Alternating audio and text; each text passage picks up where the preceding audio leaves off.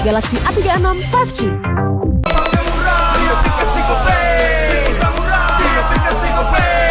Walau yang lain terus berubah, Kope konsisten, kasih yang pasti murah. Tagihan murah di aplikasi Kope, transfer 100 kali per bulan. Download aplikasi Kope baru, nggak pakai lama. Dompet andalan gamers banyak damage-nya.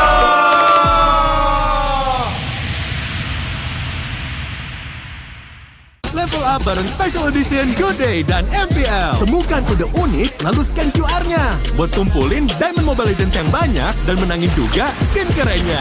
Cobain semua variannya sekarang. Sebotol Good Day bikin GG Good Day. Yo, Good Day MPL. Woo, Good Day MPL. Woo, Good Day MPL. Yes, Good Day MPL. Woo, Good Day MPL. Yes, Good Day MPL. Yo, Good Day MPL. Oh. Aku udah nonton. Fix, Hijin tuh jahat ke Minjun. Hijin kan emang gak mau pacaran sama Papamu, mamamu, biarkan mereka. Di granat!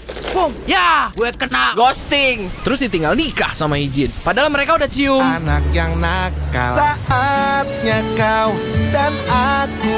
Pakai simpati buat nonton, musik, games, belajar, sampai belanja. Bisa pilih benefit sesuai keinginanmu. Tenang. Menang kalah, mabar bisa good time. Wah, good time Mobile Legends Bang Bang. Enak coklatnya, bikin semua bisa good time. Ini nih mainnya.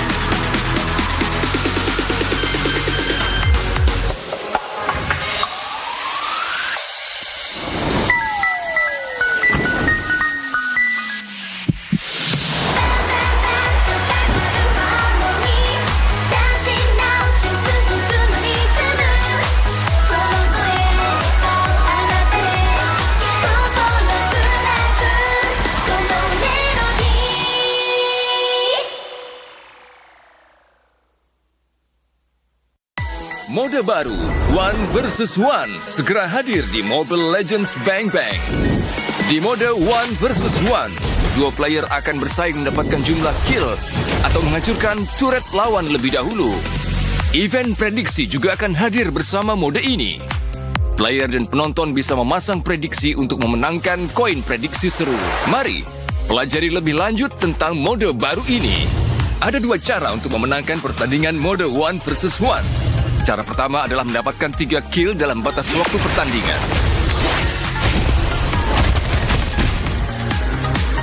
Cara kedua adalah menghancurkan turret lawan.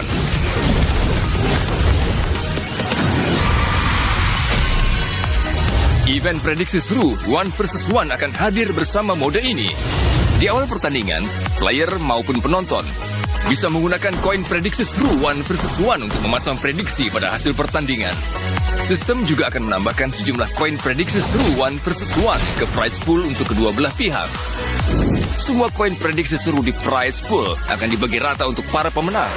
Selama event prediksi seru 1 vs 1 berlangsung, kamu bisa menukarkan koin prediksi seru dengan hadiah eksklusif.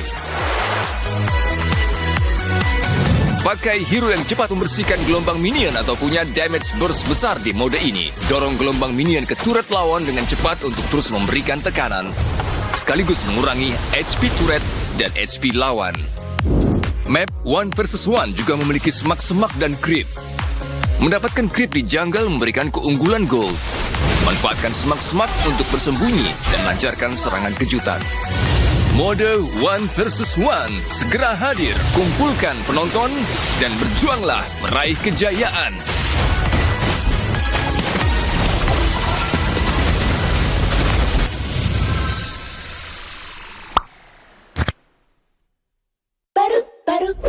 Baru asal intelligence tanda mati next level always race wasting time no more charging obviously faster baru Galaxy A36 5G baru asal intelligence tanda mati next level always race simulating kita gak worry victory guns victory baru Galaxy A36 5G.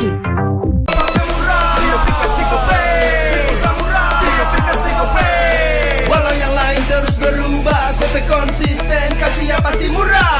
Tagihan murah di aplikasi Gope, transfer 100 kali per bulan. Download aplikasi Gope baru, nggak pakai lama. Dompet andalan gamers banyak damage-nya.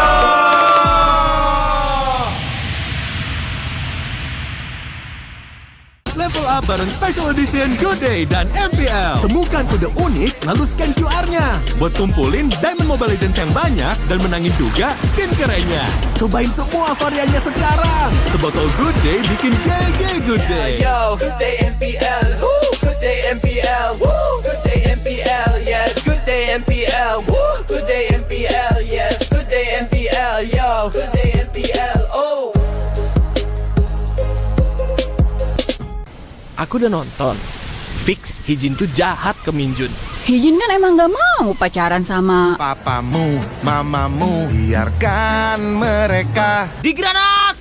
Boom! Ya! Gue kena ghosting. Terus ditinggal nikah sama Hijin. Padahal mereka udah cium. Anak yang nakal. Saatnya kau dan aku. Pakai simpati buat nonton, musik, games, belajar, sampai belanja. Bisa pilih benefit sesuai keinginanmu.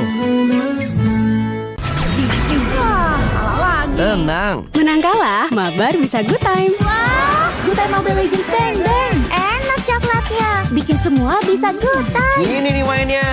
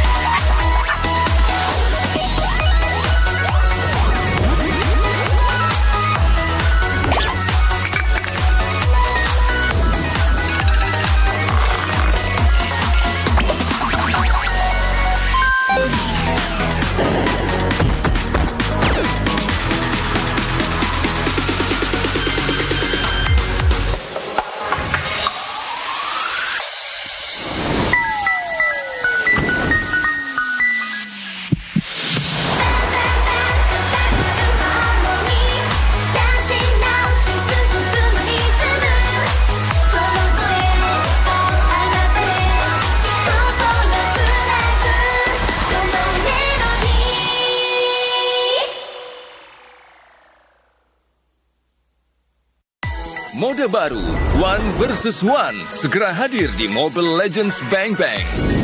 Di mode One versus One, dua player akan bersaing mendapatkan jumlah kill atau menghancurkan turret lawan lebih dahulu. Event prediksi juga akan hadir bersama mode ini.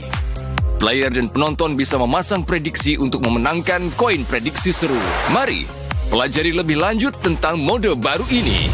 Ada dua cara untuk memenangkan pertandingan mode One versus One. Cara pertama adalah mendapatkan 3 kill dalam batas waktu pertandingan. Cara kedua adalah menghancurkan turret lawan.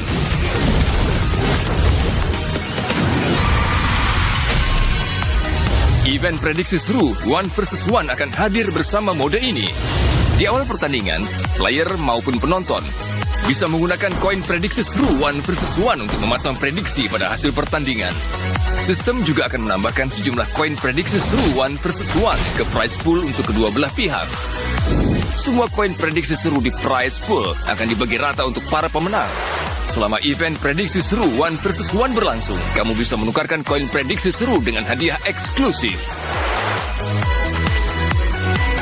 Pakai hero yang cepat membersihkan gelombang minion atau punya damage burst besar di mode ini. Dorong gelombang minion ke turret lawan dengan cepat untuk terus memberikan tekanan, sekaligus mengurangi HP turret dan HP lawan. Map One versus One juga memiliki semak-semak dan creep. Mendapatkan creep di jungle memberikan keunggulan gold. Manfaatkan semak-semak untuk bersembunyi dan lancarkan serangan kejutan. Mode One versus One segera hadir. Kumpulkan penonton dan berjuanglah meraih kejayaan.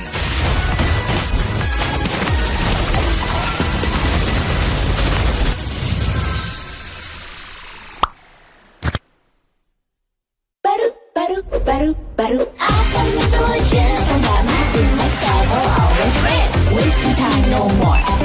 Charging obviously faster. Baru Galaxy A36 5G.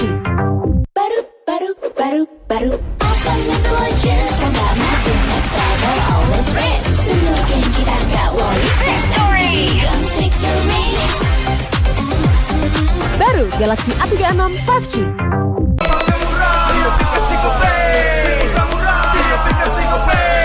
Walau yang lain terus berubah, Gope konsisten, kasihnya pasti murah.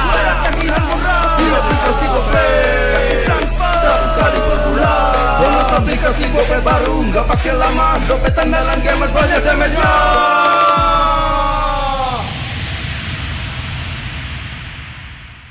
Level up bareng Special Edition Good Day dan MPL. Temukan kode unik, lalu scan QR-nya. Buat kumpulin Diamond Mobile Legends yang banyak dan menangin juga skin kerennya. Cobain semua variannya sekarang. Sebotol Good Day bikin GG Good Day. Yo, good day MPL, woo, good day MPL, woo, good day MPL, yes, good day MPL, woo, good day MPL, yes, good day MPL, yo, good day MPL, oh. Aku udah nonton. Fix, Hijin tuh jahat ke Minjun. Hijin kan emang gak mau pacaran sama Papamu, mamamu, biarkan mereka. Di granat! Boom! Ya! Gue kena ghosting. Terus ditinggal nikah sama Hijin. Padahal mereka udah cium. Anak yang nakal. Saatnya kau dan aku. Pakai simpati buat nonton, musik, games, belajar, sampai belanja. Bisa pilih benefit sesuai keinginanmu.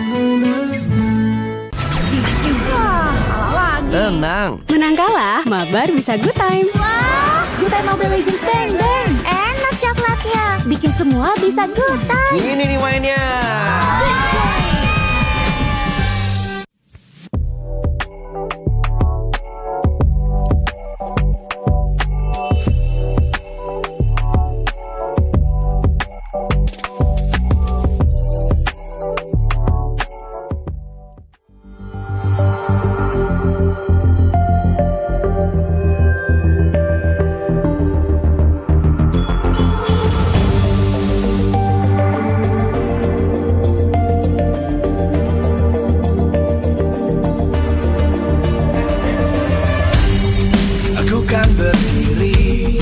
Dan terus berlari, terus ke arah puncak tertinggi.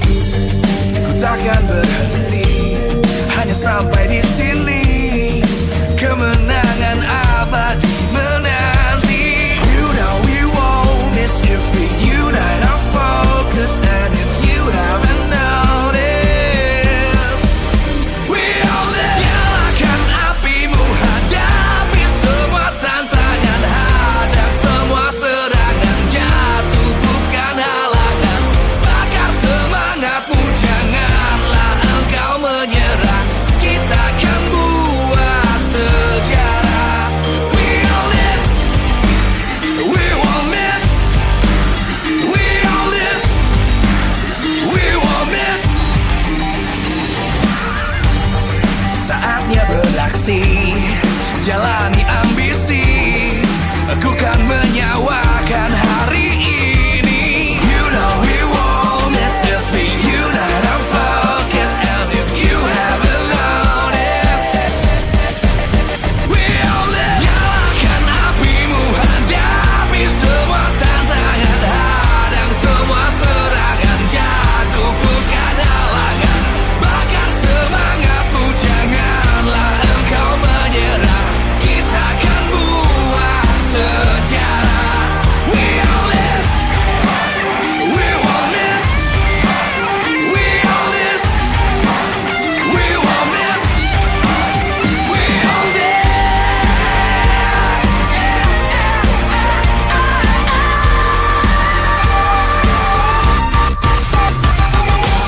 Nyalakan apimu, hadapi semua tantangan, hadang semua serangan, jatuh bukan halangan. Bakar semangatmu, janganlah engkau menyerah. Kita akan buat sejarah. We all this.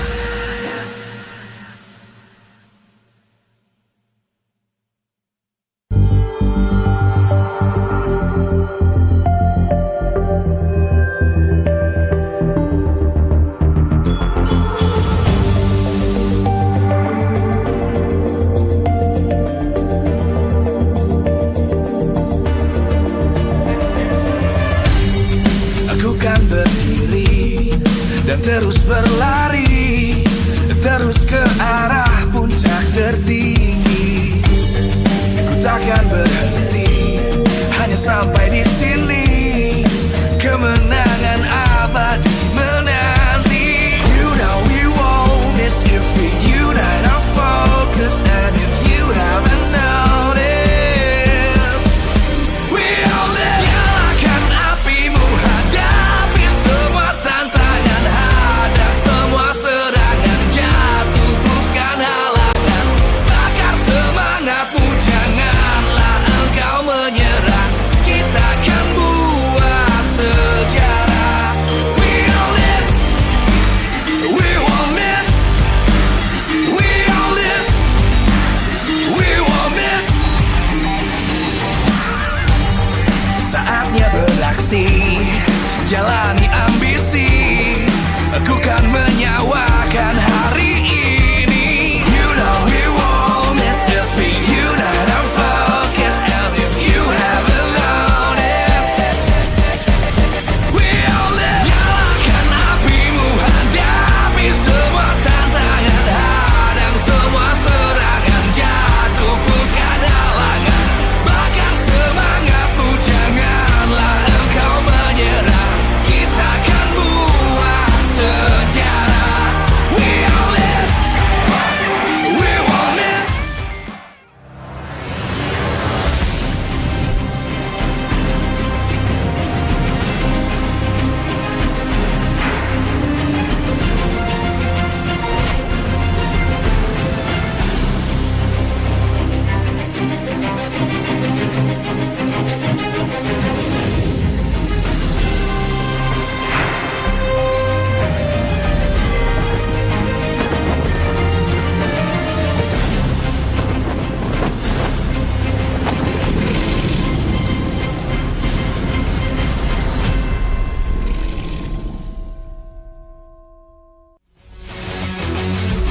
Live from MPL Arena, Jakarta. MPL Indonesia Season 16 is powered by Moonton. Supported by Esports Federation of Indonesia. Presented by official tournament smartphone, Samsung Galaxy. Official e-wallet, GoPay. Official coffee, Good Day. We own this.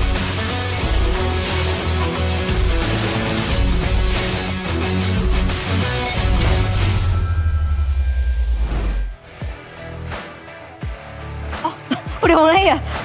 Hi guys, welcome. Jadi Eterna mau mengingatkan kalau misalkan kita lagi celebrate MLBB 9th Anniversary di in-game dan maupun di MPL Arena juga. Jadi jangan sampai kalian kelewatan keseruan-keseruan yang lagi berlangsung. Karena kalau kalian lihat di belakang Eterna, udah bagus banget nih menjadi foto buat kalian sendiri, sama temen, atau sama yang lebih dari temen. Kalian sendiri aja ya. Terus di sini juga kita ada cosplay, kita ada cosplay Lolita, ada cosplay Fanny juga. Jadi kalian bisa foto-foto sama cosplayer super keren. Dan di MPL Arena juga akan ada 1v1 setiap abis match antara pro player dan juga KOL lainnya. Kalau misalkan in-game, kalian bisa nyobain fitur 1v1 untuk kalian sendiri bersama teman-teman. Siapa tahu kalian mau flexing ya kan, kalian seru atau jago banget main show atau apa, itu kalian juga bisa. Terus Eterna mau lawan siapa ya? Aku coba tantang Baloyski atau Sans. Kayaknya bisa juga deh guys. Kalian juga bisa cobain juga di rumah. Dan bakal ada skin-skin gratis yang kalian bisa dapatkan. Dan spesial untuk MLBB 9th Anniversary ini akan ada skin Fanny PAs. Kalian penasaran durasi waktunya berapa? Aku juga penasaran. Dan jujur, Eterna juga lupa. Jadi sebentar aku nyontek dulu. 9 Oktober sampai 17 November. Jadi kalian catat ya antara tanggal-tanggal itu karena bakal seru banget. Don't forget ini event cuman berlaku untuk week 8 yang ada di arena. So don't forget, aku juga mau lanjut selfie lagi nih. Jadi see you guys later, aku langsung lempar kepada Bude. Bye-bye.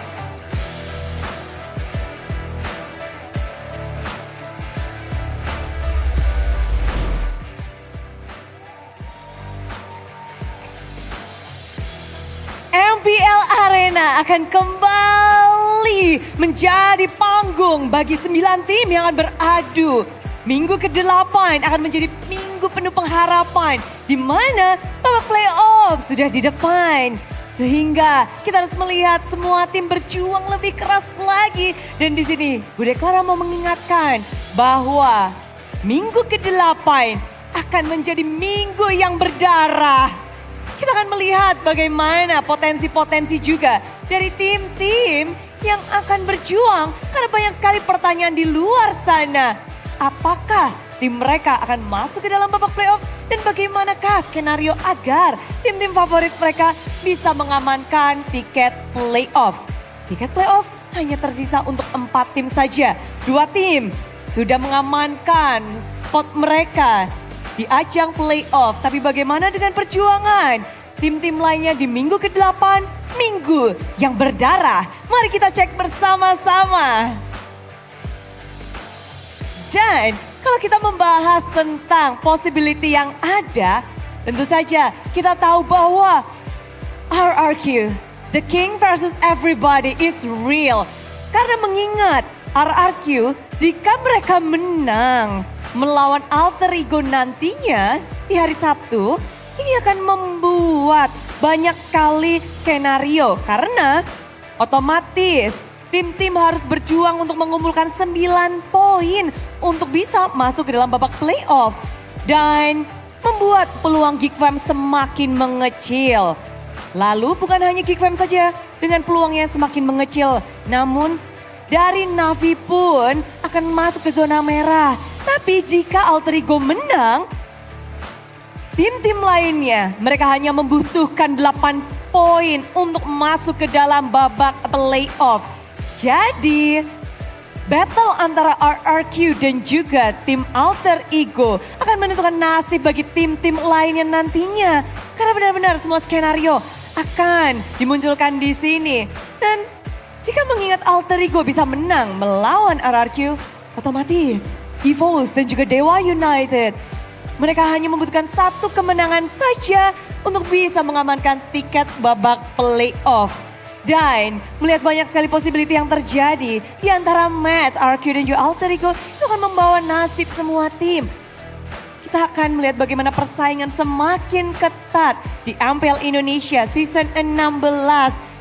Dan kalau kita membahas tentang Season 16, tentu semuanya berjuang untuk mendapatkan bukan hanya slot babak playoff, namun juga tiket menuju M7 World Championship nantinya di Jakarta. Dan Bude penasaran, suara super fans di minggu ini jatuh kepada siapa? Langsung kita cek bersama-sama, inilah dia Super Fans Pick.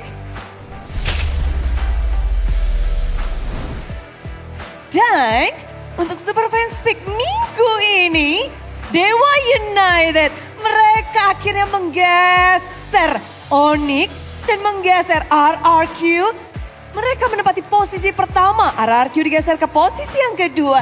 Ternyata sih ini anak Dewa dan juga semua super fans sepertinya hatinya mulai jatuh kepada tim Dewa United. Sepertinya mereka menjadi kuda hitam kan di season ini. Tapi RRQ masih menempati posisi top 2, bertengger dengan sangat kuat. Kingdom dan juga super fans percaya bahwa RRQ akan bangkit walaupun sekarang di zona merah di #7. Namun mungkin masuk ke minggu ke-8 RRQ bisa bangkit. Dan Onyx tergeser ke posisi ketiga walaupun posisi tiket playoff ditambah upper bracket sudah mereka kantongi. Tapi ternyata mulai disikut. Alter Ego mengikuti di belakangnya bersama dengan tim Liquid yang cukup jauh terpaut nilai dari suara kalian. Tapi Evo di belakangnya Bigetron by Vitality, what happened? Ini mereka walaupun sudah mengamankan tiket playoff suaranya. Mungkin banyak yang ragu bahwa Bigetron seringkali terpleset di babak playoff. Namun kali ini Bigetron harus membuktikan diri. Dan Navi serta Geek Fam berada di 0, sekian. Suara super fans tentu sangat berarti. Dan kita juga melihat bahwa pendapat dari super fans berganti seiring berjalannya waktu dan juga match. Namun yang tak berganti tentunya dukungan dari para semua supporter, dari para super fans dan juga dari para sponsor dan partner.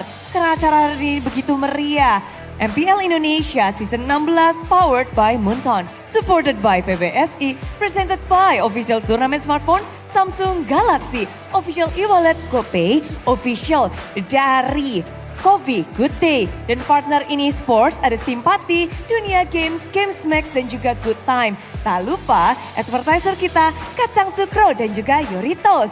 Ditambah supplier kita Head and Shoulder, UBS Gold, Royal Guard dan juga Imaginary. Hari ini akan dibuka oleh tim-tim yang sedang berjuang. Berjuang mungkin mengamankan kemenangan selanjutnya atau kemenangan untuk babak playoff. Jadi sambutlah match pembukaan di minggu yang ke-8. Inilah dia.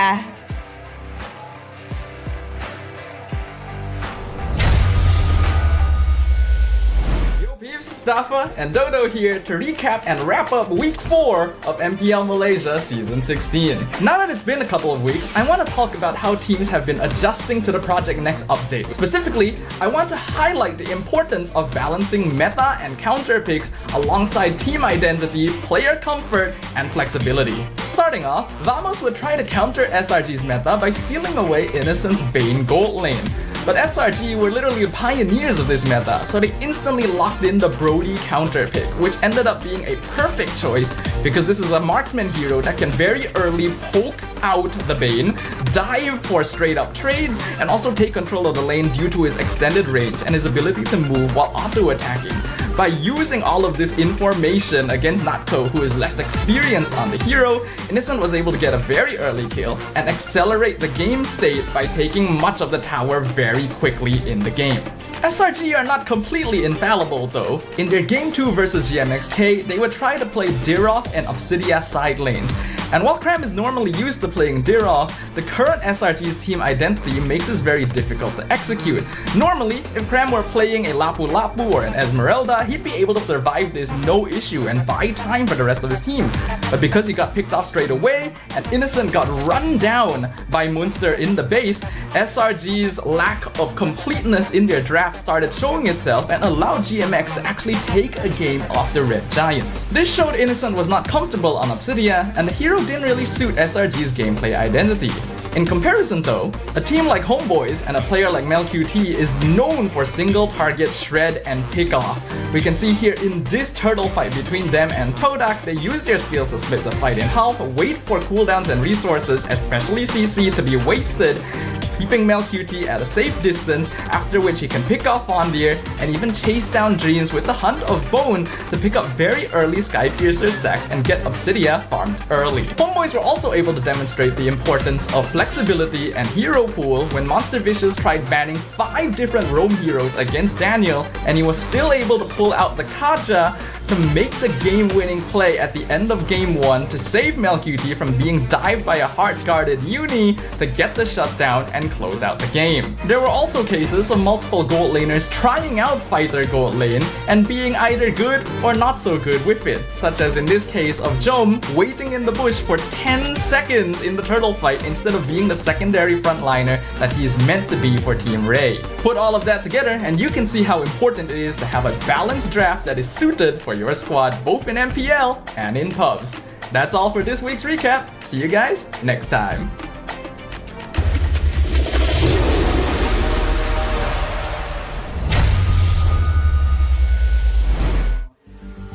It's gonna be bloodier than ever, folks, as we're gonna see some teams fall off to the red zone and gets out of the playoff contention. Meanwhile, we might see some teams actually securing that playoff spot. Back again in MPL Indonesia Season 16 with Sheffin, Gani, and Mirko here to entertain you guys throughout all the matches today. And first of all, we have TLID versus Alter Ego.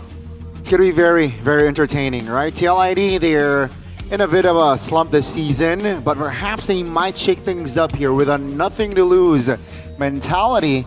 Maybe they can hinder some teams to secure the playoff spot. Yeah, they got a win against Bigatron 2-0 just last week on the first day of the week as well. So TLID with that nothing to lose mentality are definitely a threat for Alter Ego, who are still, by the way, not playoff secured just yet. So they need every single game win and obviously match win that they can get. Well, at least the support is still there for Alter Ego and also TLID, although it's not really so much compared to the big boys up there. Onyx and also RRQ still have defenses. Trust Gani. 27% contrary to the position that they're in right now. Yeah, I mean, the faith is definitely still there, right? So, you know, Onyx is not in the top 2 in the English. Was it top 2? I think it was number 1 earlier. Oh, okay. Onyx. Because it wasn't for the whole segment, broadcast, right? So I thought Onyx wasn't, but yeah. So number 1, also standings wise, they're still number 1. Last time I checked. Sometimes when you talk, like I can't really decide if it's like actually rage bait or you not knowing the facts. But that's the art. That is an art. But we're gonna check today's schedule. TLID versus Alter Ego, and this is gonna be very interesting. Bigatron by Vitality versus Adewa United. Ooh, Mirko. Yeah, we got a big matchup for Bigatron. Unfortunately for them, they've already secured playoffs, so it's not really that scary. I think more scary, more pressure definitely for Dewa United, who need to secure playoffs. There's still a little small chance that they might not make it. So if you guys look at the standings here, the green means that they've secured playoffs. Only Onyx and Bigatron by Vitality. The star next to Onyx means that they've secured upper brackets as well. So Bigatron, that's what they're fighting for. They're fighting to get into upper brackets, while Evos, Alter Ego, Dewa, everyone else except for Team Liquid are fighting for playoffs. Liquid, red, that means they're out. Of course, the battle for the playoffs here from the 6th spot to the 8th spot is going to be very bloody, as I said earlier. Navi, Arky, Hoshi, and GeekFam still battling it out, but GeekFam needs all the game wins that they can secure because they are very, very behind in that game win. Although, in terms of like the fixture and also the rest of the schedule, Gani, like, they might actually have a small chance to qualify. Exactly, they need a very specific one, specific scenario as well. But yeah, they need to get all the wins they can get.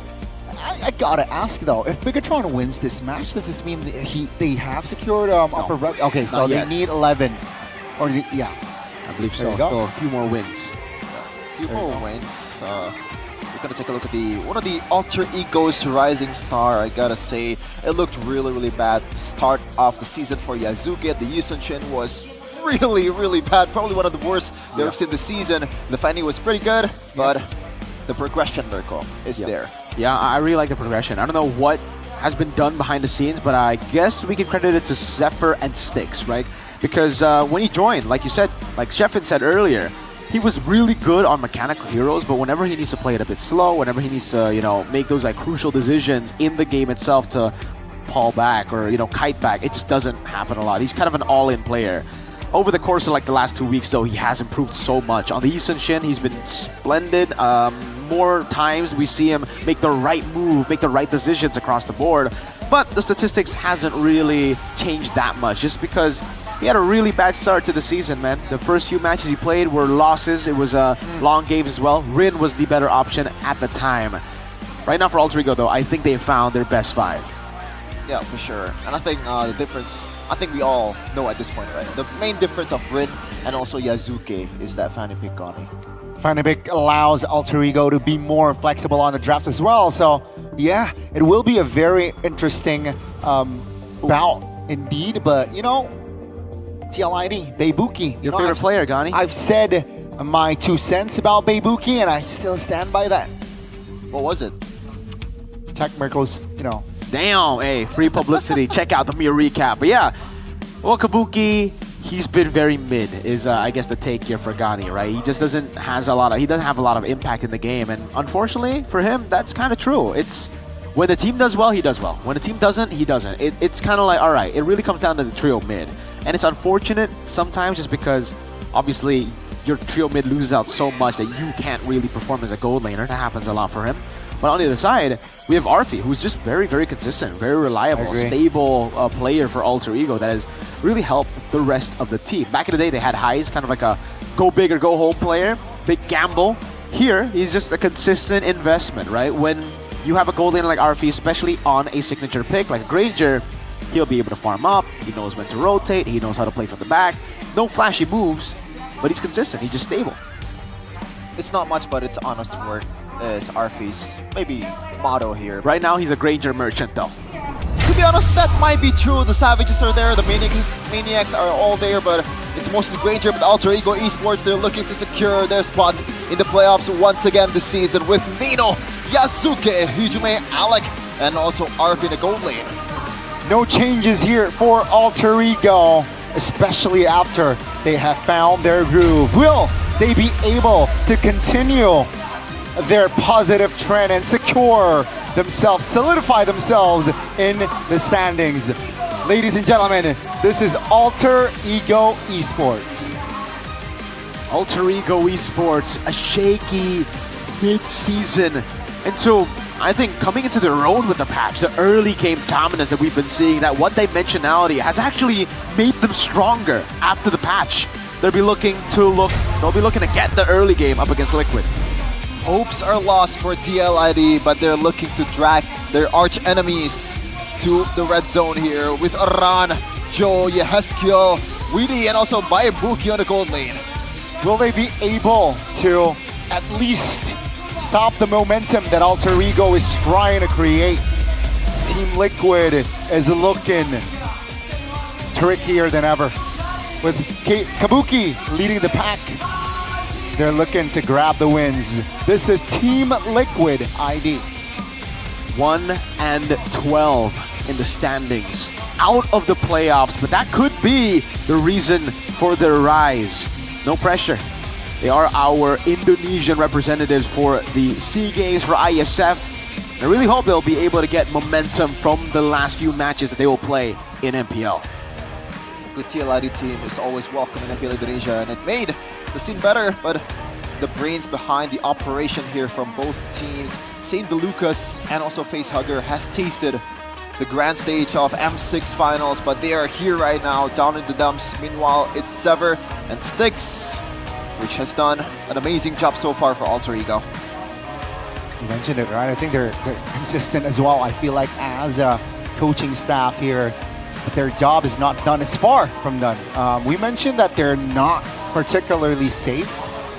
So if they suddenly, choke, you might see Alter Ego falling from the safe spot. Definitely might, man. Alter Ego are not in a safe spot just yet, so they can't take TLID lightly. Unlike, BTR last week, the BTR were only looking for one more match win to secure playoffs. Now, we can take a look at the audience topic voting. Yeah, maybe Yasuke's farming space, Respect Hijume's Comfort Heroes is losing, but seems like the trust for Alter Ego is pretty high, especially against the LID, or maybe the distrust towards the LID here. AE will definitely win once the audience topic voting.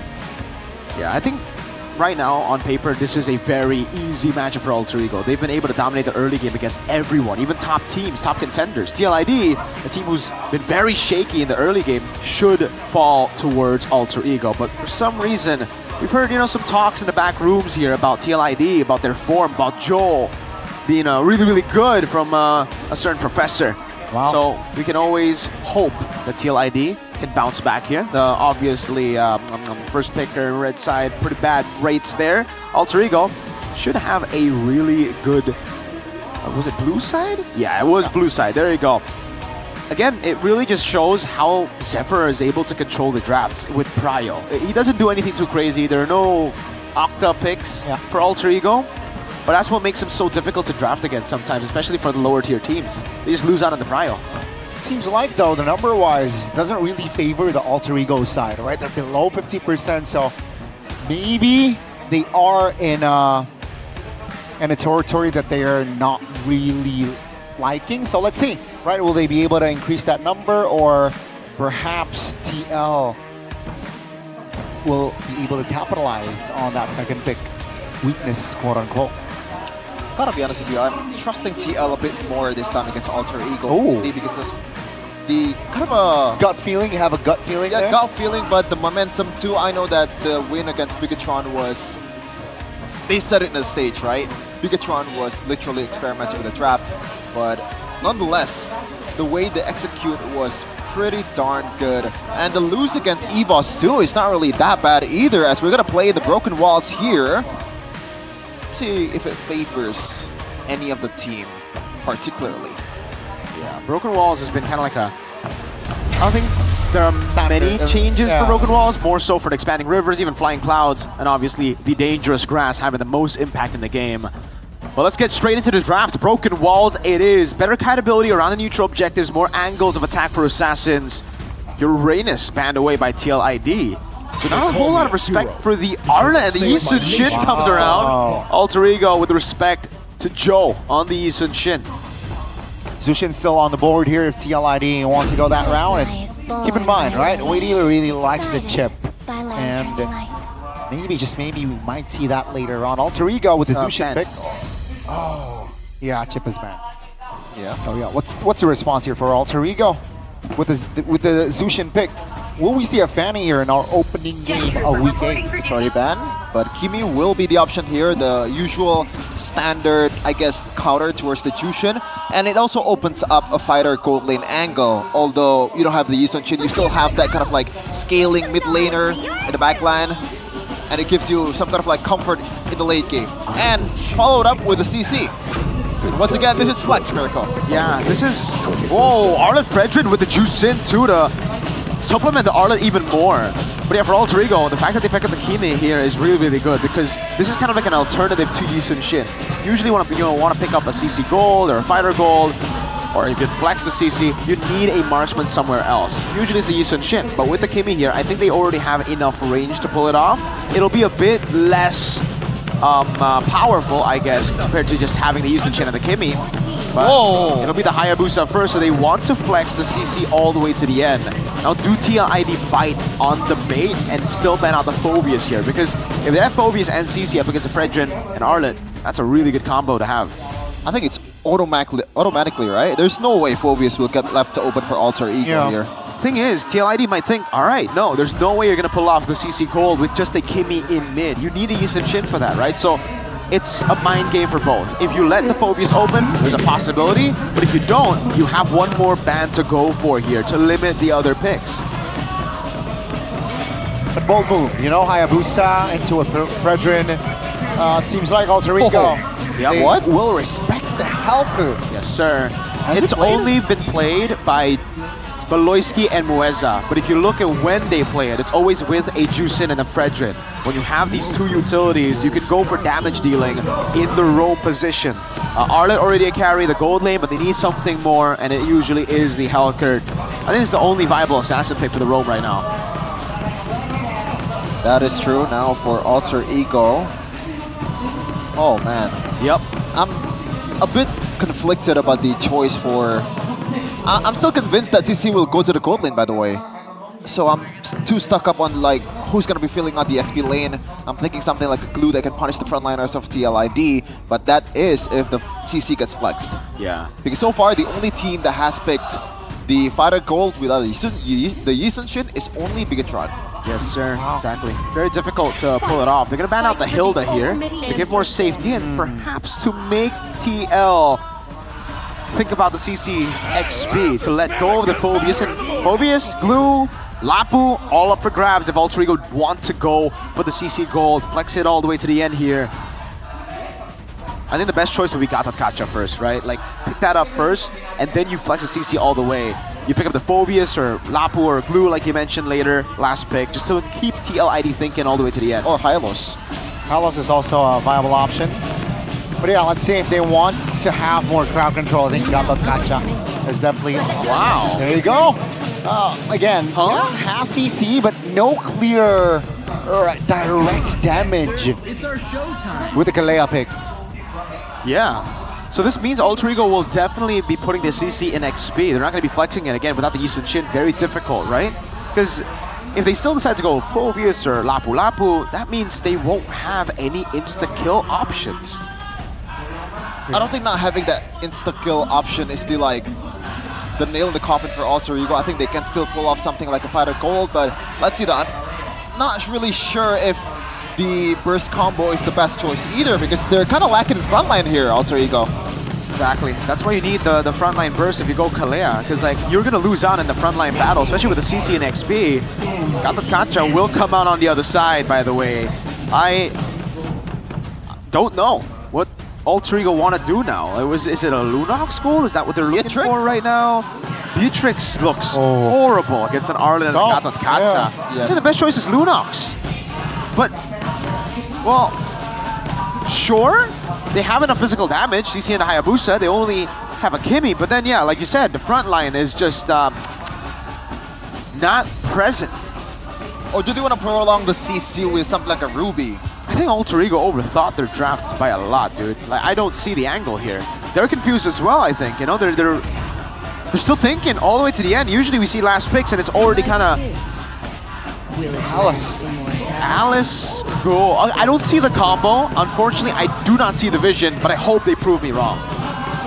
Is this a gimmick pick here in this composition? I'm not really convinced. I'm not sure if gimmick is the right word to put it here, but it does seem like Alter Ego is trying to do everything just a little bit, not really focusing on a single part, which is not really that good either. Oh boy. So Alice EXP, right? Yes, for sure. Yeah. Has to be with Alice TC Nino. Gold. It was on Nino. It was on Nino. All right, so Arfi, how good are you on a fighter in the gold lane? So far, we've only just seen you on the Granger for the most part, or even the Harith. TLID, as expected, with a better lineup rating. Alter Ego with a lot of experimentation. Can they make it work? Alter Ego is still looking for that playoff contention. Can they actually do it? TLID, they're riding on the momentum after the win against Bigatron. It is the Cavalry versus Alter Ego. Lanadon, here we go for our opening game of Week 8. Ladies and gentlemen, let's see, will Alter Ego be able to take the win to solidify themselves in securing the playoff spot, or perhaps will TLID spoil the party? The rookie battle in the jungle, though. Joe and Yazuke. Definitely a better stat record for Yazuke. He's been able to get a lot more wins. Joe been in a lot of sticky situations, criticized heavily by a lot of analysts. We'll take a look at the emblems after the lethal. Very, both teams do not want to go engage, but yeah, it's going to be a clean take for TLID. Yeah. Double Inspire here, Vitality and a Festival of Blood for Nino, so a little bit more sustainability there. Plus, the Master Assassin for Kabuki wants to have a way to deal with the CC in lane, and I'd actually say the CC actually does, well, the Claw does pretty well up against the CC in lane. Just through the poke of skill 1, having those stacks, having the mobility to run away from the yo-yo, it's pretty good. And you can see the instant tough boot respect too from Kabuki. Great start to the game for the Claude. Yeah. And also a rush towards the War Axe for Arfi, so he wants to sustain a bit more in the team fight later on. But yeah, overall, Kabuki will be able to have a say in this kind of matchup. Yazuke though? Oh, that's the early rotation. Seems like Yazuke will not commit the shadow kill just yet though, holding on to it. Good stuff. So Molten far. Essence. Yeah, instant pickup there for Nino. Molten Essence has been rising, you know, especially for the boxes here. We usually just see a first item into the Cursed Helmet. Now, I'm curious if Nino wants to just go for the Cursed Helmet start instantly too, or would he just go for the Molten Essence and then look for other items? Hijume, Traction Pulse ready. Oh, there you go. Aran immobilized. That's a taunt. Yazuki from another angle. Vitalized pop. That's Shadow Kill committed. Now the turtle. Great final slash on towards Alec, but Nino is knocked up. Weedy trying to hold on Yazuki. Joe claims it. That's going to be the taunt, the airborne, everything. And that's Kabuki joining the fight as well. Nino will be taken down. 2 kills on the board for the Cavalry. Wow, it looks kind of shaky for TLID at first because I thought they're not clearing the mid lane wave first. That's why Haskell was super late into the party, but they still win out anyway just because of the fact that they have a much stronger objective battle composition. Yeah, they have the better combination as well. Talent prediction though. Wow. We're split. Yeah. 3-for-3. By Gope. So far, the TLID holders are doing better, man. TLID with the draft as well. Looking great. Joel! Wow! Oh, AOG finds the mark. Hijume goes down. 0-2-0 for the mid laner. Man, every time I see this kind of like combo, I always think like what could have been for this team this season. Yeah, brilliantly done by TLID. A great taunt into the AOG. That one all in. Want to go again. Tsunami Slam. Shadow Kill. Whoa, what? Iran will not be able to get out. Yes, Gale in a 2v1 situation, but the knockup is clutch. Alec taunted. That's going to be a 4v1. Alex trying to hold on. Will. Whoa! Oh, amazing. That's the cancel. Perfect timing. The taunt as well. That's going to be witty though. Picking up the kill. 5 kills on the board for TL. Isn't it weird that Kabuki is on a marksman, but he's much more active in the early game compared to Arfi? That's why the Claude is so good in the meta right now, right? Like, it's not really about having a fighter in the gold lane, not having a, mage in the gold lane. What's important is you have an active gold laner, and Claude, especially with full stacks with the BMI, you're able to rotate so much faster compared to even, the standard fighters here, like the CC. So it's also a matter of comfort, right? Like Kabuki, he knows how to play the fighters. He knows this matchup. He knows that he needs to be active around the map as well, and that's why he's been the more active player. Arfi, on the other hand, is not comfortable on the fighter. Not yet, doesn't look like it. Yes, it's a full Cursed Helmet for Nino.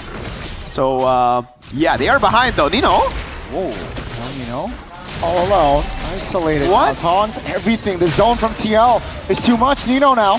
Toronto escape final slash.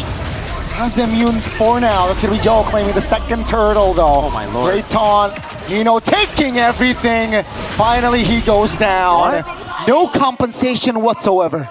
Like, it's fun if you go in like that, but there has to be some kind of like concrete plan. No one is following up. Yeah. I don't think they have the tools. That's a big 2-man knockup by Alec, but they'll follow up. That's a taunt. Tsunami Slam. Oh, the crowd control is overwhelming. Alec now forced to use that flicker and dash to get out from that situation, which allows Iran to take the turret bottom side. TLID applying more pressure in the jungles. Oh, great take by Joe. No orange for Yazuke. Retron's so good when you get the first 2 turtles, man. It's just full control, and with the prio in the mid lane, with the prio in the XP, with the damage combos that they have with the vengeance resets constantly, this is looking like TLID's game. We read it from the drafts. We weren't convinced with Alter Ego's plan. We don't know what they were planning, to be honest with you. Yeah. And it's very, very visible. Now they're going to go for a desperate play on Aran. Uh-oh, the dive under the turret. Oh! Aran flicker, final slash. No way! Oh my god! But that's going to be the reinforcement from the back. Finding the kill. They want Hijume, they got it. Now it's going to be Nino. Alec trying to sandbag. Alec dashes away. Nino now all alone again. It's going to be a 3v1. Oh the ISO play will not work. Nino trying to hold on. This time, Nino will be able to escape. Take a look at mid lane though. Whoa. That's a 1v1 from a Cloud against a Hayabusa. That should not have been on Kabuki's advantage, but it worked out in the end. But TLID, what a way to respond, man. They were kind of outnumbered, weren't they? They were outnumbered. Aran was able to buy a lot of time though. Great flicker under the traction pulse. That was what created the angle for the re-engage from TLID. Had he died a bit earlier, Alter Ego would have been able to escape the turret and maybe take on a 4v5. Was it even 3-3? Yeah, Kabuki wasn't even there. Alter Ego right now, the problem is they just don't deal enough damage. You want the last turtle here. Nino providing info. Oh, that's going to be the burst coming in. Nino taken down. Izuki in the back trying to shadow kill the members. Kabuki pops the blazing duet. Ron goes down. Kazuki fails to find the steal. TLID, they kite back to reposition. They want Kabuki. Is able to get out there. Great peel by Joe to distract the members of Alter Ego. So, was that an Alter Ego win? Economically, that is a yes. Yes, but the turtle still went to TLID. It really comes down to how Alter Ego are able to convert on objectives. There you go. So now, we are seeing a little bit more... Well, I don't think he'll be able to take a turret here, by the way. That's why the sieging power for Alter Ego is pretty bad. That's why I had to say it. The objective convert... Oh, RP? Oh, CC, the con. That's going to be the vengeance. Coming in 3v1. Oh my goodness. That's going to be another kill on the board for TL. 4K. Yeah. 8 minutes in. So Alter Ego, their winning condition is purely fight. If they get a proper fight now in the mid game, they should have enough damage to actually deal with TLID. And mainly it's not damage, it's the sustain that they have with the composition. Problem is though, they need to win the fight to be able to siege. TLID could just always weather the storm if they have 3-4 members alive. If they just leave one guy to get taken down, they'll always be able to clear out. The only guy who can really, take turrets and threaten turrets would be Hijime, and he's so far behind. 1 and 3 currently. He's building towards a Sky Piercer, so that's a winning angle, I guess. If they get a few more kills on Hijime in the next coming fight, then they'll actually have a way to execute and then convert on objectives without having siege. By the way, aspirant skins, look at those baddie. I mean, look at those skins. They are baddies, bro. That's factual. Shout out to Vex. Oh, yes. Are you Vex? You like Vex? Shout out to Vex. Okay, so Vex. Aren't you a Rome player? Why Vex? That's why he likes Vex. The role plays with the mid, bro. Okay, interesting. Well, back to the game here. TLID is still amassing more gold lead over the course of the game, but obviously the solo loading potential of this Hayabusa, while also getting scouted by Alec, could be handy. And they've tried earlier, right? The way they try to isolate Iran on the far lane, but fortunately Iran read that and TLID didn't get punished. Early traction pulls, Yazuki and Alec looking for a position here. Immobilizing, waiting for a second there, but Alter Ego will not pull the trigger just yet there. Joe is slowly but surely poking the lore. Now with the reset, allows the tempo to go down. Bottom side is slowly pushing for TL, so they know that they have this advantage. Nino trying to open the map, trying to give out information.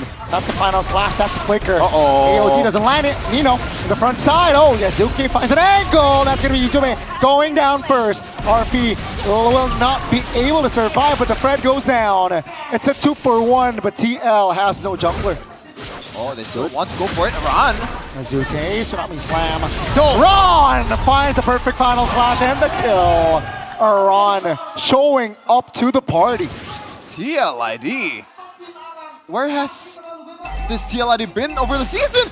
And where has the Alter Ego who just played for Prio Picks gone in week 8 when it all comes down to their performance to make it to the playoffs? They start bumbling.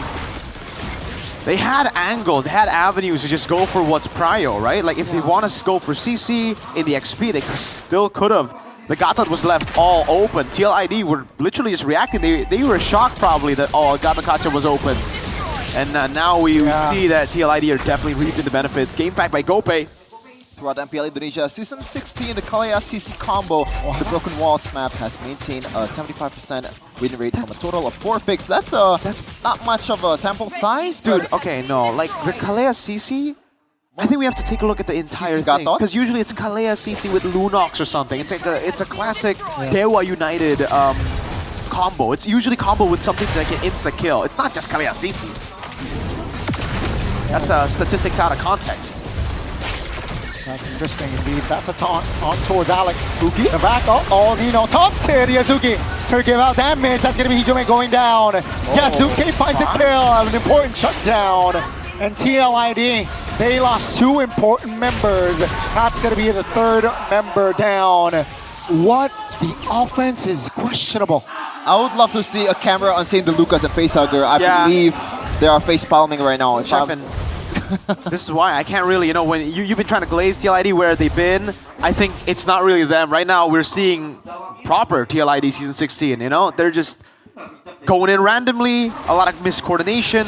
I really think for the most part of the early game, it was just Alter Ego not having a powerful comp, and now they've actually scaled up quite a bit to punish on a lot of the mistakes. So TLID, they still gotta play it clinically, dude. They can't just brawl it out with this draft. This isn't a full brawl draft. You still have to have some proper front to backs. Kabuki. Yeah. Did you see that? Did you see what Kabuki did? Yeah, we haven't seen a single solid, whatchamacallit, blazing duet at all this game. And that was, I think, more of a panic with the crown. That was a more than anything horrible else. blazing duet earlier that we saw. Conceal from Alec. AOG. Flick around. Good bait. But the pulling stuff together was Alec's choice of emblem. So, should be better to have him be the one to flick around instead of the others. Well, good news is TLID is still up by a mile here on the economy part, and they have the Farland pressure with the waves coming in, but they have to play around it unless they want to let Alter Ego win this one. And to be honest, the CC and the Kimi combo, yes, TLID composition is, they have an easy cycle of skills, all right? But Alter Ego, in terms of like DPS, I think, do they excel over TLID in the late game? DPS-wise, yeah. Right? You got Alice, Kimi. They have a lot of angles right now to actually go in, but they can't get picked off like this. Oh, they're able to isolate one. That's Nino. Fast. It's 5v4 now.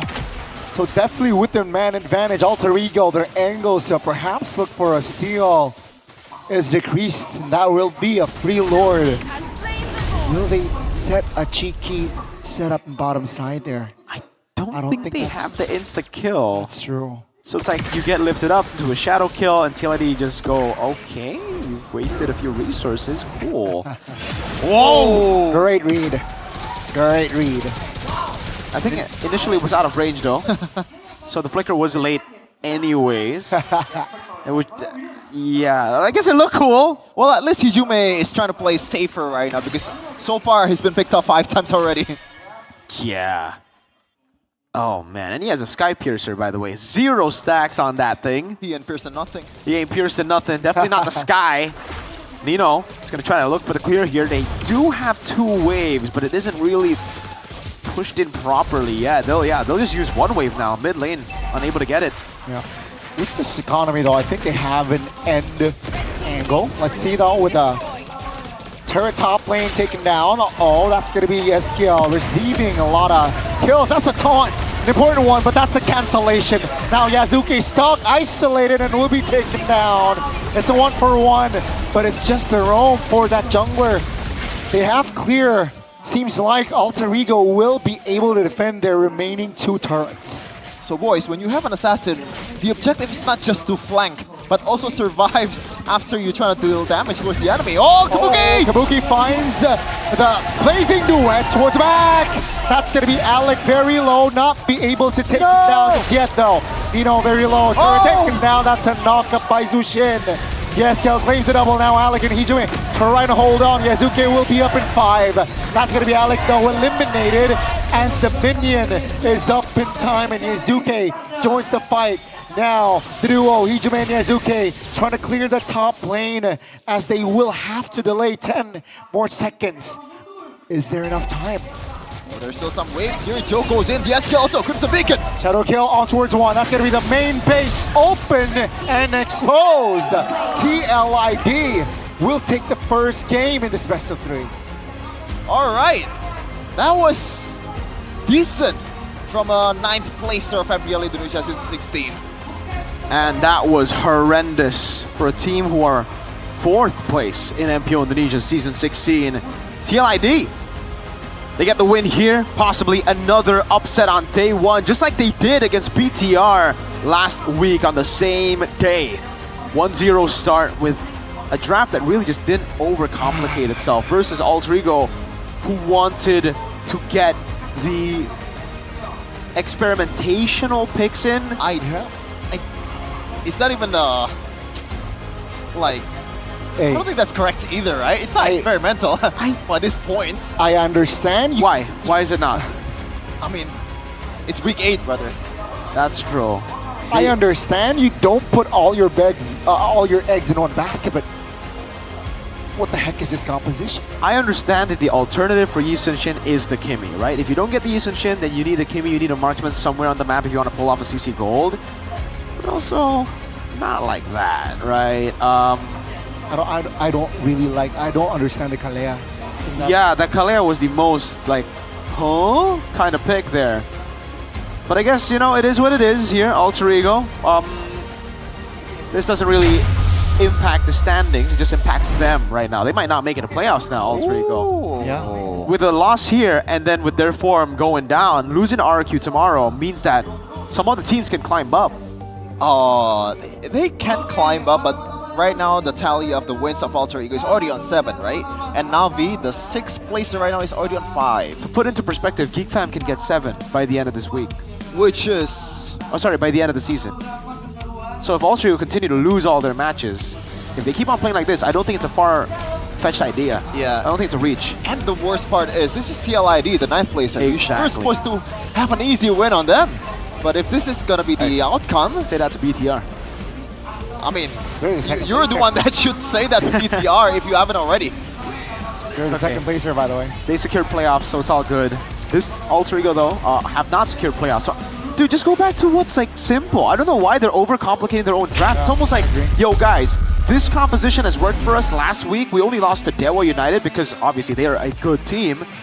Let's change everything, is the angle for Alter Ego. It's like Bigatron last season in the playoffs. After winning 2-0, they're like, you know what, guys? Let's change everything. Yezkiel, our MVP, though, I'd say a phenomenal game for him, man. Really good utility usage every single time. And what impressed me the most is his ability to buffer skill 1, to buffer the Lantern player, so that he gets it right on time. So many times the Flowing Blood gets cancelled out. Well, it's not even Flowing Blood now. They changed the name. But you know what I mean. That red circle to teleport away, the cancels on that from Joe as well, but more so from Yehezkiel a lot of times.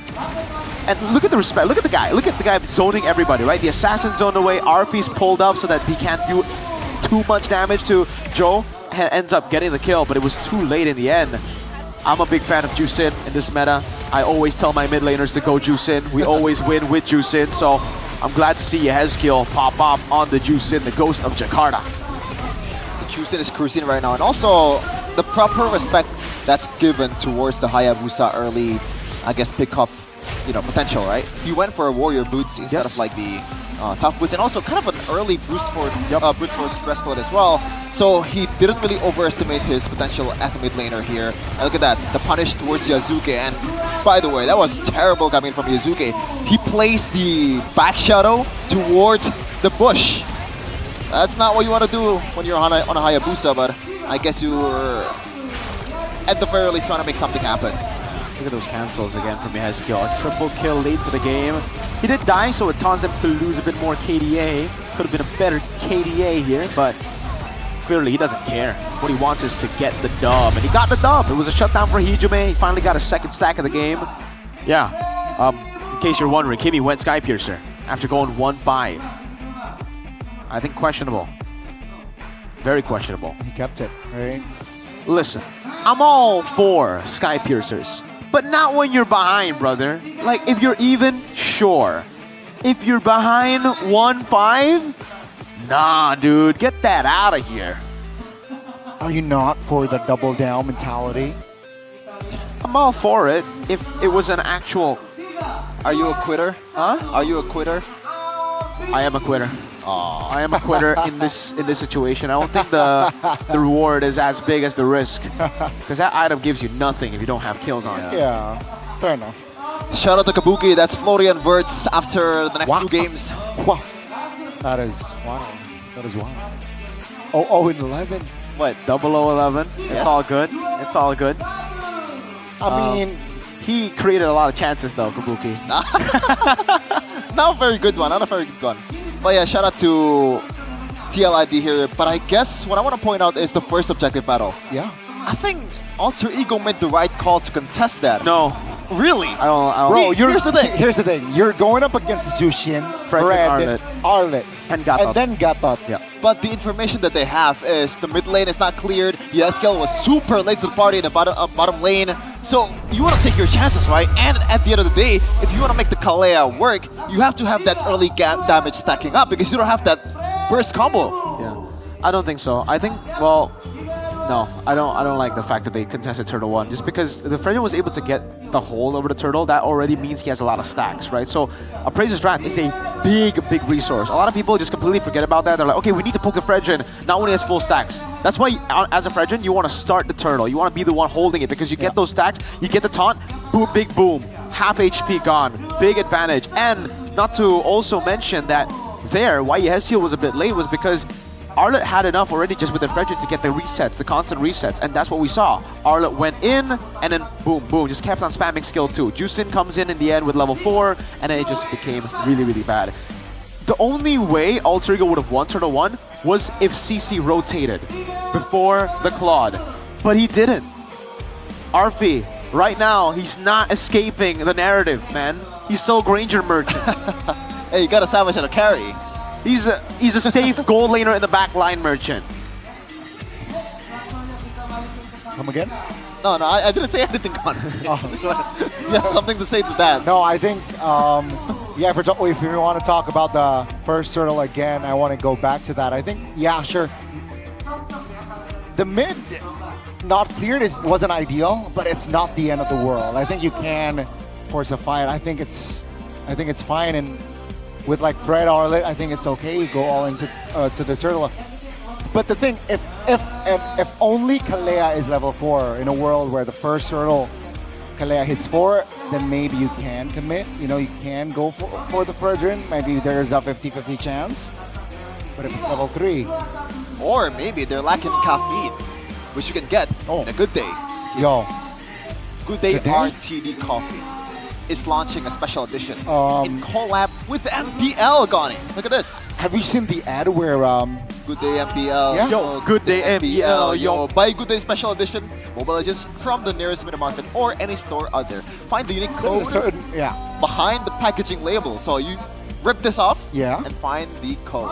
Scan the QR code on the packaging to redeem the code. Let's see who's lucky. Why don't you redeem? You'll instantly receive the diamonds or the skins, man. Look at that. Okay, the Rafaela flavor, the Franco flavor, the Matilda flavor, Which Nana one's your flavor. favorite? Which one's your favorite? The Rafaela Brody flavor. Okay. Mine is Rafaela flavor. That's game is game, yeah. Game is game. For sure. They also chose the Nurse Rafaela skin, you know? So it's like... Oh no, I'm not lucky. Are you lucky, Chef? Maybe you are. You're the lucky one. I haven't tried it, but I don't know, man. Ripping this off feels wrong. It does. It does. Like, feels like the bottle's naked now. Yeah, I was about to say that, but I don't know if that's appropriate to say, bro. Well, I mean, it is a naked bottle now. Yeah. But it's a good day. Okay, guys. Okay, I don't have any claws or whatchamacallit? Claws? What's this? What's this Nails. called? Nails. Claws. Wait, Chefin needs claws. Chefin. I don't know how to stop. do Here, that. just have a good time. I'm sure you can rip this one open. Without claws. Without claws. Chefin. To get the good time, you must work. You must put in the effort of... It's not about power, man. It's about technique. Well, for you guys, how's your favorite team? Did they win? Are you? Oh, you're an Alter Ego fan? Well, sad times are ahead. But remember, win or lose, it can always be a good time with good time. So go get the delicious chocolate that makes everyone have a good time. Give me one. Oh! Arash is going to be jealous, boys. Don't do that. Give me one. That's how we have good times with the boys, man. That's how we have good time with the boys. A little bit scary there, but yeah. Guys, good day, good time. You know, positive plus a positive is equals to a positive, so why not, right? But guys, we got a question here. Which team was up in the M5 World Perfect Championship? that you're asking the question, Gani. Man, I forgot. Gani. Who was M5 runner-up? Almost getting the Golden Road. The closest team to getting the Golden Road. Was Game 7. 1 game away from a Golden Road. Away, they were down 3-1, I believe. No, 2. Wait. 3-1. Yeah, 3-1. And then 3-3. 2 and then 3-3. Man, what a time. What I was there too. In the arena, man, that was sad. Bro, like after they went down 3-1, I was like, oh It's man. cool. Yeah, we're done. People are gonna cook me. Especially after what I said. Yeah. Right? They were 3-3. It's like, oh, whoa. We're so back. Then, unfortunately. Are we though? What? Yeah, after we're so back. After Are we 4-3. though? Yeah. So who was it, Gunny? Who was it? Yeah. The best team as of yet. As of yet. It's Nico. What? Yeah, that's the team. Who? Nico. Oh yeah. Okay. So we're Or Tino. Nico. Tino. That's Ochin, dude. Backwards. Nico. Nah, you switch the syllables. Nico. Switch Oh yeah, Nico. Yeah. That's your rule, Sheffin. That's your rule. You're fine. It's my rule. Wait, nah. What? No, because he's Gani. Gani. Oh. I don't want to say it. Yeah, no. I don't think you say it. Yeah, SDL. SDL though. Luckily, you're not Gani. Nah. No. I mean, you know, WSDL though for that first game. Yeah, for sure. For that draft. Yeah. Right? Just I honestly think it was more of a reaction though. It wasn't like they super standard. Did they? Huh? Super standard from Yeah. SL. Did they mind game Alter Ego to do that? Because like Yeah, the but they kept Gato it simple. Tacha. But they kept it simple. You know, They did. It's like not overthink. Alter Ego just saying, oh, I know what you're trying to do, SDL. You're Yeah. trying to do this and this and this. And SDL is like, I'm just gonna try to play my game here. Yeah, it's like, no, dude, we're just playing for Fredge and Arlet Zusin. This is like, this is what we do, man. I don't know what you expect of me. Just calm down. I'm saving my strat for C games, dude. Ooh. So, do Alter Ego stick to, again, the good old plan? Because I really think they should just stick to the good old plan. You went out the early game, dude. Yeah. Pick up the Granger. It was open all the way. I think it should have been a keys to victory for TL, you know? Like, TV. take it away from Arfi. That's his game right now. But TLID decided to play mind games. They're like, no, let's not ban the Granger. Let's just let him have it. And Alter Ego are like, no, we're not Granger merchants. 6 is quite tense though, right? I had a conversation earlier with Yazuke, I think. Giving some pointers. No, 6. So let's see. Will that, you know, pointers be able to be translated in the second game? Yeah, it's going to be first pick. So yeah, they have better numbers on that blue side. This is their territory here, so a lot more prior picks for Alter Ego. Maybe you can go towards the Hijime Jushin angle. Our Latino is never wrong. The way they drafted earlier, though, I think TLID will get more advantage on red side than on blue. If it stays the same, you know, if Alter Ego let go of these prio picks. That's true. If they go CC first pick, oh man, you're in for a world of trouble. Jushin, Easton, Shin for sure for TLID. They definitely need to note that, right? I think Zushin is a prio, so having that first pick, I think they're going to prioritize. They should prioritize the Zushin. But then the Easton Shin CC comes around, see? That's why for me, I actually really like being on red side, especially in our ranked games. But here, it is a bit different. You can utilize that first pick prio to get something like an Angela if it's left open. Hasn't been doing too good, by the way, the Angela. Wow. It's lost every single game from last week, except for Onyx. Thank We you. don't talk about Onyx. I was about to say, like, yeah. Why? Everyone doesn't want to talk about Onyx. They're like, this is MPL Onyx, you know. They've already won. Now let's talk about the actual teams in the. Do you concur with this like mindset? Do you concur? Do you agree? Come again? Well, random map draw. That's this it. time. If That's it's dangerous, oh no way. Okay. Dangerous grass. Dangerous grass. Yeah. This is a TLID special map, dude. Like they were able to beat BTR on dangerous grass. Wait, wasn't in the first leg it was Alter Ego dominating TLID with a Kaja in the dangerous grass? Yeah. So after earlier, I think I'm holding on TL right now. Yeah. Okay, TL stocks. Stocks are rising here as the bans are coming through. Angela getting banned by Shever. He doesn't want to play it. And the box shot here. Value in me. Whoa, that's an early Fredrin. And so respect there. I don't know about banning it that early though, brother man. The Juicin gets taken away. Wait, TLID don't want to go for bigger trades? What? They do not want to gamble. Okay. Maybe Zushin is too expensive. Altrigo should ban the Phobias here, right? Wait, go can for they? first pick chip. Oh, Yeah, sorry, first like pick a Arlen. Fanny. Wow, that's... You know what? With TLID having a say with the Kalea, I think they should probably ban it still. Yeah. We'll see. Joe plays a decent Fanny too, so he plays a really good Fanny. Yeah, if they have the chance to pick it in red 1 or red 2. Not gonna lie, I think he's better than Yazuke on Fanny. Really? Yeah. Oh wow. They were up against Informed Geek Fam week 1 and they almost won with the Fanny. The Maybe Fanny was crazy, dude. Yeah, some of Fabian's DNA splashed on Joe's face.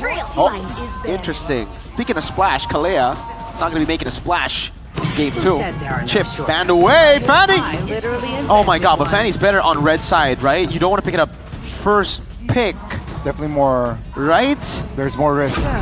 What's your command? They go for the Fanny. Oh, SpaghettiOs. Yeah, they banned out the Kalea already, so this is really, really good for them. TLID, do they go for the Yi Sun Shin, CC, and then Red 3 Ruby? Or maybe red 3 got taught. Red 3 got taught and then Ruby later, right? But right, it's gonna be banned. The thing is, that's why I said Red 3 Ruby. They need a lockdown hero.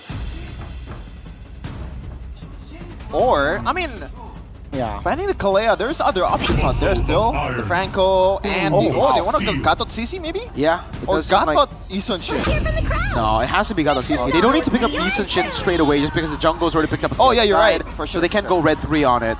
They're just afraid that the Gata Kacha will get picked up, taken away from them. The Uranus comes around, a classic pick for Nino when Arla and Phobias aren't on the board. Very safe pick here for Nino, but again, lacks playmaking, right? Which, reporting for duty. if I see Nino, a lot of playmaking potential. It's gonna be the Camille though. There you go, the Yi Sun Shin third pick, and let's see, second phase. TLID, I think they're going to limit more on the gold laners here. Yeah, I think right now there's a possibility of Hilda XP to come through to deal with the Fanny, deal with the Kimmy as well. That's why if they leave the Granger open, I think that's what the angle is gonna be. They're just gonna pick up a Hilda XP and then they're gonna try to deal with the Fanny by taking away purple buffs and playing with Prio. Gold lane Ruby is still also an option if they don't decide to go for Hilda XP. Wow, it's Franco banned away by TL. They know how dangerous Altrigo are on the dangerous grass map. There you go, that's a Ruby ban. Expected it to come through. Dangerous grass, TLID, 50% win rate, while Altrigo 66.7% win rate. To be honest, for TLID standard, that's really, really good, right? Very high. Yeah, that's high. For TLID this season specifically though, so yeah, let's see, will they be able to take the win, increase their numbers as well? Second phase, the Franco ban. Yeah, just limit the gold laners here, right? I wonder, like, what's the, like, why the Franco? I'm still stuck up on the brand ban here, though. I think because they want to go Hilda, dude. Not gonna lie. They don't want the Hilda to get locked down, burst it away. They want the Hilda to have more room to play. Yeah, it really just looks like a Hilda game right now for TLID. The Arla gets taken away. Altrigo did not read it through. Let's see if I did. TLID, do they go for the Hilda here, or do they flex a CC all the way to the end? Because that's a possibility. Pick up a gold lane first. Usually against the Fanny, gold lane, you don't want to go Granger. Moskov comes to mind. Brody. Whoa. Brody, there's no lockdown right now. That's a pull, that's a pull. This is actually really good, no? Like, there's no lockdown. Pull, yeah. But if they do want to go for that, but if they want to go Hilda, CC goes gold. What are you talking about? Mid lane, mid lane. So, do they want to go Farsa? Do we see a Vexana here? It was a signature Yehezkiel pick. Vex comes to mind. What else? I shall forge my own justice. Farsa, safe old Farsa. It'll be a Hilda, I think. It just makes sense. Just need somebody to front for TLID here, but for Alter Ego. Granger? I mean, looking at what Kabuki did against the CC in the first game, they might want to go a Claude here, but I do agree that if we're talking about RF, it's surely going to be a Granger. Yeah. The thing is, it'll then play... Oh, they are going to go for the Brody. Interesting. It's a deny pick, I think. Oh. Melissa? Yeah, come on, guys. Play towards your strengths. We know what it is. Oh, what if it's Hanabi though? Oh, no, it is. there you go, Brody. Brody. And Hellcurt? Wow. This is way too greedy. I think it's way too greedy. But if it's paid off in the early game though? Yeah, sure. Go for the Hilda, right, boys? You've been waiting for this moment, the Hilda. And on Aran too, ladies and gentlemen, it's signature pick. It's a nasty Hilda, right? It's going to be very aggressive, very in your face kind of Hilda. So TL ID, will you lock the Hilda in? Wait, I really don't think they have enough to make the Hellcurt work. What are they picking up? Are Is there it really other- fully Hilda? Are there other alternatives like viable? I mean, they have. Oh yeah, I think it's gotta be Hilda. Standard pick would be Hilda, but I'm thinking of someone that can just wreck backliners for Alter Ego. Oh, Uranus. What, Dyroth? Oh my god. So less damage, but wait, it's good. It's really good. It has Against Fanny, against compensation. Brody, Yeah. there's no Purify for these carries, and the Badang locks you down. It's actually not a bad pick. I personally would have liked the Hilda a bit more, but Dong's pretty good too.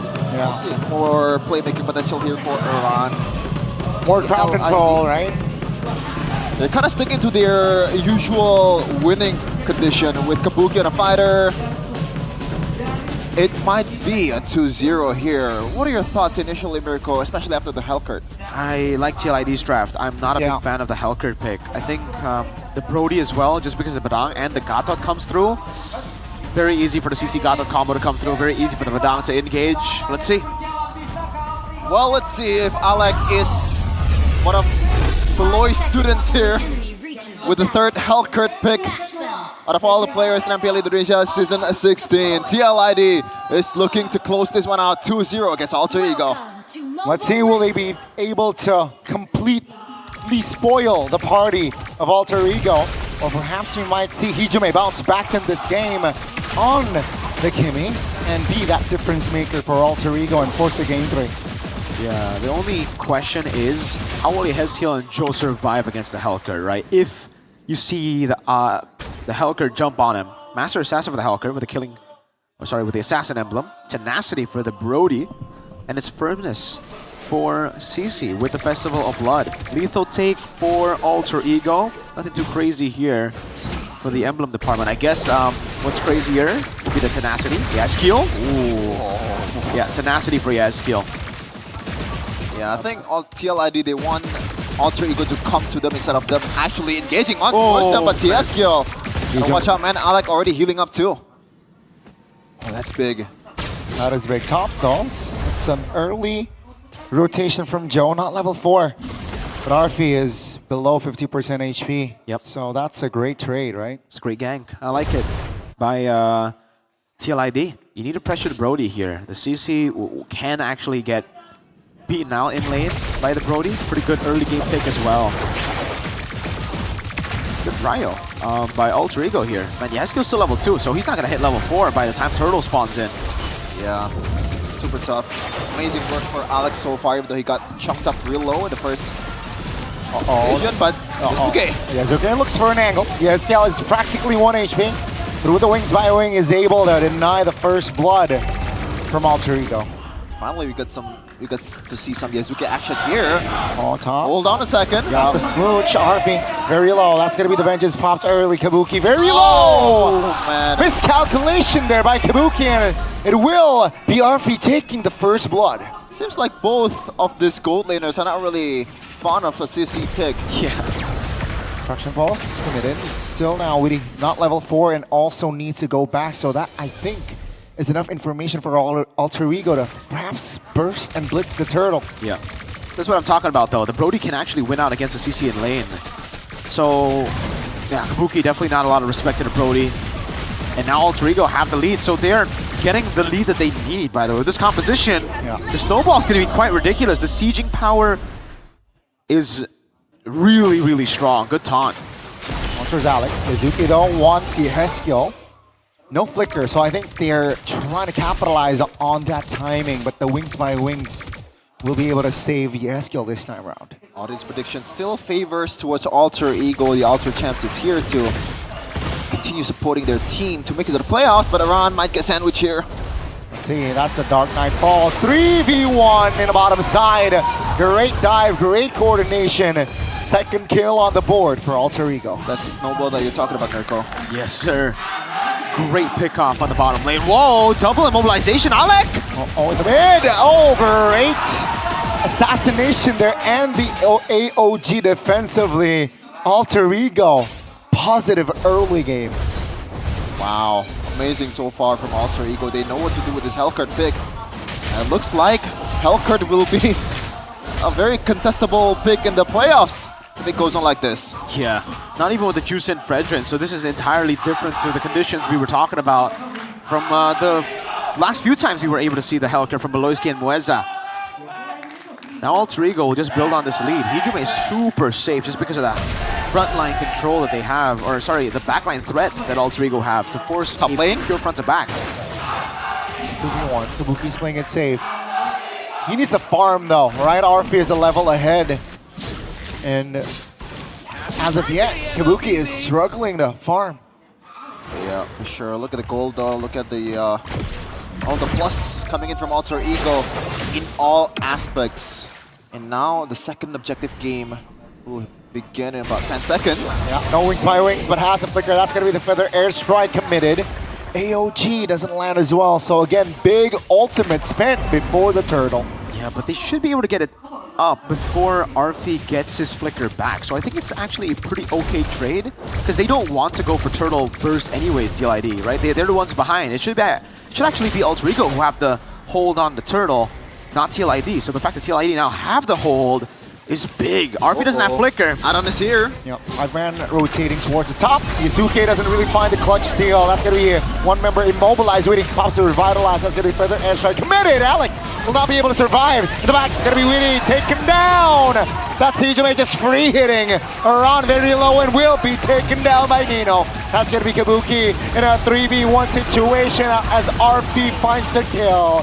4 members off and down. Alter Ego, what a comeback. Yeah, an immediate conversion on towards the purple buff as well. So it is a win in all fronts except the objective for Alter Ego. Way too greedy by TL, man. They won out the fight, but they still wanted to go for more instead of just backing away after getting turtle. Now it's really bad. Yasuke gets away with the cables. Alec is visible with the mounted shocker used up. TLID have to respect Alter Ego, man. Like, yes, it isn't a standard composition that would get you wins. Usually, like you would think that TLID are. Oh wow, curtain call up top. Oh man. Oh, wings by wings as well, committed. They're gonna go for him. No flicker. Insane. I'm not sure about this. They back off because they know that Alec is somewhere lurking in the shadows. And yeah, Hensio does not have Feather Airstrike earlier. Only now does he have it. It was still on cooldown. This is like prime winning condition for Alter Ego, dude. They went for a super greedy composition and they got 3,800, now 4K in the first 6 minutes of the game. So it's gonna get very hard. I don't know. TLID will have to capitalize on like a 3-man AOG or something. The CC got a combo around, yeah. Because if not, Nino can hold the front. He's already ahead on the Uranus. Yeah. That's something that is almost kind of like a guaranteed win usually. If Uranus is that far ahead. Level 10 Uranus. Yes, sir. Into a level 8. Oh, Sky Piercer Arfi. Wow. They doubled down on the greediness. Very bold. I mean, right now, the greediness is paying off, man. Unlike game 1. The double down from RP. Let's see, TLID rotating with 5. The last turtle is up. That's going to be the conceal. Looking for an angle. Oh, Witty's too low to hold damage. That's going to be Jodo under the turtle. Yuzuki waiting for the timing AOG. That's going to be, oh, Joe still claims the turtle. That's going to be Yuzuki deleted. Feather airstrike here is just too much. RP though will claim it live. That's going to be 3 members just up and running for both teams. Oh, they might pay their greediness here. This composition, man, Joe getting bursted down. Oh, Traceless now trying to hold on. 2v1! Wow. Almost! But Joe goes down. That's going to be the stun, forcing Hijime to use the flicker. Alec looking for an angle. Iran was too quick with it. Pops the ult. Down goes Alec. Hey, goes down. There goes the cockroach, man. Slammed or punched by Badang.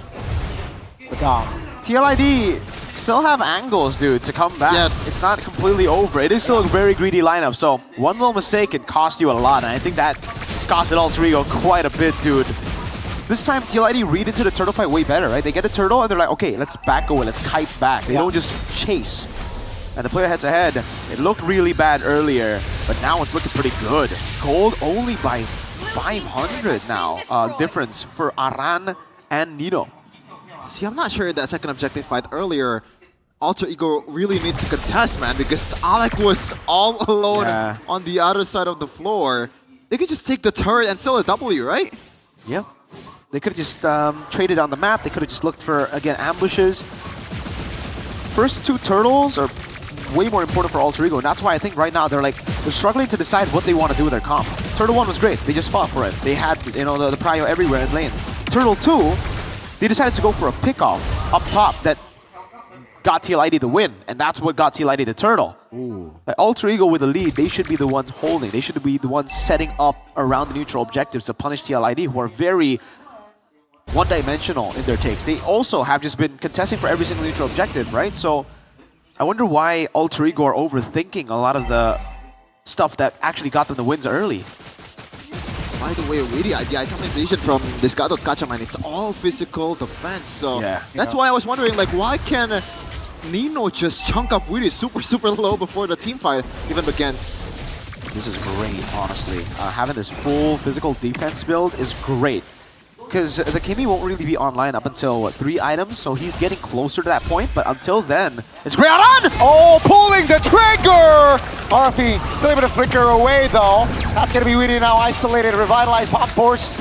Forcibly, Yazuki looks for an angle towards the back. That's going to be Alec now looking for an escape as well. Joe is low. Alter Ego, they will not be able to close the distance. All 5 members from both respective teams will still be up. Was that a missed cutthroat from Yazuki? Lowest HP targeting, man. Yes! He just tapped the ult and it went to Witty, the guy who has Dreadnought, Blade Armor, and Warrior Boots. So, yeah, a W, I would say, for TLID. The fact that it looked so good, but they weren't able to capitalize on any kills, shown there. By the way, that's why they picked up Badang, right? So easy. Oh my god, Yasuke.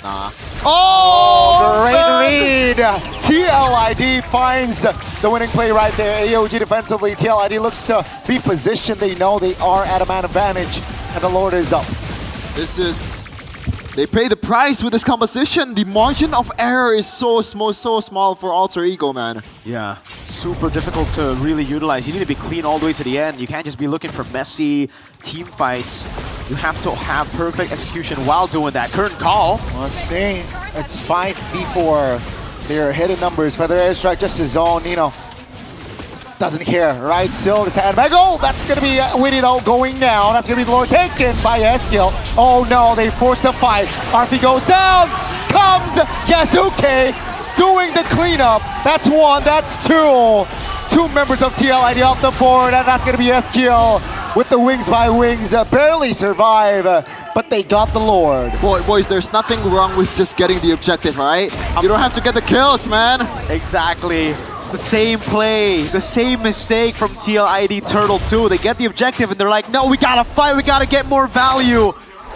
It's the same mistake that now will cost them the Lord advantage. That is a Lord negative right now, disadvantage. Alter Ego are getting all the gold from it, and their greedy composition is somehow working through the mistakes of TLID. Let's take a look at the replay here. It was brilliant. They got it. They didn't need to go and fight. Weedy can die, and it's still like, all right, dude. Here, though, Joel. Oh, horrible mountain shocker. Yeah, this guy's getting the Lord and backing it away is not bad. Like, you don't lose by backing away. You lose by making these greedy moves against an already very greedy comp. It feels like both teams are disrespecting each other's potential, but do they want to go for Nino? He has Purify. Yeah, that was questionable. Very, very questionable. Arfi also, man, he's starting to deal real damage. He already has a Sky Piercer earlier, so he was able to pick up a few of the stacks. I don't know how many stacks he's on right now, but even the Helker's starting to deal a lot of damage. Like a lot of damage. DHS and the Melfic Roar done already. And this is big. No. That's one way to get through the physical defense from Weedy, which is HP percentage damage. Yazuke, fly by and get out. The intimidation now will force RP They still want to that chase? flicker. That's going to be Nino. No, looking for another angle. Kimmy is free hitting right now. Oh, that's wait. going to be RP. They want RP. That's a Mount Chocolate connecting. Torn apart memory. Finds the kill. That's going to be Yazuki now looking for the clean house. Waiting. Kabuki all going down as Alter Ego finds the winning wipe. Hook, line, and sinker. Once again, you've already gained the advantage with burning the flicker from Arfi. Just reset. Exactly. You cannot chase with this composition. You're a comp with a marksman and a Farsa and a CC. This is not a dive composition. TLID, a big lapse in judgment that might have just costed them a game. Thankfully, they still have the wave here. TLID, man, oh man. No, just time to learn, man. You can just adapt on the fly. Come on now. Like, I am out of words, bro. Same here, brother man. They went in with knowing that Hellcurt is somewhere in the shadows. And they're a front to back composition. They purely want to play front to back. There is not a single person on TLID that benefits off of a dive like that. On the other hand, Alter Ego benefits off of overextending. So Alter Ego went for a comp like this that I personally did not like, banking the TLID would just overextend and chase randomly, and they got the big bang. They got the jackpot on that, right on the dot. Yeah. I look at the economy right now. After like, I don't know, 2k gold lead, now 7.3 after a single team fight. This is just absolute disaster from TLID. Thankfully for Alter Ego, they don't have a solid way to hold the Lord here because it's Fanny. But Alec can still play the long lane. Okay. Brute Force Breastplate going to be taken, built up here. Item-wise, again, Arfi on a roll with a Sky Piercer. He's going to build Wind of Nature next, so another big question. Oh, Joe! Gotta be careful. Oh, it's a 1v1, Alec!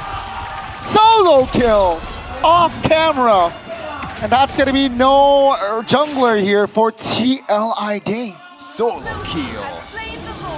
Solo kill. TLID. They're playing like they have the 8,000 gold lead, you know? Giving their marksman way to clear in the mid lane without opening up the map first.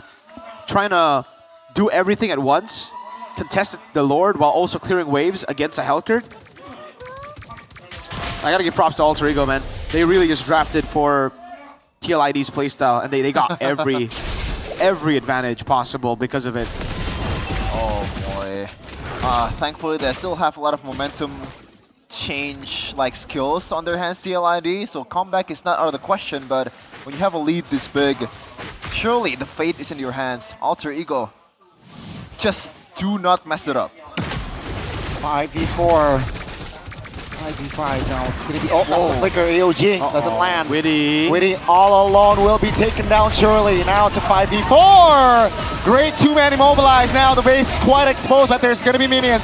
They lock into the base, and ladies and gentlemen, on our opening match, we will get to see a game 3 between Alter Ego and TLID. That was disappointing from Alter Ego, from TLID. They have a way to win, but they just didn't stick to it for some reason. And that's been the whole story of TLID in Season 16. Well played. GG. GG indeed. What a draft, right? What a draft here, I think, for Alter Ego. That Hellcurt, we did not see that one coming, and it seems like they were able to extract that Hellcurt pick in this game.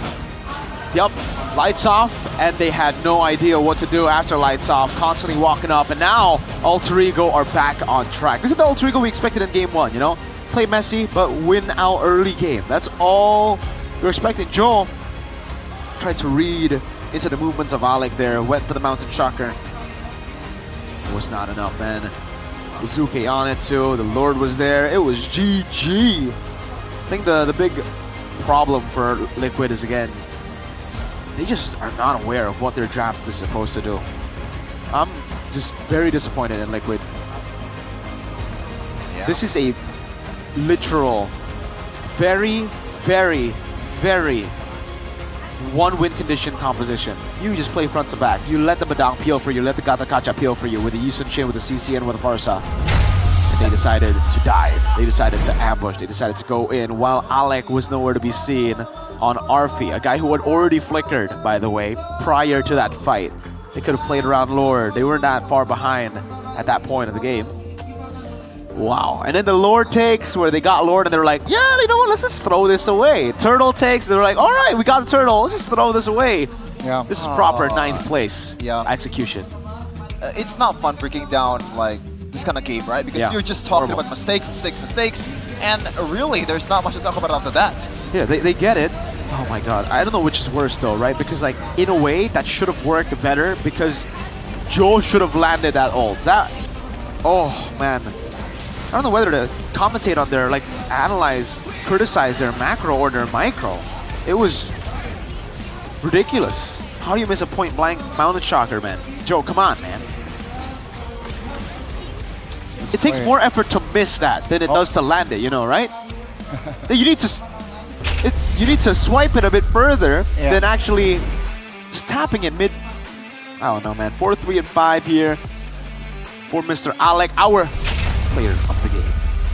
Yeah, started by official tournament smartphone Samsung Galaxy A36 5G. Right from the get-go, the early game wins, and when you lose out on the gold lane, that's just tough, man, because like the laning is gonna get even harder, and some of the baits that he did, I mean, TLID did it to themselves, but still. This was Turtle too. When they got Turtle and they were like, let's fight, guys. I think it's a good idea to fight. Kabuki also, man. Yeah, we were hyping up, you know, the new patch, so maybe Kabuki could play again on the fighters. He might be better on MM, dude. Like, time to pack it up on the CC Golds for a lot of the gold laners in MPL ID.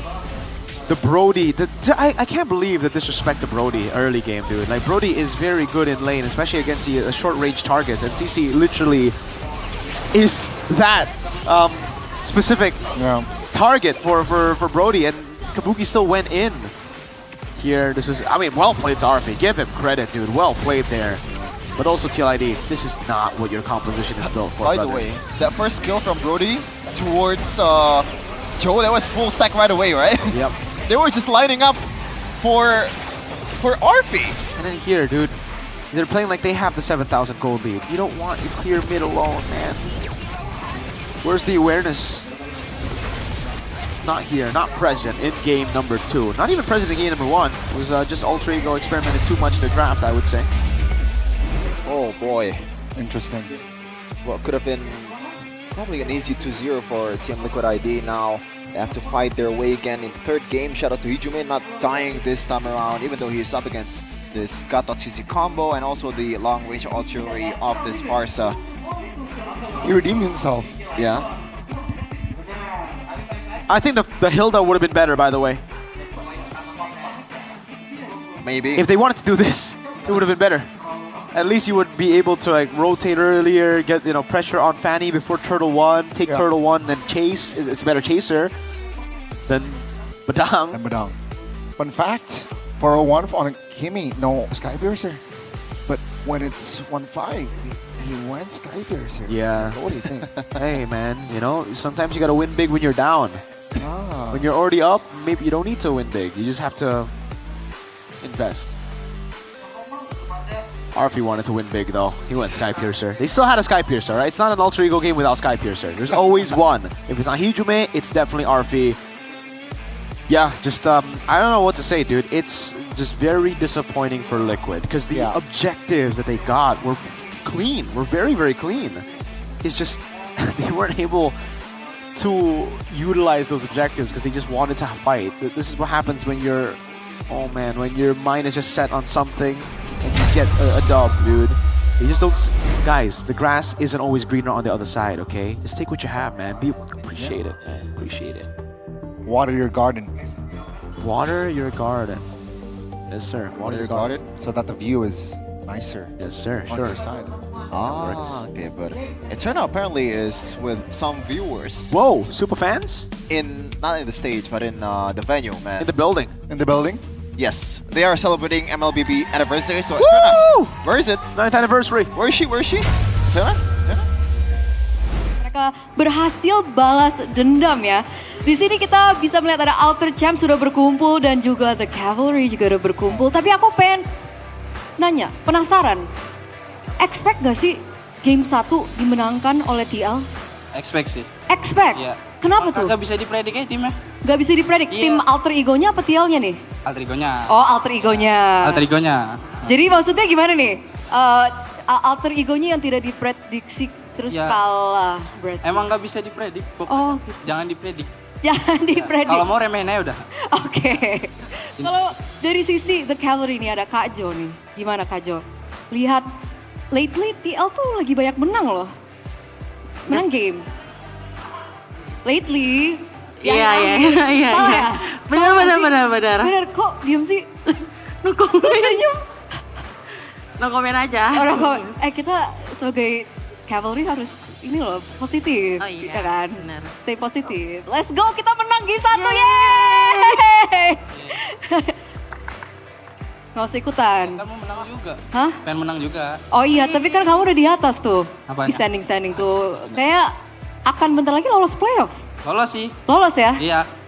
Nah. Super confident lolos playoff? Super confident. Super confident. Super confident. Nice. Aku lupa tadi namanya siapa? Ciro. Oke. Ciro super confident nih. Oh, super confident. Super confident Ya. masuk playoff. Masuk. Tapi pas di playoff, harapannya apa sih? Juara 2. Juara 2. Ya. Kenapa nggak juara 1 gitu? Satunya tim jago itu. Maksudnya kan kamu dukung gitu. Kayak nih BTR tuh ada Mirko, kan dia suka halu tuh. Ya. Katanya BTR bakal juara dari season 7 loh. Nggak juara-juara, kamu harus kayak gitu. Gimana ya? Pokoknya juaranya kan udah pasti tuh. Onik, jago tuh. Ya target kita M7 aja sih. M7 ya? M7 ya. M7 juara? Juara M7. Juara. Nah, Kalau kita harapannya apa nih M7? Mau bilang regional lain boleh nggak? Oh, mau ke tetangga ya? Oh, dia mau ke tetangga guys. Ya udah ke playoff deh. Dukung. Kalau misalkan, oke, obviously kan TL udah nggak bisa masuk playoff nih. Iya benar. Nih di belakang udah senyum-senyum nih. Kita mau dukung bestie kita yang dulu. Bestie dulu. Nafi. Kenapa bisa bestie? Kan dulu sebelum Liquid kan bestie. Aku ngerti lagi maksudnya. Ya udah, kalau misalkan kita ngomongin harapan untuk TLID sekarang, harapannya apa sih Kak Jo? Kalau sekarang sih lebih berharap mereka tuh main lepas aja. Main lepas aja. Tadi sebelum kita mulai ada ngomong sesuatu tuh, nggak mau dibahas? Oh iya. Bercanda guys. Ya udah, harapan mereka bisa bermain dengan lebih lepas. Lepas. Karena kenapa? Selama ini apakah Kak Jo ngerasa pemain-pemainnya kurang main lepas atau gimana? Jujur iya, mungkin karena pressure yang lain ya. Jadi mereka mungkin kurang ngasih yang terbaik aja yang kemarin-kemarin. Oke. Ada player tertentu nggak mungkin Kak Jo punya message? Kayak mungkin ke Aras, atau specifically sih enggak, tapi buat semuanya aja. Oke, semuanya. Boleh message-nya? Mainnya lepas aja boy. Kita di sini berharap yang terbaik. Kita semua berharap yang terbaik, apapun hasilnya. Benar sekali. Tepuk tangan dulu dong buat Kak Jo. Kalau misalkan dari Alter Champs, apa? Ada pesan nggak? Pesan? Untuk Alter Ego? Atau mungkin player tertentu, player favorit kamu siapa? Semuanya sih. Semuanya? Iya. Ya udah, satu-satu message untuk semua player dari Alter Ego pertama kali masuk MPL, boleh? Banyak sih jujur. Iya. Bercanda. Ya udah, apa? Buat main yang bener ya lu dah. Pokoknya top performa aja keluarin semuanya. Top performa. Kita di sini buat dukung kalian terus. Nah. Ih, kok enggak? Lucu banget, Abibi. Iya, tepuk tangan. Yeay. Jangan nangis dong. It's okay, aman. Nggak ada yang bawa tisu ya? Nggak ada yang bawa tisu? Nggak. Ya udah. Oke, untuk next match deh. Next game. Menang. Ya, TL kan maksudnya, makasih ya. Oh bukan, sorry. Alter Champ dong, iya. Oh iya, Alter Champ. Kenapa bracket kita? Oh iya. Masih pengen upper bracket. Iya, pengen upper Masih ada harapannya? Masih ada kali.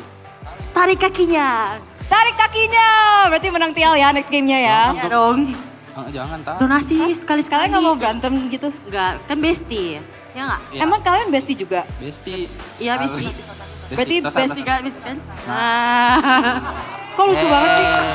Kan kita tim baik, Oh, fans baik. fans Ya. baik. Nggak kayak, oh sorry. Bap. Maksudnya, situasi makin memanas di MPL Arena. Semuanya kita akan langsung lempar kembali kepada casters untuk melihat siapa yang akan menang game selanjutnya.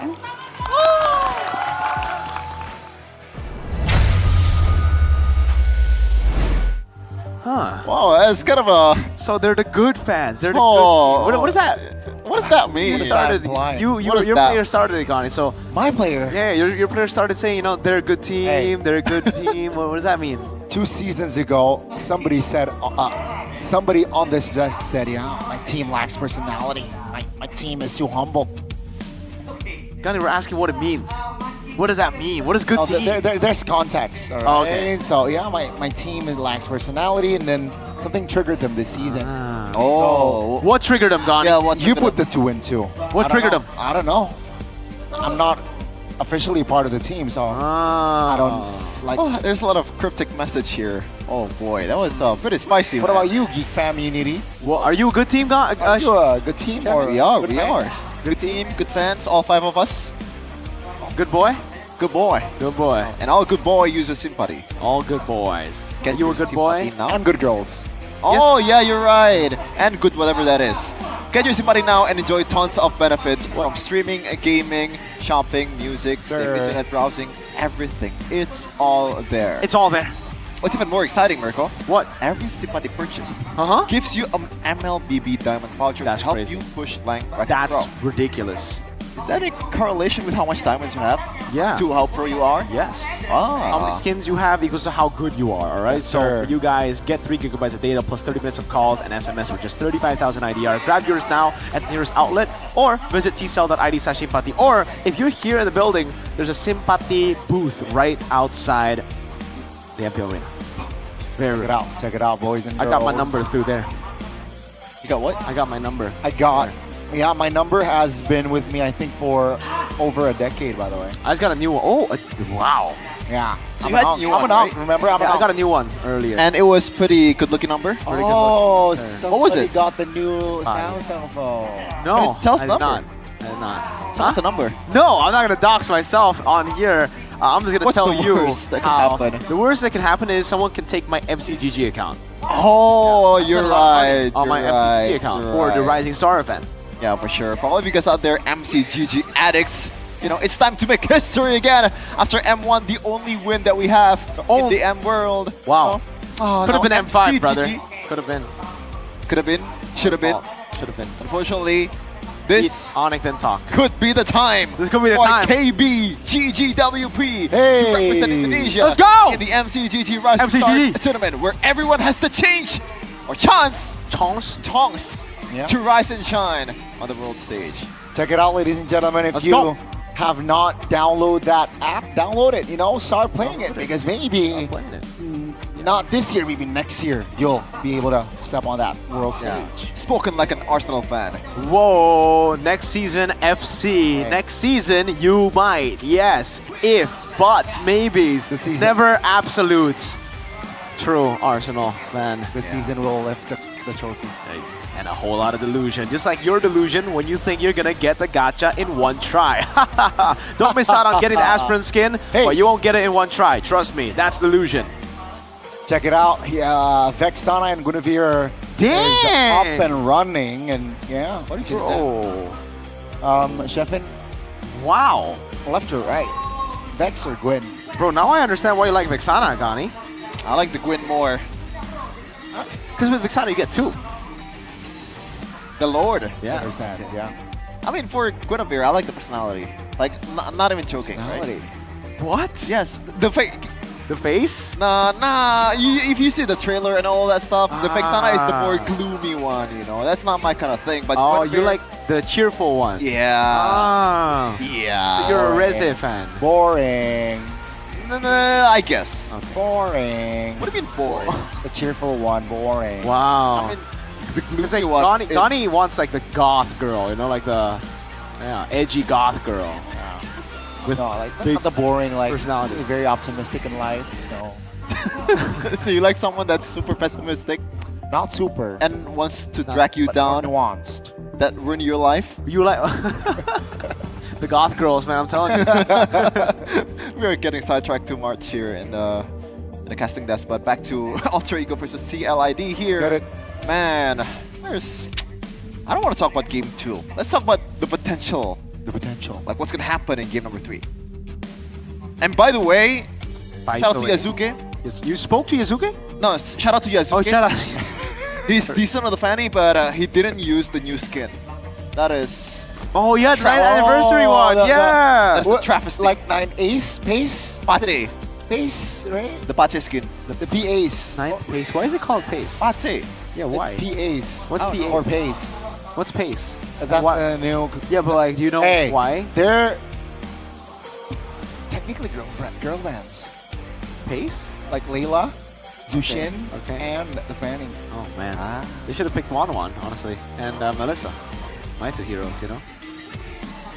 But here, back to first pick. Okay. I mean, they won that game, right? Having So blue far, side. it's been blue side victories. That's true. Yes, Jill seems happy. He got the MVP, player of the game, rather, in that first game. So Would you rather be a player of the game or losing team or I don't think that a happens. filler? Huh? I don't think that happens. No, let's just say it, right? Like, if you had to choose, would you rather be an amazing player but on a losing team, Right. or a mid player, like very average? You're not shining, but on a winning team. like on it. What? You're saying the average I'd players are rather be the amazing player than next season I'll change teams. Exactly. But yeah, there you go. I agree. I agree. Yeah. Gotta work around it, man. Let's see, random map draw. It's going to be Flying Cloud. Oh, Man. 3 different. Like We said that Flying Cloud is like the least impactful Goni, but as a sometimes you're an XP laner or side laner, or maybe a mid laner, if you get chunked up real low, Yep. the travel get towards back the yeah. to your lane is easier. I agree. I mean, in that sense, yeah, it's kind of useful. Especially if you compare it to Broken Walls, that is not as impactful, right? Not as, like, influence. It's really game good much. to BM your opponents, you know. You go to their base, take the flying clouds, and then fly, yeah, over their yeah, base yeah. while you're ending But you gotta wait for a few seconds until you can use it. out of combat. Yeah. But it's good. I like it. I like it. Thorns remain. Oh, Wow. no one picks Lancelot or bans Lancelot in 2 games, and saying the Lucas decided to ban it. What does this tell you, This is Marco? Easton Chin first pick, Oh. right? It should be what they want to go for. Because the Juicin got banned out. I think if it wasn't if the Easton Chin, if the Juicin wasn't banned out, then they would have just, went for the trade. Let go of the Lancelot, let go of the Easton Chin, pick up the Juicin. But because the Juicin got banned out, they're like, all right, then now choose your poison. So does this force Alter Ego to ban the Yusenshin here? No way. I think they just pick up CC Gatot themselves, Okay. right? Like, Okay. that should be the proper angle. That should be the proper But approach. then if they go CC Gatot, their CC Gatot will be flex. By the way, 'Cause the Anti Easton Shin. open. Okay. There you go. Huh. This should be Easton Shin now to set up for the CC gold, to set up for everything. Oh, right! I'm sorry. I forgot about CC the is box. open, by the way. CC is open, so this should be a CC Gatot straight up, or a Easton Shin Gatot, depending on what they want. Or sorry, Easton Shin CC. Yeah. And Baksha can still be flexed, although it's even more, I think more, I guess, better in the jungle position, but they want to go for the CC Yushin Shin right away. Wow. And even if they pick Gatot Kacha, it wouldn't be a good matchup also against the CC when the objective game is coming up. Okay. Will be picked up here, forward side of Wang Wang? No one, right? Seems like they will take a hero out of HMA's pockets. Yeah. Game 2. Right? Whoa. Oh, that's a Grok early. It was always banned out in the second phase, but not for the third game. I guess for Alec especially, Grok works better for him. Yeah. Saw some really good plays from Alec. Okay. This is pretty good, by the way, for Alter Ego. Like first phase is pretty solid. What would have been better would be a Gatot I would say, you know? Deal with the Kalea, deal with the Baxia. Just to the combo with CC's Curtain Call. The Arlet gets taken out here. Yeah, definitely something I expected from TLID. Over to Kimmy here would have been the Arlet. But the Eve gets taken away. Oh, Rin is in the building watching, man. Shout out, Rin. Yep. Now the options got limited here for TLID in the EXP lane. They could go for something that deals a bit of a damage for Aran. But against a CC, I don't think that would be wise. Huh.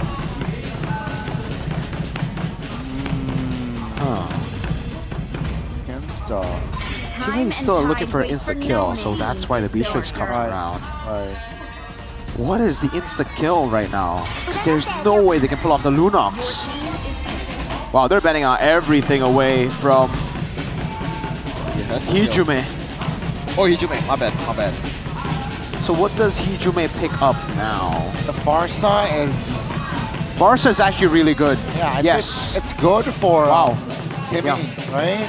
Good for Kimmy, good for Baksha too, right? Just burst him down. Do they want to just complement the front to back with something like a Lilia instead?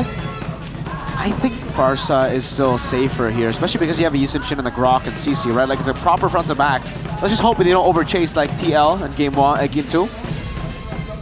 And for the gold lane. Oh, wow. Well, another safe backliner option.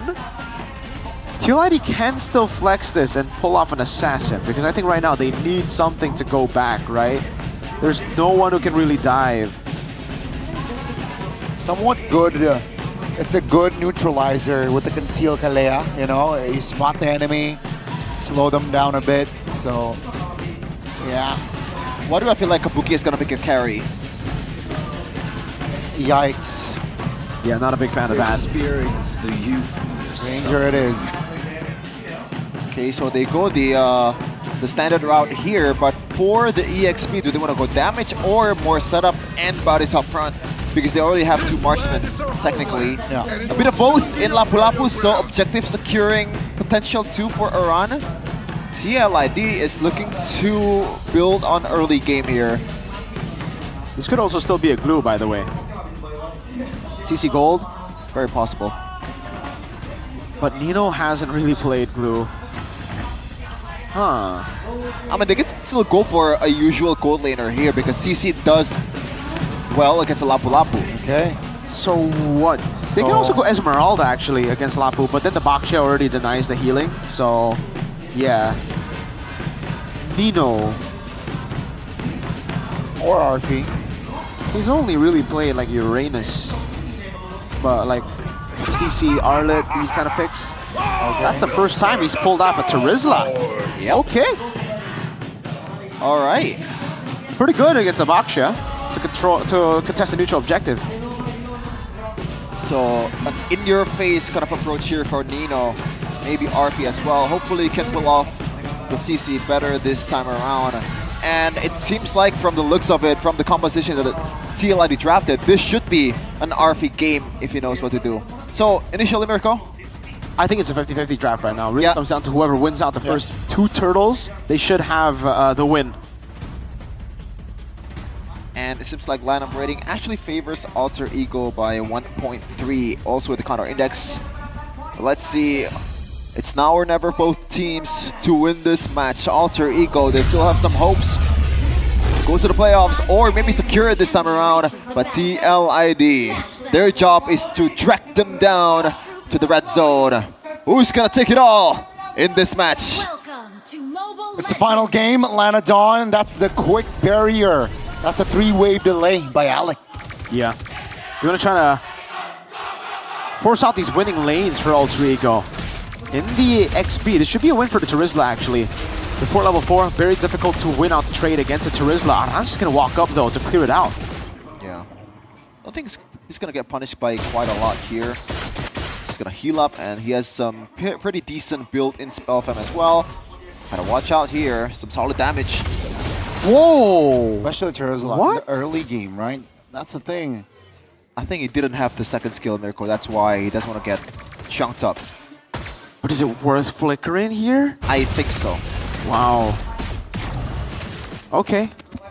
He's not going to have that for Turtle 1. That's already a big blow, I would say. Usually you want to go for the Bravest Fighter flicker right into Hijime or Yazuke, but now you're just going to have the Bravest Fighter into the first guy you see. Item-wise, it's all good. Warrior Boots rush. Oh, Rapid Boots for Alec. Okay. Interesting start there already. Nothing too crazy on the other side, though. Everything pretty normal. Just the Warrior Boots for a rush for Arfi to win out against the Granger. Soak in a lot more of those Rhapsodies early. Yeah, it looks like Aran will get some help here from Witty to be able to clear the lane a bit better. Now, Alec, he has the option to hold the minion for this TLID trio to get the lane much later. Okay, I didn't notice this earlier, but now I noticed Yeskiel went for a Quantum Charge instead of Weakness Finder. Usually for Kimmy's, mostly go for Weakness Finder unless you feel like you need to kite a bit more. You need to utilize your mobility. So Yeskiel will be more of like a kiting instead of utility Kimmy. 3 members spotted. With that all, that's going to be a round burst down. Yazuki claiming first blood. That's going to be Turtle. Nino finds the penalty zone. And now Joe getting chased down. Nino. Yeah. Not be able to have a chance to chase him down just yet, but who did it favor to, Mirko? It's a kill to against a Turtle. It is Alter Ego with the win for sure. TLID don't get a lot of value for that. Oh no, okay. Unlucky, gets a shot down. And yeah, I think the flicker kind of costed that kill. Aran didn't have flicker to escape, got wiped right as he went Bravest Fighter by the Mountain Shocker. Yeah, not a good look, and you don't have that early game dominance if you play Lapu Lapu, but he's gonna get that War X quite soon, and that should boost his potential. Kabuki, does he read it? He doesn't! Oh, that's counter charge. Kabuki will not be able to get out there. What a wall! Ultimate. That's gonna be two, again, just pressuring. Oh, Yazuki. Force Yeskiel to use that flicker. That's gonna be the Tsunami Slam under the turret. Yazuki a little bit too aggressive, my guy. Way too aggressive. Glimpses of the old Yazuki on the Eastern Chin we were talking about. It was already a win. Really didn't need to go for more there. They could just go and contest, and now it makes it really good for TLID, I would say. Arcane, still able to sidestep there, but again, Kabuki will get the farm. They're still ahead in gold. Yeah, man, I am just like, can we just stop doing that over and over again? It's been 3 games, man. Surely. It almost seems like right now, whoever has Yisun Shin blunders more. It's unfortunate, but it is the case right now, and TLID will just be looking to capitalize on that. They do have a pretty good composition to capitalize on overextensions, on chases from Alter Ego, though, right? They just can, if they do it properly, kite back with their utility jungle. They can just leave Aran to handle jumping in all alone. The rest of the team should be kiting back, should just be dealing with the front first before diving. Oh. Now it's a really good control. I just noticed Arfi is on a sprint. Huh. Oh yeah, you're right. I didn't notice that either. My bad. It's blue on blue, that's why. Yeah, it's not the Vengeance, it's the sprint. So he's thinking he just needs to... Oh, that's going to be bad for him though, right? Because like Kimmy and Granger will burst through him later if he doesn't... It's a greedy move, basically. It's a 5v4 in the turtle area. That's going to be Nino forcing the flicker defensively. Joe, tectonic charge! Baksha will be able to find the retry. He will fall though. That's going to be Nino taking down RP. Not looking healthy, but he's able to sidestep to safety. It's a 1-for-1, but they got the turtle TLID. I mean, to be honest, that was almost really, really bad until Joe gets the steal. What a set there for Alter Ego, but Witty! Tsunami Slam! It's 3 members on him. Yazuki will not be able to get out. He hits the deck. Well played. TLID playing so fast with his composition at pickoff. Yeah, Ezekiel. Whoa. Excuse me? Not ideal. Okay. Flicker away. Yeah. Could have been real bad again. It still is pretty bad because he has to burn the flicker there. He stayed for a bit too long in the bottom lane. Could have just taken the safe route over. Joe has been stellar on this Baksha, man. Those wins on the turtle retries have been massive for them. Turtle 1 wasn't too much of a win just because they were able to trade Alter Ego, but Turtle 2, the better trade overall, plus the Turtle. Alter Ego now, they're really, like, they're getting to a very, very tough spot. Against a Baksha, you need your jungler to be ahead by quite a bit here. If the Baksha is able to level the lead or level the playing field with the here in XP, it's very difficult. And usually it's always just through turtles because you don't clear as fast as, say, Yi Sun-Shin or Assassins in the jungle on the other side. So Joe, very comfortable. That also means that their backline will be super safe, the fact that Joe is super far ahead.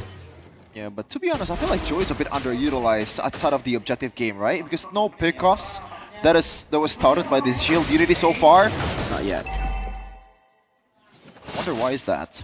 I think it's just difficult, man. Alter Ego is able to keep their distance, yeah. I think. Alter Ego keeping their distance, that's number one. But also Joe doesn't really want to go in randomly, right? He just look for people who are offside first, and that is rarely the case. Alter Ego are playing it super safe. Or you go for the neutral objective straight up, which is why you want to pick a Baksha in the first place.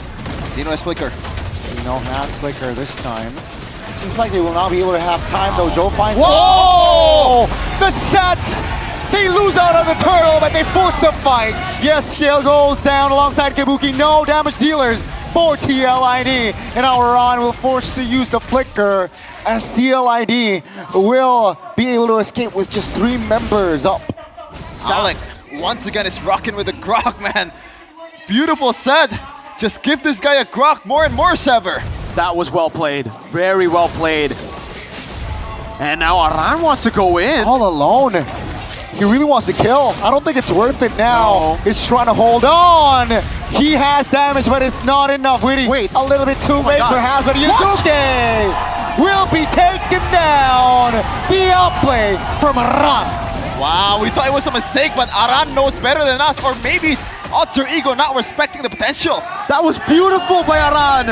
I thought it was going to be an Alter Ego glazing section earlier through, again, the way they were able to get the backliners, pinpointing them down, but Aran stole the show with a 3v1 position into the rotation of their whole team. RP!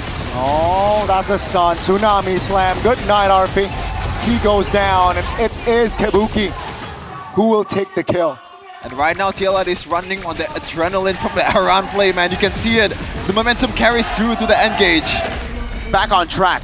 This should have been the lead that they had, you know, if Alec didn't make that crazy play. Aran was able to answer a crazy play with a crazy play of... Oh, Aran is actually 2 levels ahead. He wants to go in again. Whoa, he just doesn't stop. Purify. He wants more, but that's going to be the Purify coming in, so that's info. 15 seconds on the clock for that first neutral objective on that Lord. Let's see, Joe, a little bit in a sticky situation, but all okay with the Buisan spot. Yeah. Thankfully, Joe has a lot of backlanders that can, quote-unquote, kind of heal for them. Now, Mr. Hijum is starting to deal more and more damage, and gotta watch out for that, man. You can never not respect the Novaria late game damage. But right now, TLID, a really good one from Alec. Yeah, that's a miss right there. No Tsunami Slam. Aran takes a lot of heat here with the Flicker. Will not be able to get Nino. Finds the play. Seems like Nino will be bursted down. 2 for 1. Alter Ego here slowly but surely responding. Still have the jungler here, but looks like Alter Ego will not use this to their advantage. They just want to clear and also farm more as they're behind in economy. Yeah, Witty can't be going for the Grok like that, man. I understand why he wants to go for the Grok, just because the Grok is a proper response to the Kalea, by the way. It's kind of similar to Garukacha, right? You go for whoever, and then the Grok just goes for the Tectonic Charge to react to it. But also, in that position, I think they could have just waited and baited a bit more. They had the Lord set up, they had the Lord held down. Now they actually just want to burst it down. Woody has the Flicker. Let's see, Traction Ball's committed. Penalty zone, Lord goes to Joe. That's going to be Nino now, taking a lot of heat. Tsunami Slam also. That's going to be Arando, zoning 2 members. That's going to be Nino, the XP laner first to fall. That's going to be Aran following up next. Both the XP down, but TLID, who got the Lord. That should be a W for TLID as they're going to build it up, and the Siege potential miracle from this team. Look at that. They learn from game 2, man. They get the Lord and they back away. Seems like You just have to get rid of the Yisun Shin to make that disciplined play work for TLID, or to make that disciplined play happen for them. When they have the Yisun Shin, it just feels like they want to go in. On the Baksha, though, they know, all right, guys, we've used the resources for that. Double play, Zitani charge, Weedy now taking a lot of damage.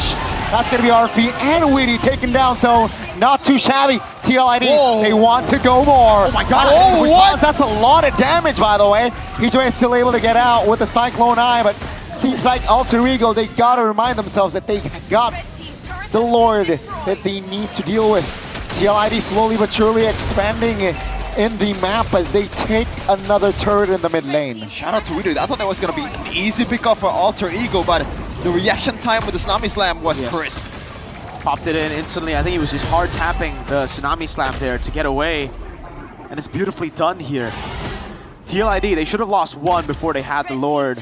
Now they have all of their members ready. And like you said, like Sheffin said earlier, Siege is great. They actually deal with the Holy Shield before the Lord gets dropped. So this is massive. They can actually get...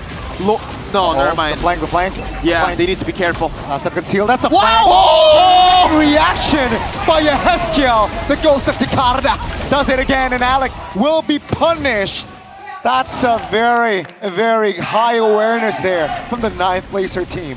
Yeheskiel has an eye on his back. What a reaction and what a recognition there. And now TLID wants to go for more. Tsunami Slam on towards one, very low, still able to survive just a bit. That's gonna be RP though, trying to clear and will get the clear. RP very low, Ron jumps towards the back. I don't think that's the right call, as that's gonna be a double kill for Mr. Yazuke. But they've got everything they need. Another tier 2, a cherry on top there. Far lane base turret down already. Mid lane base turret down. A bit more of a bonus. Look at Alter Ego's composition. They are built to fight. They are built to stick together. So the base turret far lane take is done. I think it's just very, very bad for Alter Ego now. I don't know if there's even an angle to come back. If TLID play it normally. That's a big if though. If TLID go for a random fight, and like just 5v5, obviously there's a chance. But with this advantage, I don't expect an MPL caliber team to not utilize the advantage down below. It's all about the kiting, it's all about the Lord dancing, especially with the utility jungle. Especially with what we've seen. But that poke could be an angle for them to come back. No, Aran, too much. No. Beautiful. Just back off, please. Great take. Weedy though. You really gonna go on Weedy? No. Good, good. There you go, Miracle. Hey, man. Again, they shouldn't make that mistake. It will be wild if they do, and they don't. Great. Now let's take a look at the items. Sky Piercer for Kabuki, doing really, really good. I believe he has three stacks on the... Wait a minute. Oh my god. No. They're all stuck? Wait, hold up. No. Alec? Uh-oh. Oh, this is big. This should be the game-changing play here. Oh my god. If they want to stick. Only 3 people, though. It looks like Alter Ego will just back off. Only the Grok wants to go for this. Oh my god, look at the vision. Yisun Shin and Grok, they want to go for the backline. Yeheskiel and Kabuki has Flicker, who has faster reactions. I'm saying the Lord, though, is in the front of the base. That's going to be Alec from the flanks. Nino taking a lot of damage. That's Yeheskiel off the board. Nino now will be the trade. That's going to be Yuzuki with the trade, still able to get away. But Alec will lose his immortality and his life soon. Kabuki finds a monster kill. They got to clear to the Lord, but it seems like TLID still applying pressure. RP very low, looking for the end. That's going to be RP taken down. Yazuki next. Hijume all alone, and ladies and gentlemen, we got another upset as TLID finds the win in a 2v1 style. What a way to win the game. Yep.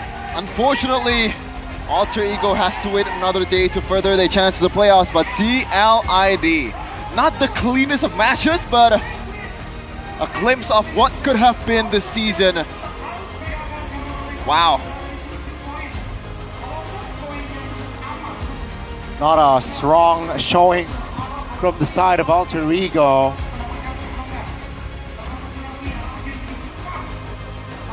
Wow. GG to TLID. W win, a great game. And for Alter Ego, and for you guys back at home, it has happened again. Alter Ego have fallen just like BTR on day 1 of the week against 9th place TLID. This team just keeps on surprising, man.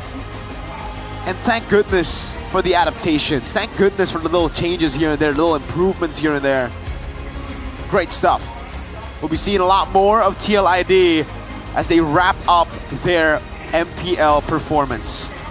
So maybe the recipe all along is to draft a more simple kind of like simplicity composition, man. Win because early game. 2 games in a row is a utility jungler, right? Yep. And it's also super honest front to back here. TLID, unfortunately it's a bit too late, but they got another chance to go up with the stage here. Second time this season with Bude Clara Mongstar, with Mirko translating. TLID, mereka masih melawan dan menumbangkan alter ego. TLID, they're still able to get a win against alter ego. Great effort from them.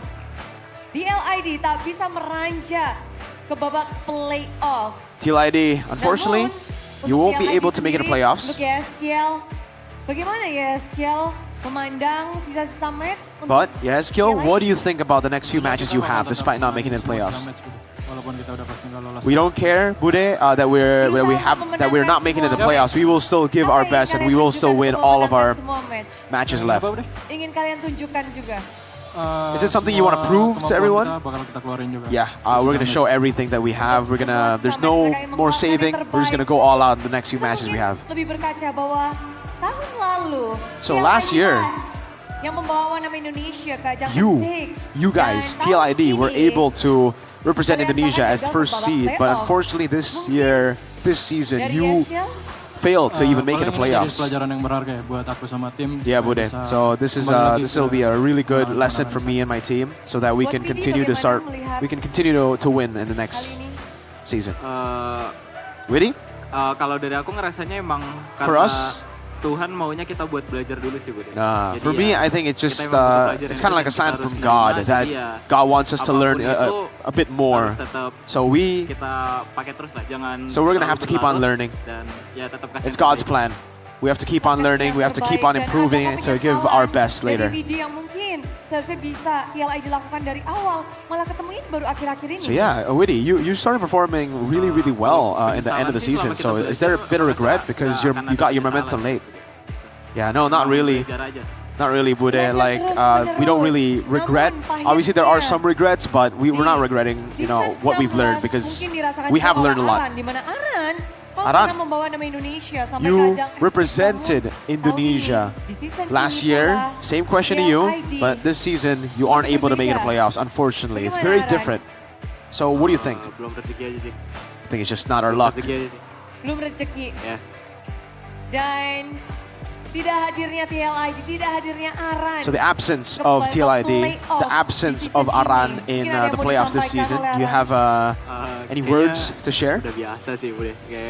Not really. I mean, I think it's kind of normal. It's, again, another thing to experience for me, but I think it's just, for us, we need to focus on what's ahead. You're able to win against Alter Ego 2-1, who are still fighting for playoffs, who are still chasing their playoff ticket. Aran, I want to know, how did you beat Alter Ego? Gimana menangin lawan Alter Ego yang lagi? How did you beat Alter Ego? The Alter Ego are still chasing for playoffs. Tujuan kita memperlambat semua tim sih, jadi kayak. Well, our plan is, we need to slow down all the teams.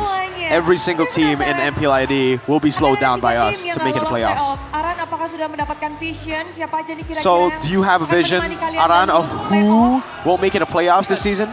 No. Aran's looking at the fans. Fans are saying, "Don't say it! Don't say it!" Oh my God, the fans are saying 7. Belum terlihat. belum. No, I don't know who doesn't make it to playoffs.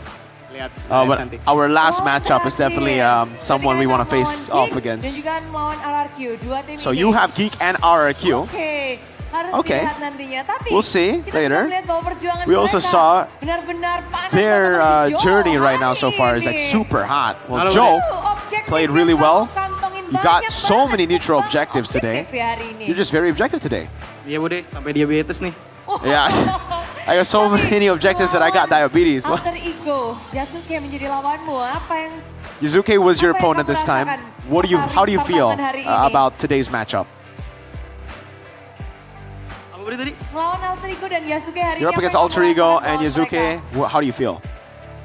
Ya, Yeah. manis lah Bude. It's sweet. Manis karena menang. Apa? Why? Why is Manis it karena sweet? menang. Why is it sweet? Enggak, Because you Bude. won? Soalnya No. Yasuke kan manis. Because Yuzuke is sweet. They're Untuk keju ya maksudnya. yeah, they're Oke. referring to an Indonesian Manis rasanya, food. kan makan terus. Tapi memang kita melihat debutan awal dari Joe memang tidak berbuat We saw your menghasilkan hal yang debut. manis Unfortunately, untuk it's masuk not ke babak too playoff. good. Tapi It's apa not nih yang able mungkin to Joe get ingin the team to sampaikan playoffs, dengan Joe. perjuangan TLID yang But with this masih ada journey of yours, 2 with match you lagi still melawan having 2 more Geek matches RRQ. against Geek and RRQ, Ya, what do you think? buat- Fans are shouting his name. Setuju nih. Ya, Yeah? tetap dukung kami aja sih. Just keep on supporting us, man. That's it. Fokus tetap dukung. Dan last word dari Kabuki untuk kemenangan hari Kabuki? ini. Dan mungkin perjuangan selanjutnya bagi TLID For your next journey, for your next battle. Last word untuk Last words. Ya, makasih Cesian karena udah dukung saya Thank terus. you, Chesian, his girlfriend, for supporting him. terima kasih untuk support Dan- system terbaik. Dan Calvaris dan And the tim- Cavalries and everyone. Oke, tapi itulah dia TLID. Mereka masih akan berjuang. Mereka masih ingin membuktikan diri. They still want to prove themselves, they still want to win, they still want to put in all the effort. They were able to get a win 2-1 today against Alter Ego. Kita langsung. So here they are. So, monggo, We're going to throw it caster. back to the casters. Whoa.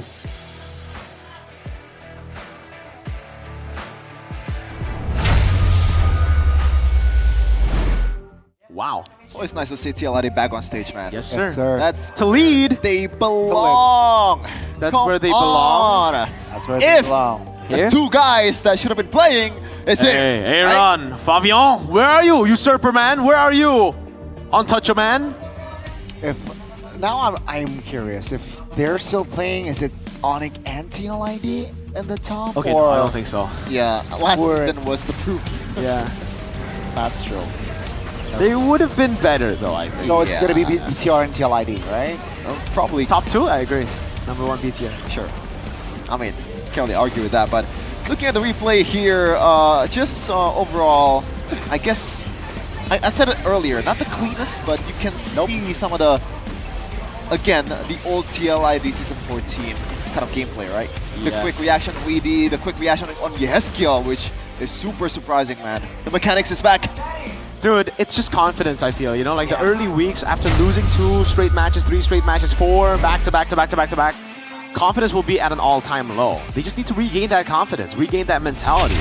And for Witty, man, he's still just super wise, huh? He kept on saying in the interview that, like, you know, it's all about learning. It's all about learning for us. We just, even though there are obviously a few regrets, we don't regret the journey we had this season because it was God's plan for us to keep on learning. Man, you can never hate Witty. You can't hate Witty Party, man.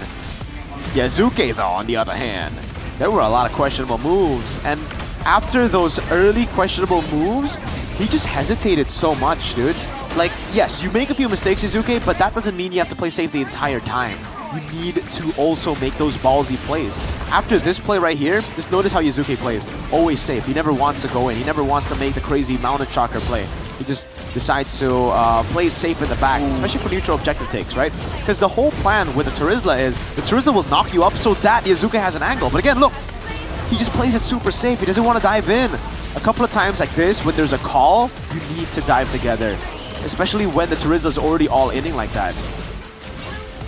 Unfortunately, that did not happen. We did get to see a couple of moments here and there, but at this point, it wasn't really Yazuke's fault. It wasn't Alex's fault. They were just looking for an angle to somehow do something, take back the game. But it isn't going to happen twice in a row, right? Like TLID learned from the first time it happened, where Alec was able to find the flank.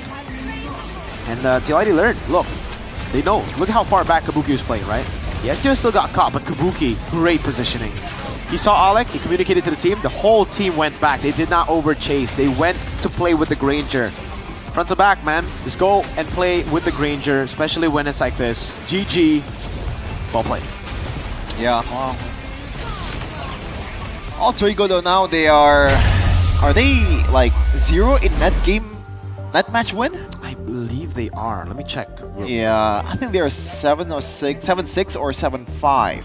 Oh, we'll see later though, which is not a really good thing to say to Alter Ego fans out there. Alter Champs, the good fans apparently. Yeah, they're good fans, but yeah, their record, unfortunately, like if we're talking about win records, will not add up today. So still up in the air here. Still unsafe. You know, if they got the dub earlier, it would be 8. That would be a lot safer, gotta say, but that did not happen. So this allows opportunities for RRQ and Geek Fam to perhaps, you know, increase their odds. RQ, Geek Fam, and Navi. Now, technically, all of them can make it right now, okay? Wow. Because as long as Alter Ego continue to lose like this, there will be another slot open for playoffs. They are down. Dewa, with this, I believe, move up to 4th place. They are 5th place now. Wow, amazing. But we're going to be back for more MPL ID Season 16 action with game number 2, or match number 2, which is BTR versus Dewa. My goats!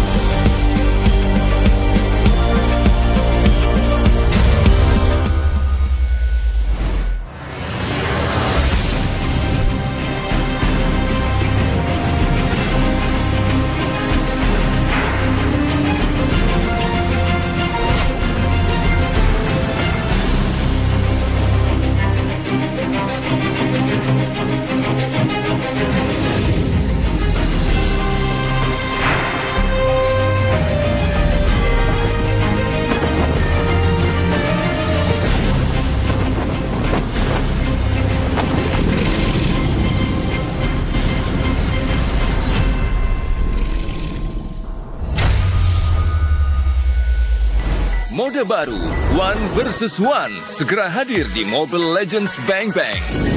Di mode One versus One, 2 player akan bersaing mendapatkan jumlah kill atau menghancurkan turret lawan lebih dahulu. Event prediksi juga akan hadir bersama mode ini. Player dan penonton bisa memasang prediksi untuk memenangkan koin prediksi seru. Mari, pelajari lebih lanjut tentang mode baru ini. Ada 2 cara untuk memenangkan pertandingan mode One versus One. Cara pertama adalah mendapatkan 3 kill dalam batas waktu pertandingan. Cara kedua adalah menghancurkan turret lawan.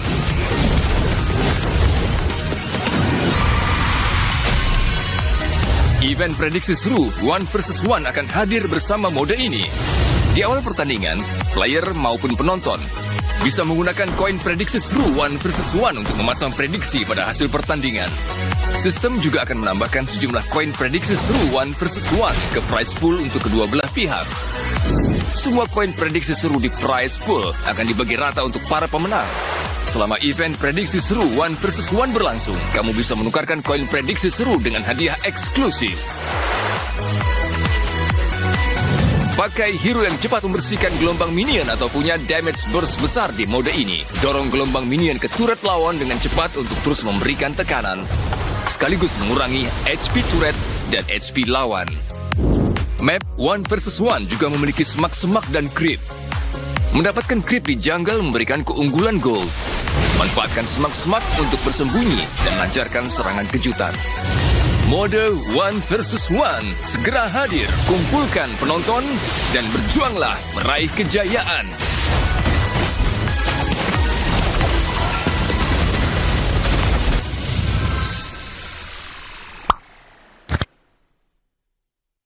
Halo semuanya, selamat datang di MLBB 9 Anniversary X MPL ID Season 16, 9 tahun kebersamaan 1v1 Funny yang akan merayakan juga Anniversary Mobile Legends yang ke-9 tentunya.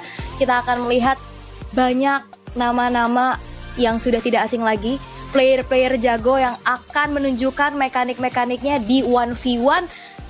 Hero-nya Fanny udah pasti ya. Nantinya bakal kita lihat sama-sama seperti apa by one yang akan terjadi antara para pro player bisa kita katakan ya.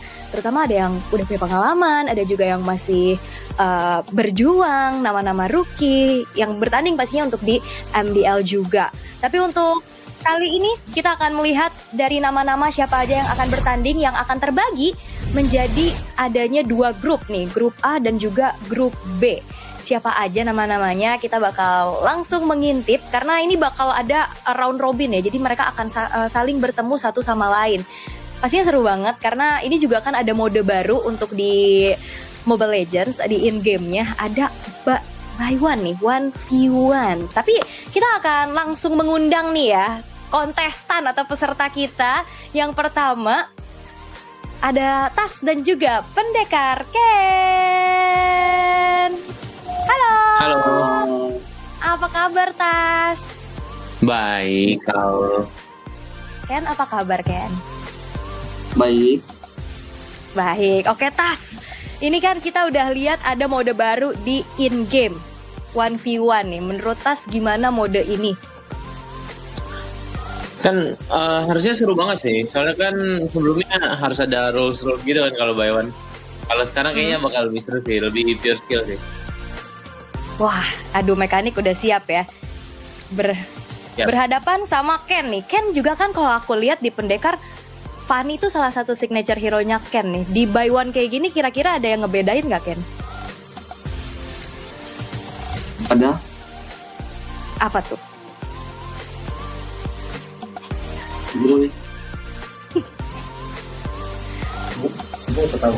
Jangan malu-malu Ken. Apa yang ngebedain kira-kira? Bedain kan map baru ya. Jadi kayak Oke. Tapi lebih seru dong pastinya, adu mekaniknya lebih kerasa. Iya. Kayaknya lebih seru. Oke. Tapi udah siap gak Ken ketemu sama Tas nih? Udah, oke. Tapi Tas sudah ngelihat belum Ken ini di MDL kan Fanny-nya juga salah satu hero power dia. Udah lihat. Udah siap berarti Tas ya? Udah siap.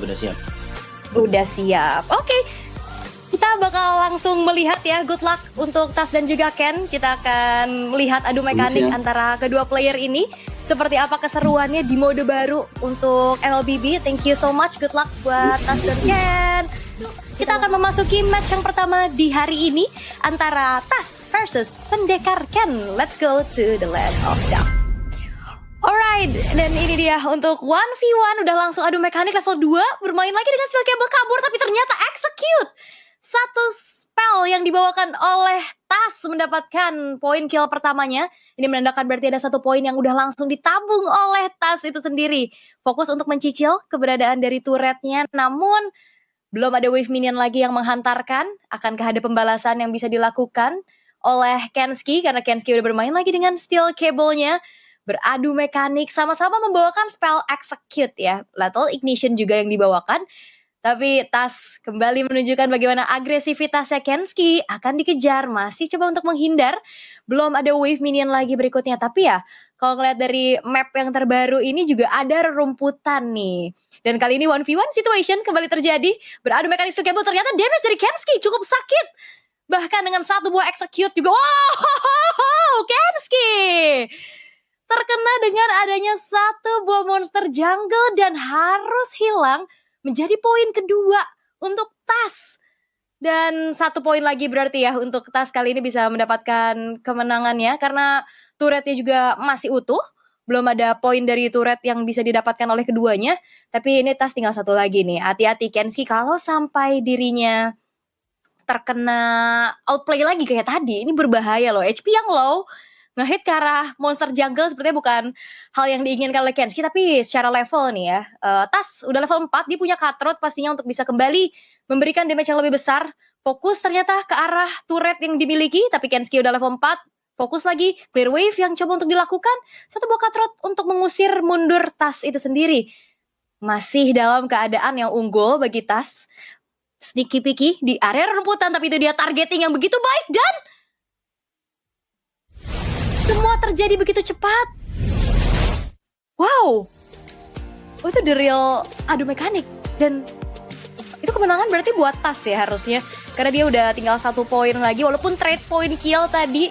Dan itu dia serunya 1 versus 1 ternyata. Tas berarti mendapatkan kemenangan perdananya juga di grup A.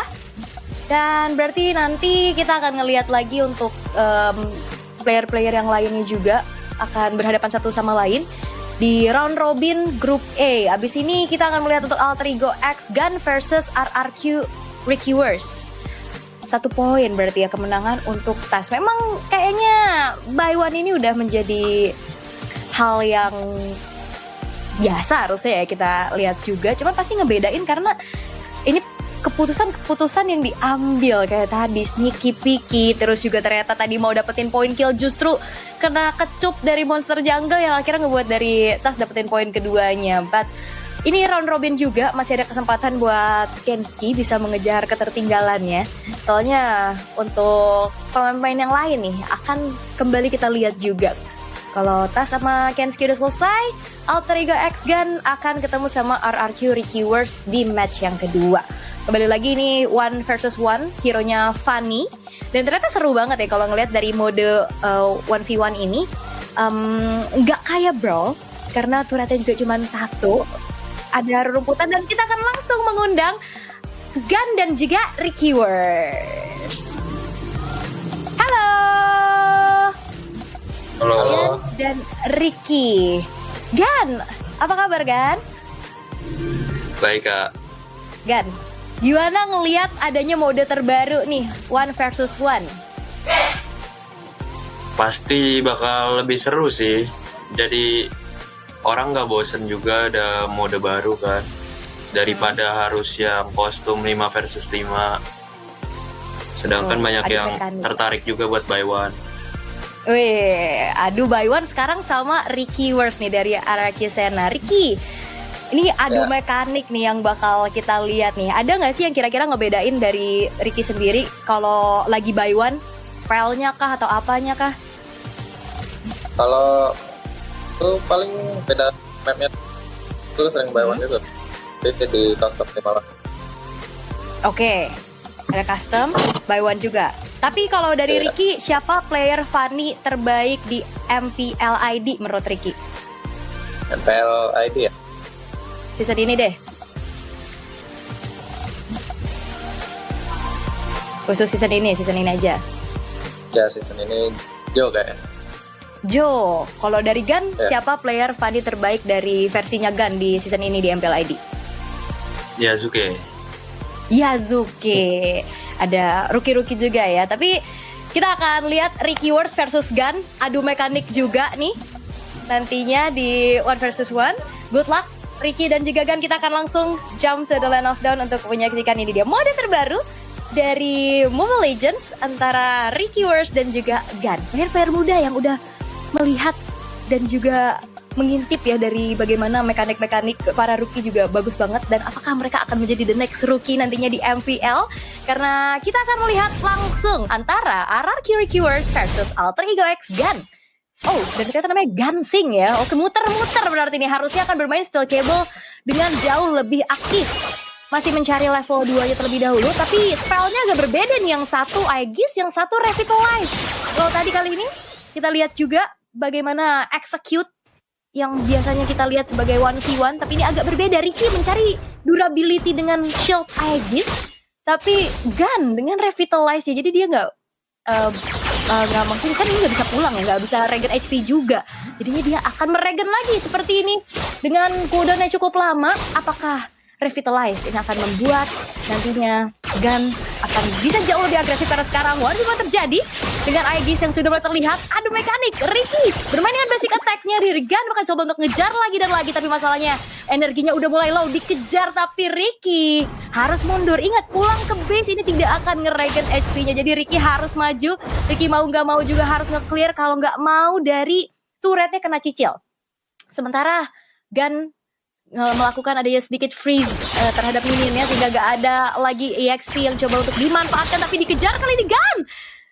Hampir saja bisa mendapatkan poin pertamanya, tapi Ricky benar-benar dalam keadaan tidak baik-baik saja. HP-nya low banget, masih ada regen HP yang di tertekan juga, tapi kali ini dikejar Steel Cable. Ricky Wars masih bertahan, Gan juga nggak bisa terlalu maju, agak cukup berbahaya. Tapi Ricky, kalau kita lihat di sini bertahan loh dengan HP yang udah mulai low. Tapi masalahnya Gan-nya pun nggak akan ngasih lagi farming dari Ricky. 1v1 terjadi, Gan first blood didapatkan.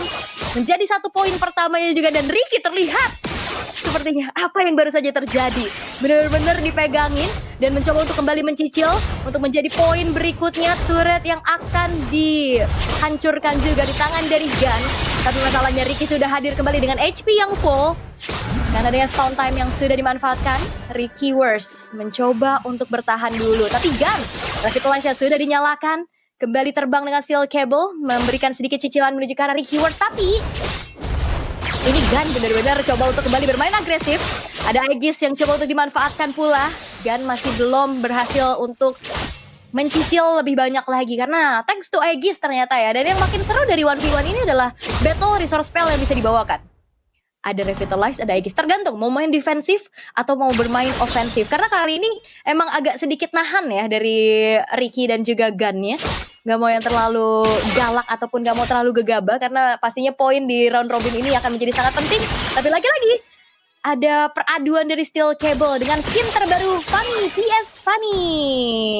Baru ya ini skin Fanny untuk merayakan anniversary Mobile Legends yang ke-9. Tapi kali ini kembali lagi dengan adanya agresivitas yang diberikan oleh Ricky Wars. Ini agak sedikit berbeda.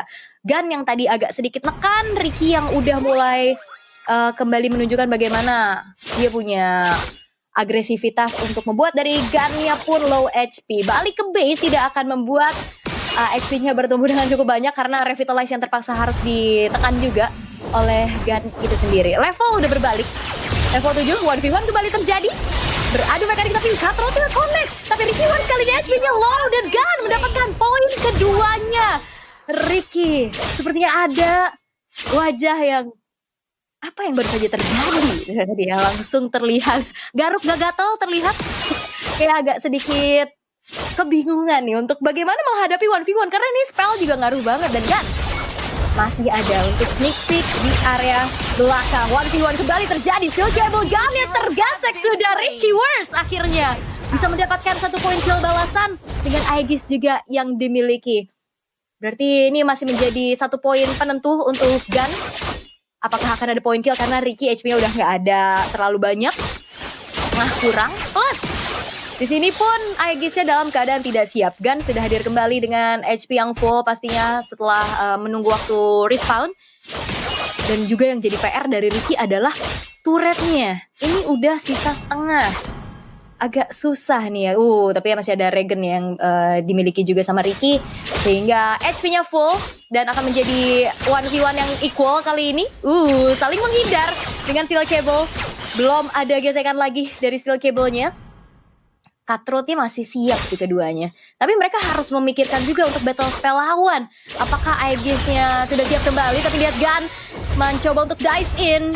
Masih belum mendapatkan poin kill. Si Halberd bahkan menjadi pilihan untuk Ricky. Dan karena memang item juga ini akan menjadi pengaruh. Agak defensif kali ini antara Ricky dan juga Gan.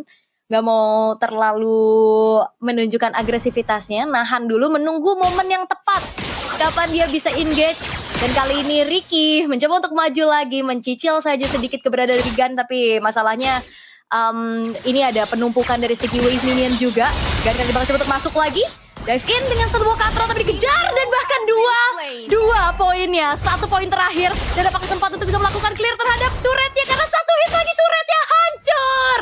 Dan Gan mendapatkan kemenangannya di match yang kedua. Karena memang perlu diingat, ini bukan sekedar dari poin kill saja. Turret juga ini menjadi 1 dongkrak poin yang begitu penting.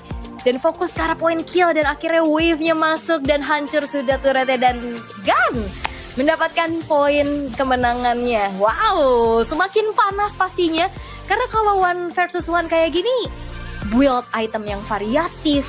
Terus juga battle resource spell yang variatif.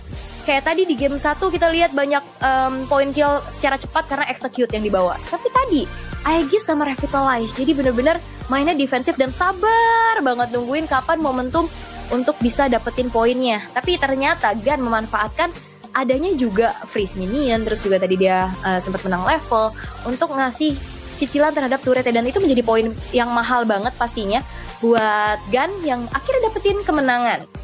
Tapi jangan khawatir untuk para pendukung dari Ricky Wars dan juga Kenski, karena ini kan round robin, mereka akan ketemu juga sama player-player yang lain di grup A nih. Dan next match kita akan ngelihat dari RRQ Ricky Wars yang akan bermain kembali berhadapan dengan pendekar Kenski.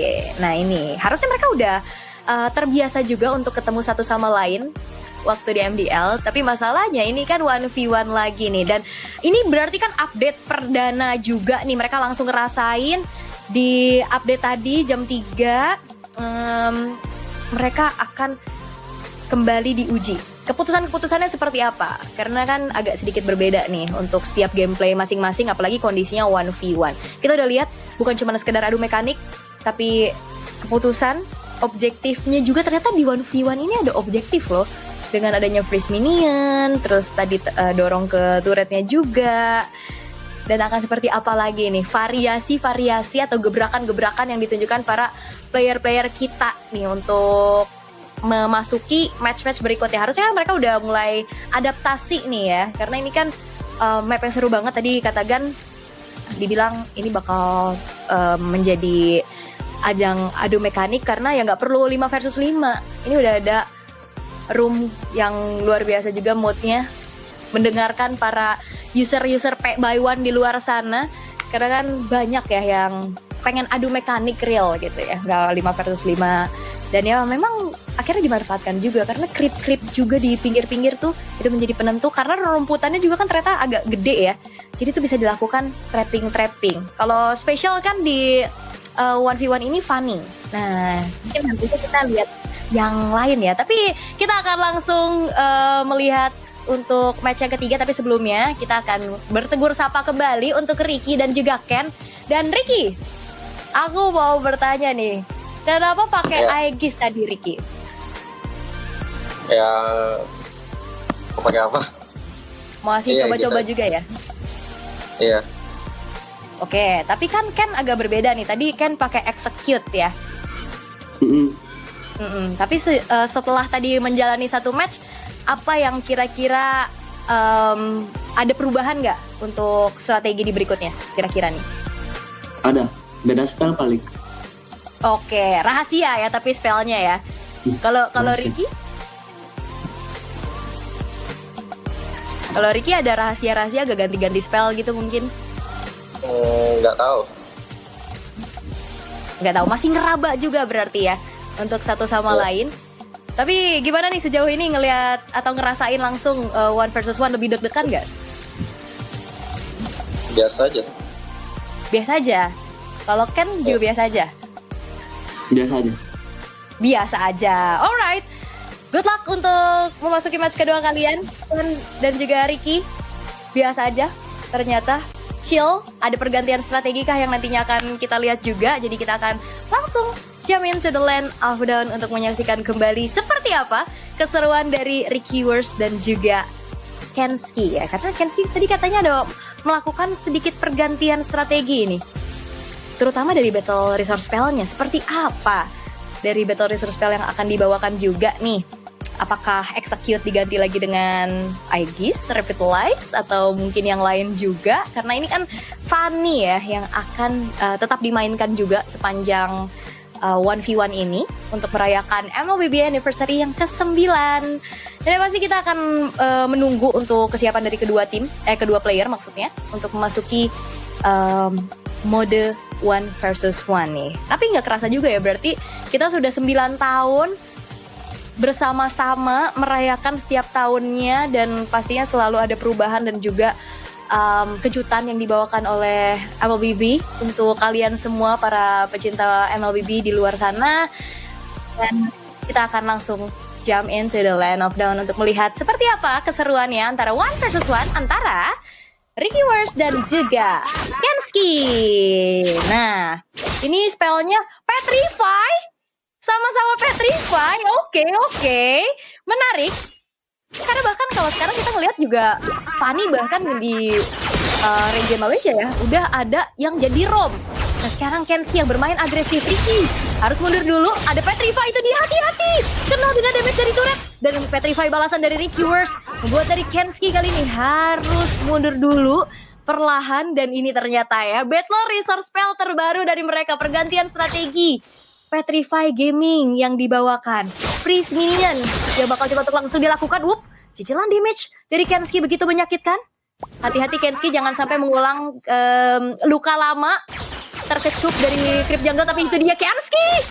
Sebuah react yang begitu baik membuat dari Ricky Wars harus tumbang dan cicilan kembali terlihat. Kenski masih harus mundur dulu, harusnya nggak akan bisa langsung menghancurkan turretnya dengan begitu cepat karena HP-nya udah low. Dan ingat, di sini tidak ada yang membawa Aegis ataupun Revitalize, jadi harus benar-benar ngandelin regen HP untuk menambahkan HP. Dan masalahnya Ricky Wars sekarang sudah hadir kembali dengan HP yang full. Mundur perlahan, agak sedikit di freeze harusnya, tapi ternyata enggak ya. Ricky akan memilih untuk bermain mencari lagi, tapi itu dia Steel Cable dari Ricky Wars yang ngebuat dari Kenski pun tumbang walaupun ada balasan yang dilakukan oleh Kenski ya. Tapi masalahnya HP-nya low juga dan akhirnya ngebuat keadaannya imbang 1-1. Cicilan kembali diperlihatkan oleh Ricky menuju ke arah turret yang dimiliki oleh Ken itu sendiri. Tapi lagi-lagi nih Kenski akan mencari momentum kapan dia harus dive in. Dan Petrify-nya dua-duanya siap. Tinggal siapa nantinya Petrify yang akan lebih on point dan bisa mendapatkan keuntungannya dengan poin kill yang bisa saja didapatkan. So far Kenski-nya juga agak sedikit mengalah, membuat dari Ricky Wars terpancing kah untuk maju.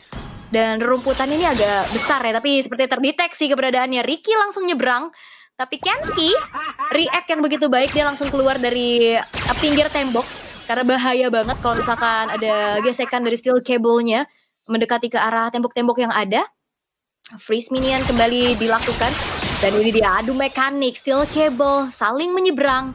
Belum ada poin lagi yang tercipta. Bermain cukup sabar tapi Ricky terdeteksi Petrify-nya terlihat dan bahkan kali ini Kenski mendapatkan poin kill keduanya dengan begitu baik. Kalkulasi damage Petrify juga tadi yang memang terlihat membuat dari Ricky harus mundur perlahan. Dan kali ini pun dengan waktu 1 detik sudah spawn lagi dan harusnya Kenski nggak bisa mendapatkan poin tambahan dengan adanya turret yang bisa dihancurkan juga.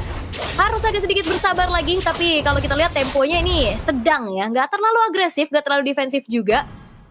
Petrify-nya sama-sama dalam keadaan cooldown. Kenski masalahnya HP-nya udah nggak full, nih setengah lagi dari segi HP-nya. Apakah mau untuk kembali menunjukkan agresivitasnya? Dan seperti ketahuan positioning-nya, Kenski-nya udah langsung nyebrang. Sementara Ricky Wars sudah selesai dengan satu buah terus, tapi itu dia 1v1 dan Ricky Wars mendapatkan satu kembali poin kill, match point ya. Satu lagi poin yang harus dibutuhkan oleh Ricky Wars ataupun Ken karena menjadi kemenangan perdananya di grup A. Nah, regen HP-nya dari Ricky Wars akan sedikit piki lagi di area rumputan. Kenski akankah terkejut dengan adanya positioning dan sepertinya memang sudah mulai mendeteksi satu sama lain juga. Tidak terlalu terburu-buru untuk keduanya, mengingat ini akan menjadi kemenangan perdana di grup A untuk Ricky Wars ataupun Ken itu sendiri. Mencari lagi, karena ini akan menjadi hal yang mendebarkan dada tentunya. 1 poin lagi yang dibutuhkan. Fokus kalau kita intip dari kedua pro player kita, tinggal menunggu momentum siapa yang lebih on point. Karena secara level imbang, secara battle spell juga sama-sama siap. Sneaky Picky, memandang dari kejauhan, membiarkan minionnya baku hantam.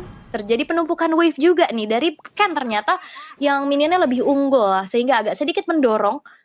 Dan Ricky Wars sedang memantau dan endless battle berhasil untuk diselesaikan, tapi kali ini ada pengejaran dilakukan Steel Cable dan Kenski yang mendapatkan poin kill. Ternyata harusnya itu dia adu mekanik damage yang begitu besar dan Petrify menjadi sebuah kuncian juga setelah dicoba-coba.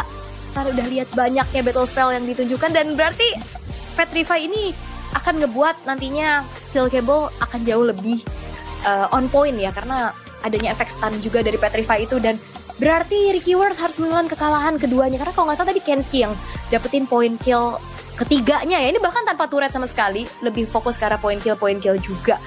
Oh, semakin panas, semakin bisa adaptasi lagi untuk map terbaru ini 1 versus 1. Karena ternyata yang jadi penting adalah battle spell juga ya. Battle spell, keputusan, terus juga memantau positioning, prediksi move. Jadi itu dia mekanik yang diadu para pro player kita. Yang terlihat bagaimana kali ini Kenski akhirnya bisa mendapatkan poin pertamanya di grup A.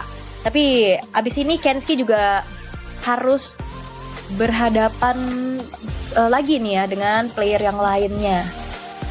Seperti apa nantinya keseruannya juga, karena melihat ini kan update terbaru ya yang ada di MLBB. Mereka harus adaptasi cepat karena ini bakal beda banget sih sama 1v1 yang di custom mode. Itu kan ada buff, ada rivernya juga. Di sini benar-benar turretnya juga cuma satu. Benar-benar harus dijaga. Rumputannya memang agak gede ya, tapi ini seru banget karena kita bakal langsung mengintip untuk grup standing sementara yang terupdate dari grup A setelah kita menyaksikan 3 match yang panas dari para mekanik-mekanik muda kita juga nih. Dan ini dia grup A.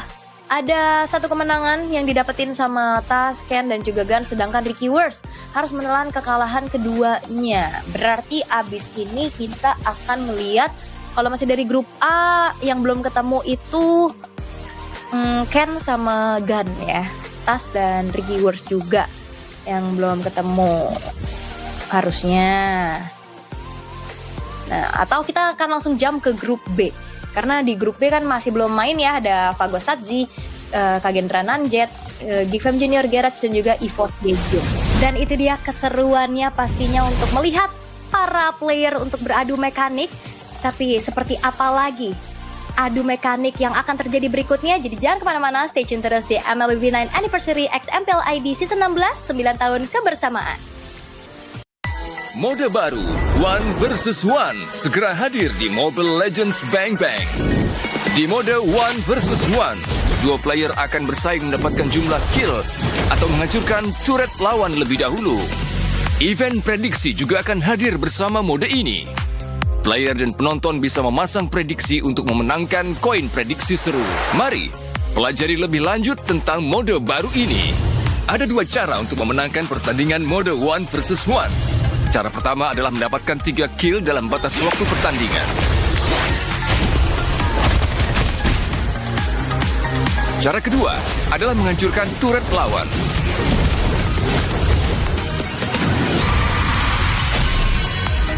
Event prediksi seru One vs One akan hadir bersama mode ini. Di awal pertandingan, player maupun penonton bisa menggunakan koin prediksi seru One vs One untuk memasang prediksi pada hasil pertandingan. Sistem juga akan menambahkan sejumlah koin prediksi seru One vs One ke prize pool untuk kedua belah pihak. Semua koin prediksi seru di prize pool akan dibagi rata untuk para pemenang. Selama event prediksi seru One vs One berlangsung, kamu bisa menukarkan koin prediksi seru dengan hadiah eksklusif.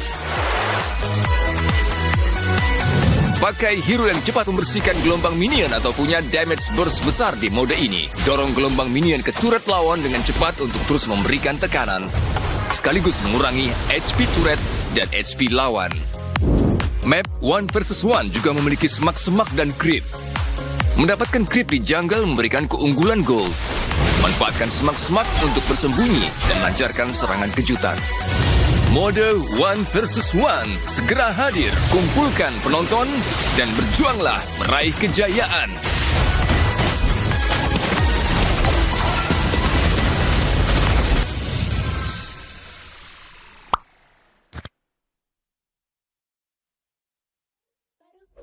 Baru awesome intelligence, combat mapping next level, always rest. Wasting time no more. Charging obviously faster. Baru Galaxy A36 5G. Baru awesome intelligence, combat mapping next level, always rest. Semua game kita gak worry. Victory, guns victory. Baru Galaxy A36 5G.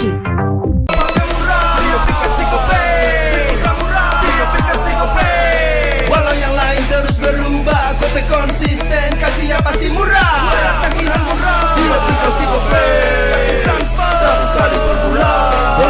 aplikasi gope baru, nggak pakai lama. Dompet andalan gamers banyak damage-nya.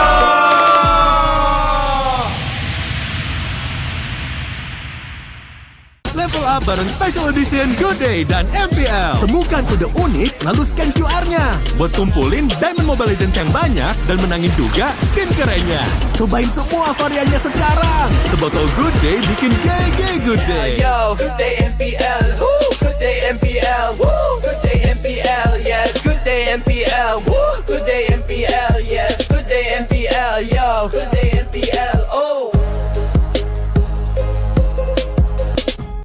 Aku udah nonton. Fix Hijin tuh jahat ke Minjun.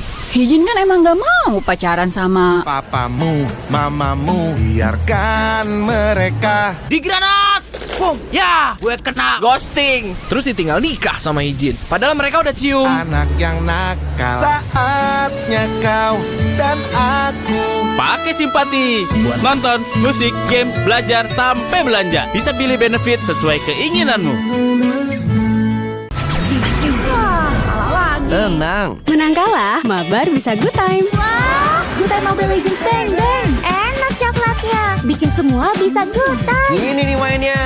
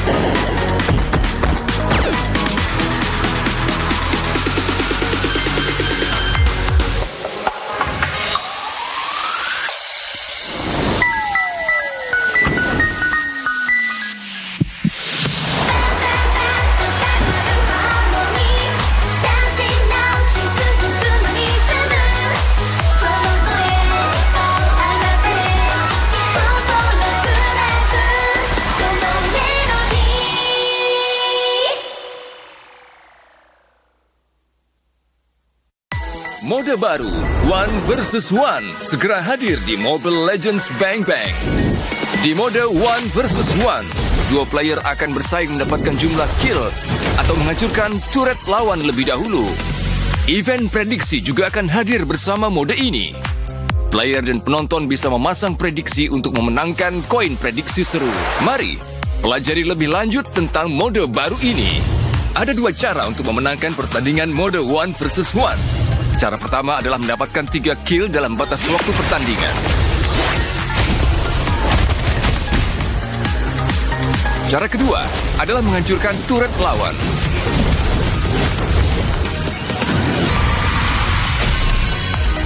Event prediksi seru One vs One akan hadir bersama mode ini.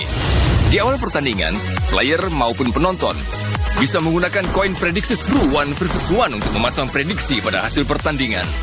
Sistem juga akan menambahkan sejumlah koin prediksi seru 1 versus 1 ke prize pool untuk kedua belah pihak. Semua koin prediksi seru di prize pool akan dibagi rata untuk para pemenang. Selama event prediksi seru 1 versus 1 berlangsung, kamu bisa menukarkan koin prediksi seru dengan hadiah eksklusif. Pakai hero yang cepat membersihkan gelombang minion atau punya damage burst besar di mode ini. Dorong gelombang minion ke turret lawan dengan cepat untuk terus memberikan tekanan, sekaligus mengurangi HP turret dan HP lawan. Map 1 versus 1 juga memiliki semak-semak dan creep. Mendapatkan creep di jungle memberikan keunggulan gold. Manfaatkan semak-semak untuk bersembunyi dan lancarkan serangan kejutan. Mode 1 versus 1 segera hadir. Kumpulkan penonton dan berjuanglah meraih kejayaan.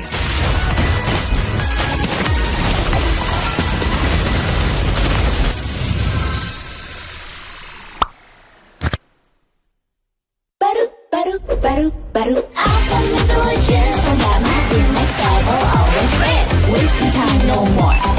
Charging obviously faster. Baru Galaxy A36 5G. Baru awesome intelligence. Stand mati next level, always rest. Semakin kita gak worry. Victory, victory. Baru Galaxy A36 5G.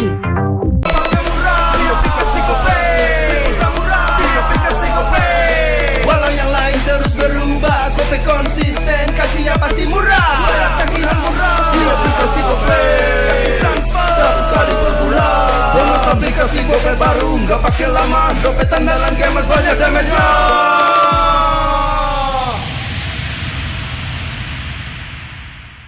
Level up bareng Special Edition Good Day dan MPL. Temukan kode unik, lalu scan QR-nya. Buat kumpulin Diamond Mobile Legends yang banyak dan menangin juga skin kerennya. Cobain semua variannya sekarang. Sebotol Good Day bikin GG Good Day. Yo, Good Day MPL, woo, Good Day MPL, woo, Good Day MPL, yes, Good Day MPL, woo, Good Day MPL, yes, Good Day MPL, yo, Good Day MPL, oh. Aku udah nonton. Fix, Hijin tuh jahat ke Minjun. Hijin kan emang gak mau pacaran sama papamu, mamamu, biarkan mereka di granat. Boom, ya, gue kena ghosting. Terus ditinggal nikah sama Hijin. Padahal mereka udah cium. Anak yang nakal, saatnya kau dan aku pakai simpati buat nonton, musik, games, belajar, sampai belanja. Bisa pilih benefit sesuai keinginanmu. Tenang. Menang kalah, mabar bisa good time. Wah, good time Mobile Legends Bang Bang. Enak coklatnya, bikin semua bisa good time. Ini nih mainnya.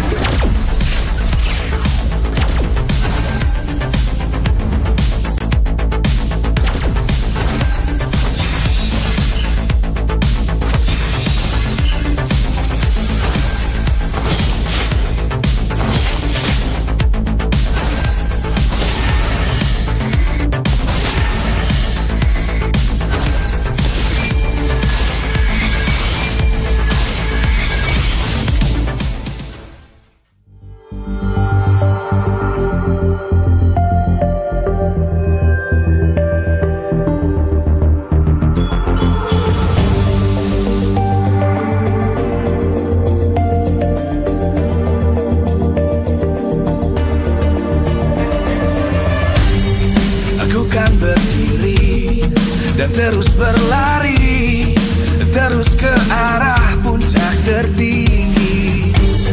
Ku takkan berhenti, hanya sampai di sini. Kemenangan abadi menanti. You know we won't miss if we unite our focus. And if you haven't noticed, we'll nyalakan apimu hadap.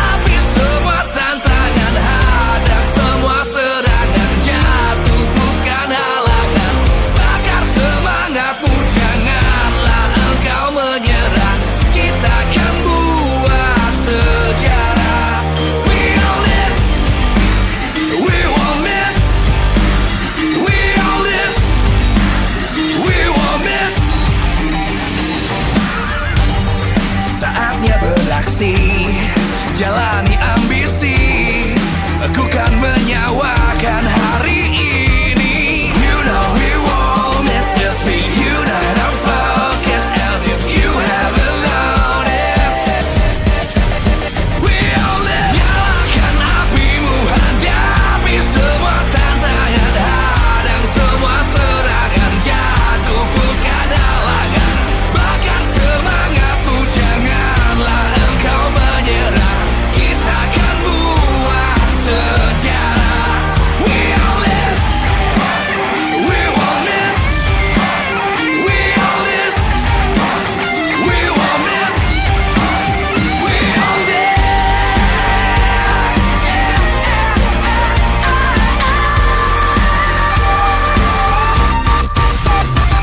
Nyalakan apimu, hadapi semua tantangan, hadang semua serangan, jatuh bukan halangan. Bakar semangatmu, janganlah engkau menyerah. Kita akan buat sejarah. We all this.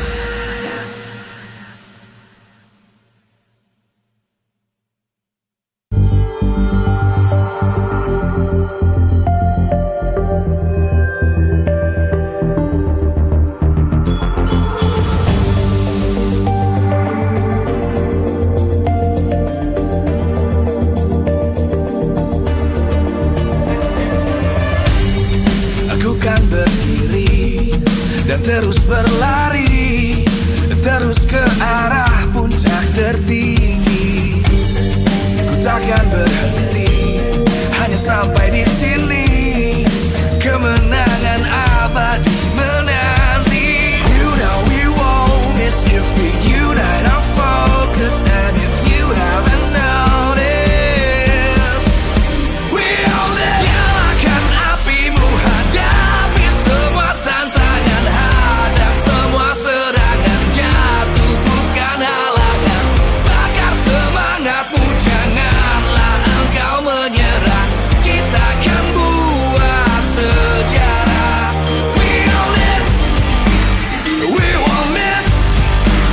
We all this, we won't miss. Saatnya beraksi, jalani ambisi, aku kan menyawakan hari ini. You know we won't miss if we unite our focus. And if you haven't noticed, we all live. Nyalakan apimu, hadapi semua tantangan, hadang semua serangan, jatuh bukan halangan. Bakar semangatmu, janganlah engkau menyerah. Kita akan buat sejarah. We all this, we won't miss. We all this, we won't miss. We all this.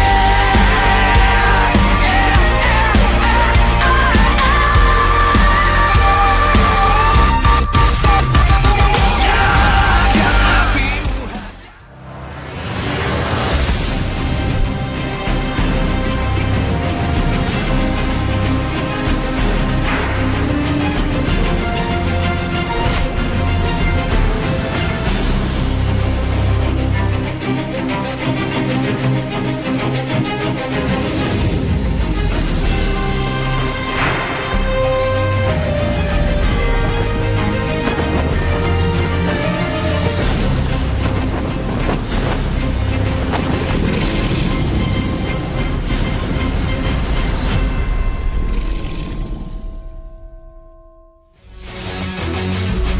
Live from MPL Arena, Jakarta.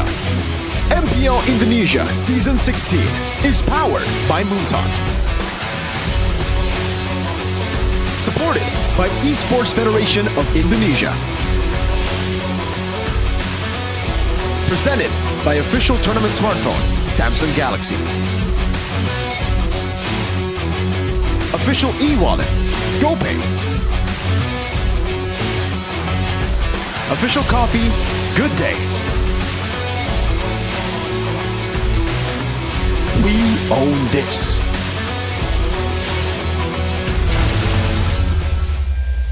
Balik lagi untuk match selanjutnya antara Bigetron by Vitality dan juga Dewa United. Di sini kita ada di Backrooms bersama aku Eterna dan di sini kita ada Nile dan juga Ray. Apa kabar boys? Baik. Baik ya dua-duanya ya. Ada rasa deg-degan udah aman lah ya. Ya, kalian berdua aman. Tadi kalian berdua sempat peluk-pelukan, kenapa nih? Ada historia apa? Kalian bestie ya, sahabatan ya? Nail jago soalnya. Oh Nile jago jadi dipeluk. Ya, biar ketularan. Oh biar ketularan. Emang kayak bestie lah kita dari MDL lah. Oh bestie dari MDL. Oke, mengenai perjalanan kalian dari MDL terus sampai ke MPL, kita tuh penasaran. Motivasi kalian utamanya tuh apa sih di sini di MPL? Kalau dari aku juara sih. Motivasinya ya juara doang. Kalau dari Ray? Sama juara sama banggain orang tua lah. Oh, bagain orang tua. Ada mungkin pesan nggak untuk orang tuanya Ray? Tetap dukung gua. Tetap dukung. Kamu ngomongnya gua lo juga sama orang tua? Ini depan kamera. Oh, karena depan kamera. Kira ngomong gua lo juga. Kayaknya aku dipukul deh sama orang tua kalau ngomong gitu. Oke, anyway. Udah bahas tentang motivasi, sekarang aku penasaran sama performa kalian. Karena obviously kan kita melihat Nile of course dari season-season lalu, dari tim-tim sebelumnya juga, kamu jago banget. Kamu sekarang di titik ini ngelihat performa kamu, udah puas belum sih? Belum lah, soalnya masih banyak miss gitu lah. Masih banyak miss? Dari dalam segi apa tuh yang banyak miss menurut Nile? Banyak lah kayak dari mekanik, terus kadang retry juga gitu. Retry-nya miss? Decision making. Itu karena kenapa tuh? Karena gugup di panggung atau ada apa gitu? Biasanya kalau ada miss-miss kayak gitu? Lupa sih biasanya lupa. Oh lupa apa? Lupa retry? Iya biasanya lupa semua gitu kayak harusnya gini gitu. Oke. Kalau misalkan dari Ray ngeliat performa kamu season ini, karena season lalu pun walaupun Dewa United rocky ya performance-nya, tapi banyak banget para caster dan juga talent tuh merasa Ray itu tetap konsisten loh menjadi jungler. Belum konsisten sama masih banyak yang harus diimprove sih sama jangan cepet puas. Kalian berdua humble banget ya? Humble dong. Apakah itu menjadi kunci untuk menjadi pro player yang sukses? Ya benar. Benar, oke. Selalu mau belajar. Ya. Oke. Aku dengar kalau misalkan, tunggu kita skip dulu itu deh. Kayak pertanyaan terakhir kayak seru tuh. Jadi aku langsung ke Nile dulu. Kamu ngeliat performa dia gimana? Kayak perbedaan antara season lalu ke season ini? Ya bangga lah gue, soalnya dari MDL kayak apa ya, yang gue lihat jungler tuh dia doang lah, yang kayak bisa main gitu. Oh. Nah terus sekarang dia udah nemu tim yang pas lah menurut gue. Soalnya dari dulu dia emang jago, cuman butuh chemistry sama tim yang pas aja. Itu emang berdampak besar banget ya? Sama performa playernya sendiri, tergantung tim juga. Iya. Oh oke. Nah kita lanjut ke pertanyaan terakhir yang aku penasaran nih. Karena Beloiski sendiri dia mengatakan kalau misalkan salah satu alasan kenapa Nile itu menjadi jungler yang super keren dan hebat itu karena mentalnya. Kamu setuju nggak? Kamu mentalnya kuat? Enggak, dia bohong. Bohong? Bohong nggak. Nggak, kayak dia nggak bohong deh. Soalnya banyak orang juga yang mengatakan hal yang sama Nile. Bohong. Humble lagi.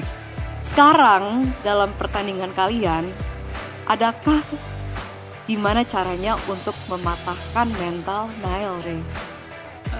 Udah ada plannya belum sih? Agak susah sih, mungkin kita menang pakai team play aja lah. Soalnya Nile kan jago banget. Menang pakai team play karena Nile jago banget. Mungkin ada special message buat kalian berdua sebelum masuk ke match selanjutnya. Gak boleh, good luck, have fun, semangat. Semoga kasih game terbaik. Nah itu loh. Kalau dari gua adu assassin lah Cil. Ayo. Adu assassin Cil. Kalau dari Ray? Sama-sama, adu assassin juga. Adu assassin. Jadi kita tunggu ya permainan assassin dari kedua jungler ini. Karena selanjutnya kita akan langsung menuju kepada Budak Clara Mongstar. Karena sepertinya tim-tim juga udah ready. Let's go.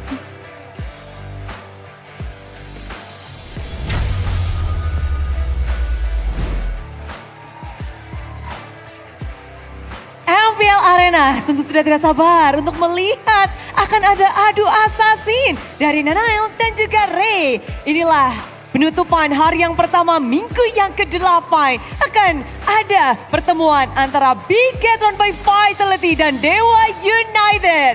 kita melihat bahwa Bigetron memang sudah memiliki tiket playoff. Namun, mereka juga menginginkan tiket yang lain, yaitu tiket upper bracket. Dan memenangkan match ini bisa jadi memperbesar chance mereka untuk mendapatkan hal itu. Sementara Dewa United, posisi mereka memang berada di tengah-tengah papan klasemen.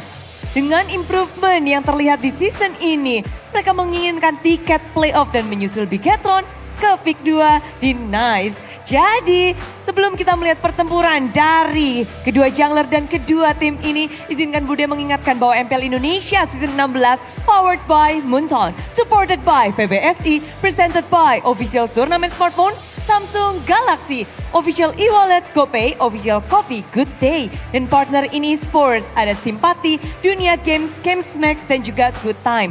Tak lupa advertiser kita ada Kacang Sukro dan juga Yoritos. Ditambah supplier ada Head and Shoulder, UBS Gold, Royal Skirt, dan juga Imaginary. Leg yang pertama, Bigetron menang dengan skor 2-1. Kemenangan mereka tentu saja ingin dipertahankan, namun di sini ada Dewa United yang ingin membalaskan dendam dan juga ingin memperbesar chance mereka untuk masuk ke babak playoff. Keduanya sama-sama berjuang, namun siapa yang akan memenangkan match kedua ini? Mari sambut Bigetron by Vitality dan Dewa United.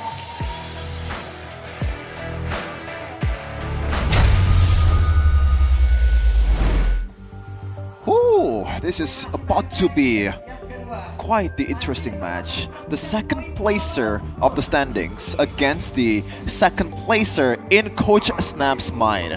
Whoa, whoa, whoa. So it's de facto versus de jure here. Yes, sir. Ooh. Let's see if, well, it's also technically the battle of the two top XP laners that we've been talking about, hyping up for rookies here. Ludwig. No one is a rookie. Rookie, okay. I thought I was just listening to experience, but yeah, rookie, okay. I'll give it to you. Shogun and Kin. I think Shogun and Kin are better, by the way. No, that's not a question. Is it Kin or Shogun currently? Kin. Okay. Wow. Oh, that's rare coming from you, the BTR man, right here. Hey, man. Like, when they're actually better, I gotta say, they're better. Kin is the shining light of Dewa United, and unfortunately, that's been also how teams have countered Dewa United. When they take away these playmaking heroes from Kin, it just takes away the spearhead away from Dewa United. They struggle to find other ways to carry the game sometimes. So I think for BTR, that should be their main goal. Take Kin out of the equation, force him to play heroes he's not comfortable on, and then punish the rest of the team.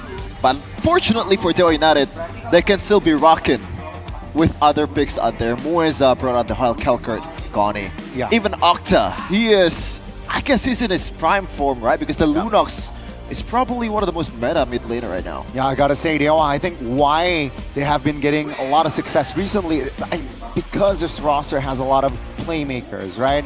There is Kin, and I feel like Moeza, and sometimes, you know, even Ray sometimes makes some sort of play. Ooh, sometimes, you know. It depends on the hero, yeah, of course. Ah. But that's why I think Dewa has been getting the results, positive results, consistently. You know who to vote for, boys. Uh-oh, who is more worthy for M7? Wow. Type 1! Ex-Geek Fam, by the way. Both. Yes. One is Axonic. Nah. I think, you know, more Geek Fam than Onyx. Yes, okay. for sure. But Ray, man, ever since that Geek Fam days where he was undoubtedly terrible on the utility picks, but right now with the veteran and with the Baksha, I can say for sure that he has improved so much. Yeah, it's actually crazy to see, again, a person who I criticized the most, by the way, back in Season 13, when he was on the utility jungle, now becomes so good on the utility jungle. It's kind of like now seeing, imagine if Vincent all of a sudden becomes a Fanny God, you know? It's like, whoa, what happened? And I think it's because of Coach Wright.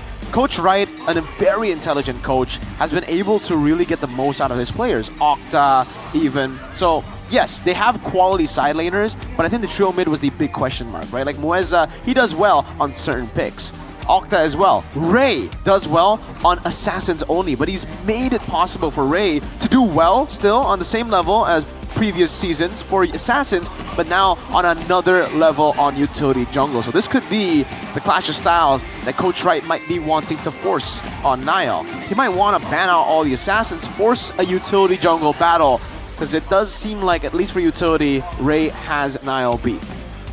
And yeah, you can see the win rates here. Niall, you can say that he's kind of struggling in utility jungler for BTR standard, alright? Yep. I think he's decent on it, but not so much, not to the level of Ray's utility jungler right now, Connie. 75% on 8 picks. He has been amazing so far.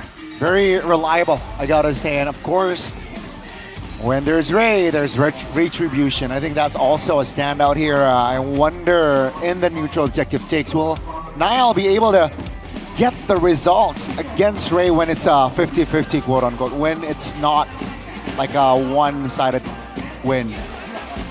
Yeah, it's literally the battle, a battle in all aspects for Dewa United and also Bigatron, man. You can say in the roaming part, Moisa has been improving so much. You can also finish also the same too with the Badangs, with the Gatot Kacha. He has been amazing on a playmaker, but I want to shift the focus on towards the gold lane here.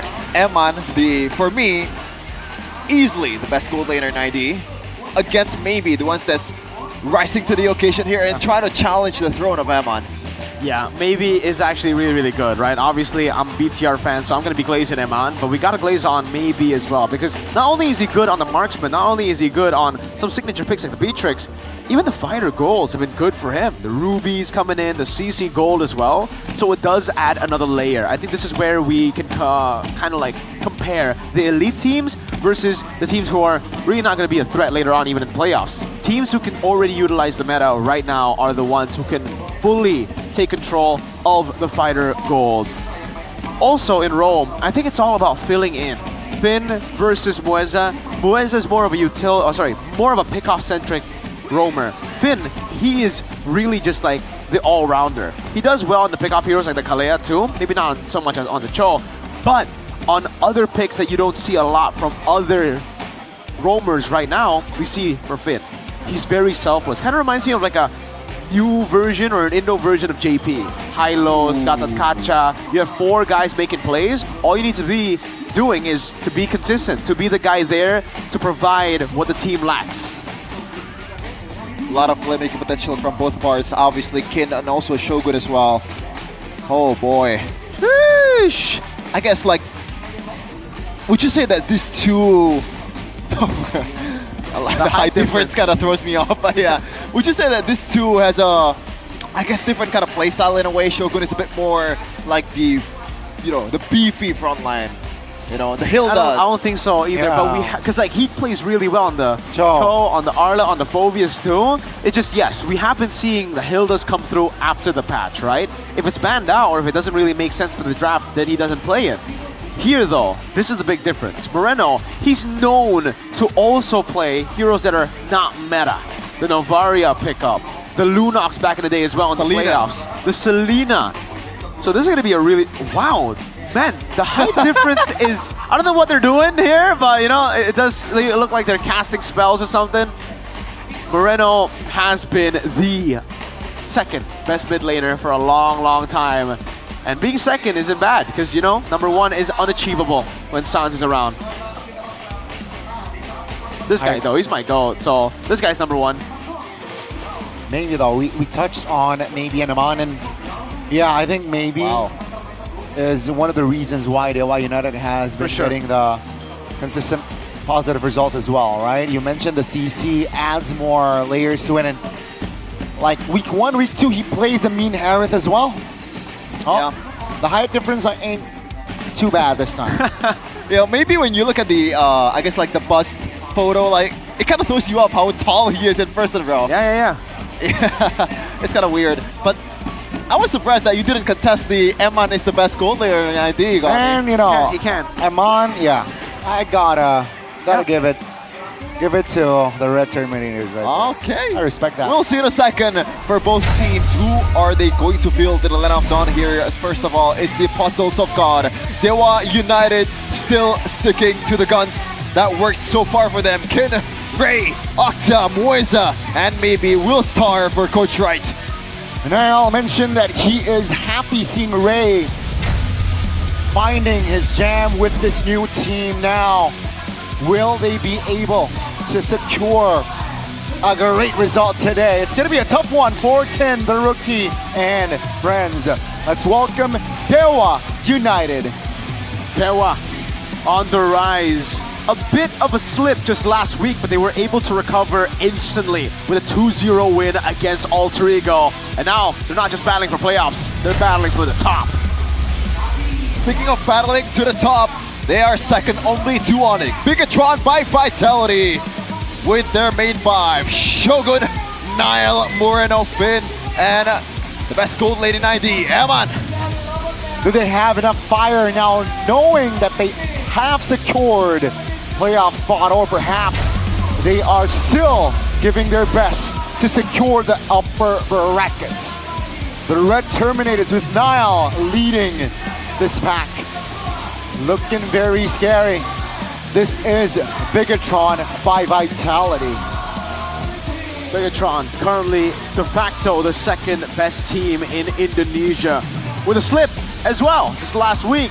Similar case to Dewa United, both losing to the bottom two of the standings. Giving Liquid their first win. After that though, very swiftly able to come back, recovering. And even in an interview saying that it was a fluke, it was only because we were experimenting in the pick. So I guess we'll find out if it truly was a fluke in this matchup.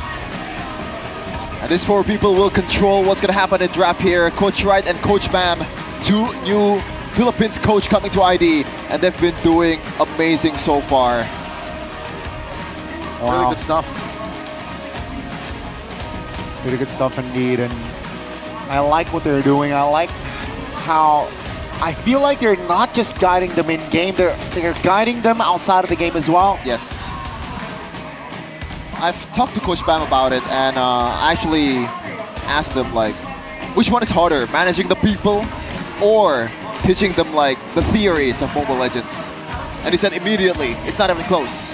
Theories are easily taught, but the relation to the people, how you become a leader, how you convince them that, you know, what you teach is what's right, is way harder. Definitely way harder, man. There's so many dynamics to become a coach. That's why a lot of people, you know, they just see the drafts and they're like, okay, you know, it's all that. But really, the elite coaches, the difference between the elite coaches and the bad ones, I guess, isn't just about draft. It isn't just about, you know, in-game strategy, but how they can lead outside of the game. Because at the end of the day, these players are kids, man. They're very, very young. They still need a lot of guiding in their lives just to become, you know, the person they are today. And that's why we need to appreciate these really, really good coaches. Nile, by the way, winning out in the cheer battle. We'll take a look at the keys to victory by Samsung Galaxy A365G for BTR. Respect Kin's heroes as Dewa's playmaker. Kin's been the big playmaker for Dewa United. Use Geek's blueprint when they win against Dewa. Again, mostly it's respecting Kin's heroes and doubling down on early game to win the team fighting. Flanking gameplay could be an option. Something we haven't seen from BTR a lot is how they take control of the game in the middle stage, which is strange because for the most part, teams here in the patch have found success on early game, and usually when they find success in early game, it's a stomp.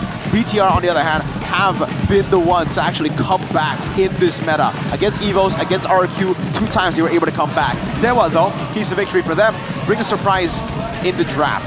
Octa, we spoke about his hero pool. We spoke about Muezza on the Hellcurt. That's a surprise we're talking about. Showcase maybe his unique heroes against Eman. Stay calm. Don't overthink about playoffs. So, yeah, maybe this is another really good thing that also correlates to the first point. Maybe he's been phenomenal in picking up the fighter golds and picking up the mage golds as well. So you want to play with that in the draft. You want to try to get the upper hand as much as you can in the draft up against BTR, because in game, these guys are really good mechanically. Last point though, don't overthink. It's a good point for both these teams, right? For BTR, don't overthink about the Hellcurs, the Lunoxes, the crazy picks that Dewa have. And for Dewa, also, don't think too much about the Cho goals, the Bane goals that BTR have been going for. It's alright to think about, but don't let your draft get impacted that much. You need to still keep on your synergy. Yeah. And these two teams, Connie, they are not short of like non-meta picks or maybe unique picks in every department. EXP, bro, we can name it. Every lane that they have, it's always a flex. Definitely can be utilized by both coaching staffs, right? So, yeah, let's see. They have prepared a lot for this match. I want to see the chess match. But for that, let's see the random map draw. it's gonna be Flying Cloud, I feel like, right? With the arrow, there you go. We got our first Flying Cloud game for this Flying Cloud. Would you say that Flying Cloud kind of incentivize more traditional gold lane pick and a marksman? I'd actually say more fighters because you can get back to lane quicker. It means you can be more active around the lanes. You can get more prio around everywhere, and you can group up a lot more for team fights. Wow. And immediately going into the trap presented by official tournament smartphone Samsung Galaxy A36 5G. The respect is paid by Coach Bam and also Coach Wright. The Hellcat from Moisa, only one game is all it takes to convince the whole MPL to ban this hero, man. Apparently he is Baloy, as we would say. The Arlot from Kin is banned. Moisa also with the playmaking potential on the Kalea. Coach Wright though. Whoa! It's been a while, Gotti. I mean, they sent each other a message before the match, right? And now it's like, yo, let's go Assassin versus Assassin, and straight up, Bigatron picks up the Fanny first pick. Could be mechanics versus fundamentals here in this matchup as BTR picked up the Fanny. Even though the Fanny hasn't really found a lot of wins in the season, it's still a very feared pick. We saw just earlier how Yazuke was able to capitalize on that.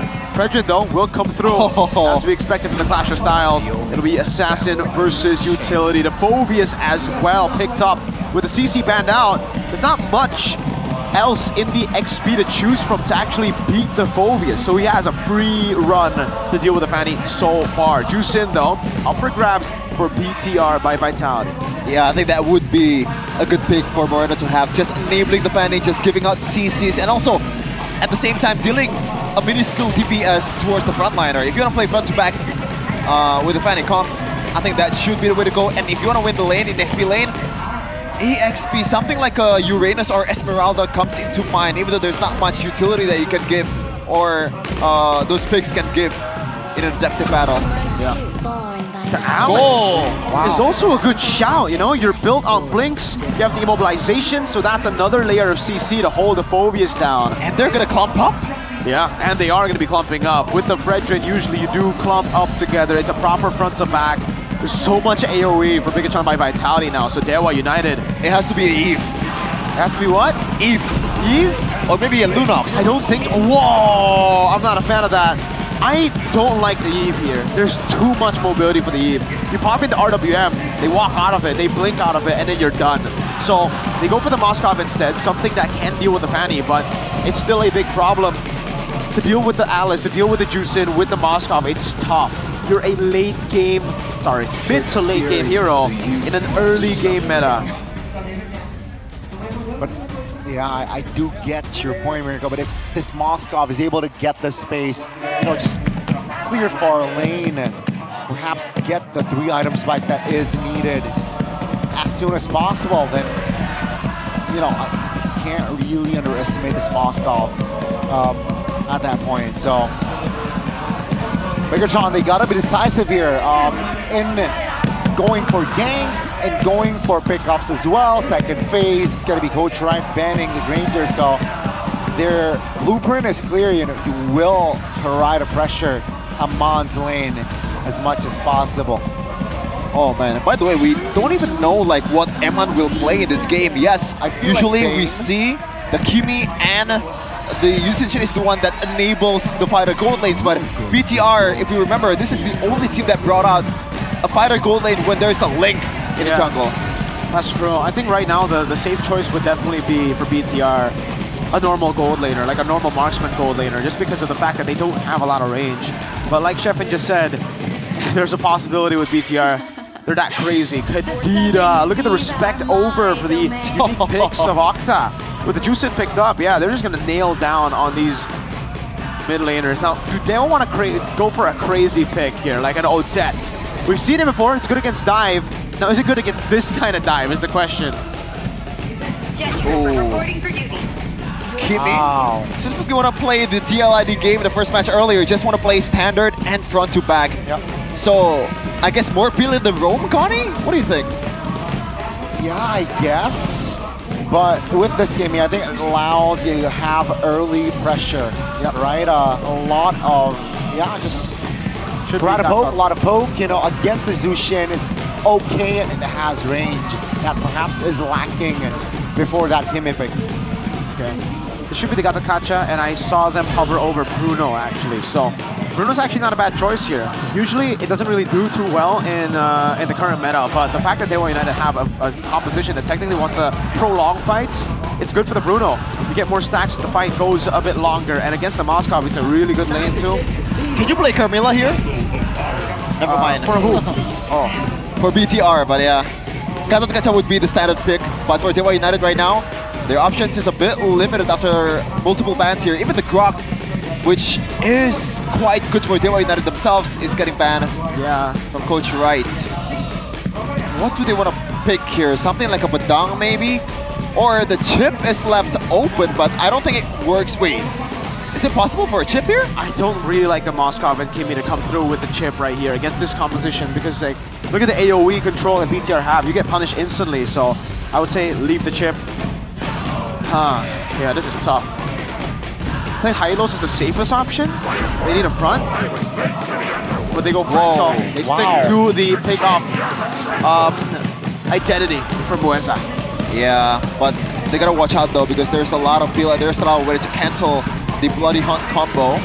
It's an honest draft, I guess, for Dewa United, but BTR, they played a bit more creative here with the Fanny pick. Is this the first Fanny for Nile this season? Yes, we've seen it banned all throughout, so Nile, it's up to you to live up to the expectations that you have set for yourself. Always banned away. I'd say this is a very 50-50 draft, man. I would give a little bit of an advantage towards BTR, though. Really? Yeah. Oh, I actually kind of like Dewa United a bit more, just a bit of a... Maybe, like, the room of error is quite large for them. It has to be with the mechanics, man, but Nile is the one that's handling the Fanny, and we know we can trust them on that pick. Bigatron versus Dewa United. Big match coming up in the Land of Dawn. Bigatron looks to increase their odds to secure the final spot for that upper brackets. Meanwhile, Dewa United, if they get a dub, they themselves has a chance to get the upper brackets. Lanadon, here we go. The battle of the young bloods in the jungle. Nile has gone for the aggressive route. Despite going up against his composition, again, a composition technically built to beat him, he's gone for Lethal Ignition. Earlier for Yuzuke, it was the Impure Rage choice. Everybody else quite standard. Also, Octa wanted to put down more utility with a Weakness Finder, and I like the respect coming down for Ray, man, on the Fredrin. We have been seeing a lot more Impure Rages show up for the Fredrins, but against the Fanny especially, you gotta have the Concussive Blast. You need to have that clearing pressure. Wow. That's an early engage there. That's a very, very well prepared pickoff. First blood for Bigatron. That's the, I guess the bad thing about using a Franco in the early game, the mid prio is gonna be very, very bad. You just rely on a hook. Yep, pretty much. Even with the Concussive Blast, right? Very shocking.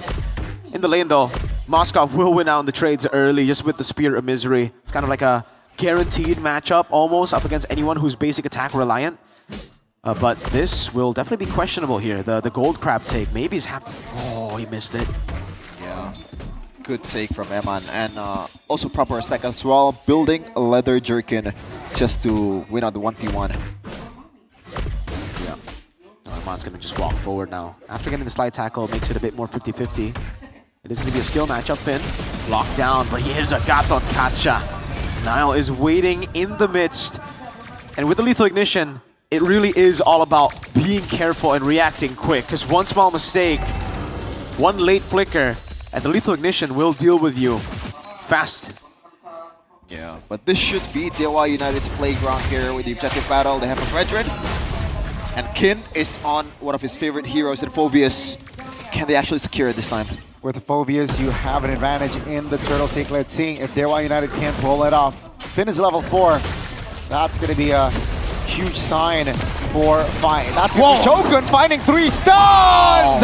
Nile will oblige and finds one. That's gonna be a Retribution coming through again. He gets the first neutral objective, but he will fall.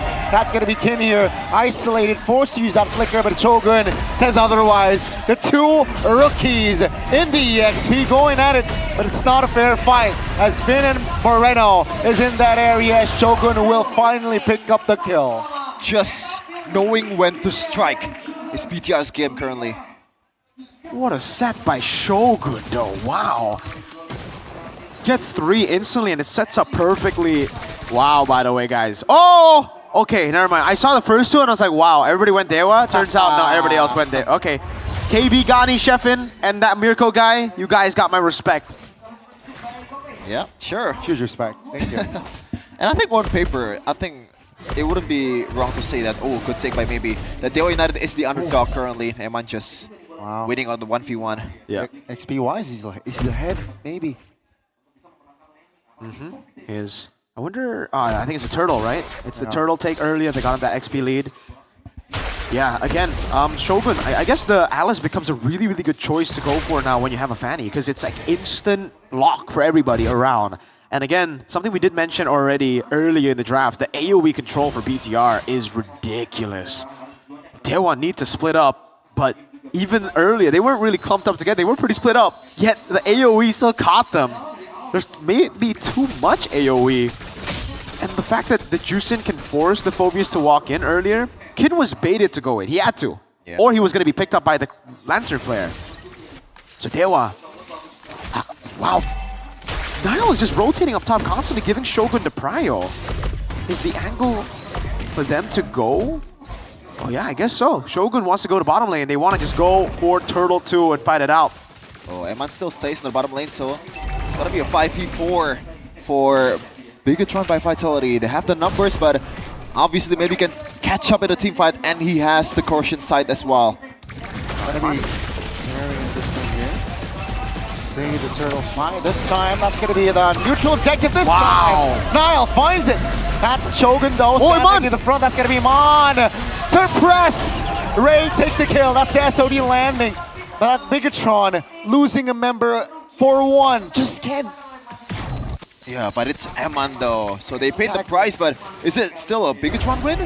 Yeah, it is still a Bigatron win, unless this turret falls. Finn is not going to be able... Oh, okay, they traded as well in the bottom lane, so it's not that bad for BTR, but Dewa definitely got a pretty good trade themselves. Niall.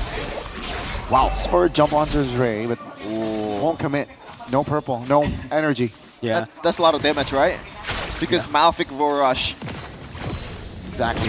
The rush onto Malefic Roar, knowing that Kin will rush steel leg plates, knowing that Fredgen will most likely also go a bit more physical, but Ray has actually gone for Radiant Armor, so he's not on the physical defense just yet. And Eman, by the way, I'll just have to say, for the best gold laner in ID, that was very, like, honest. The way he just walked in the team fight, into the bushes as well.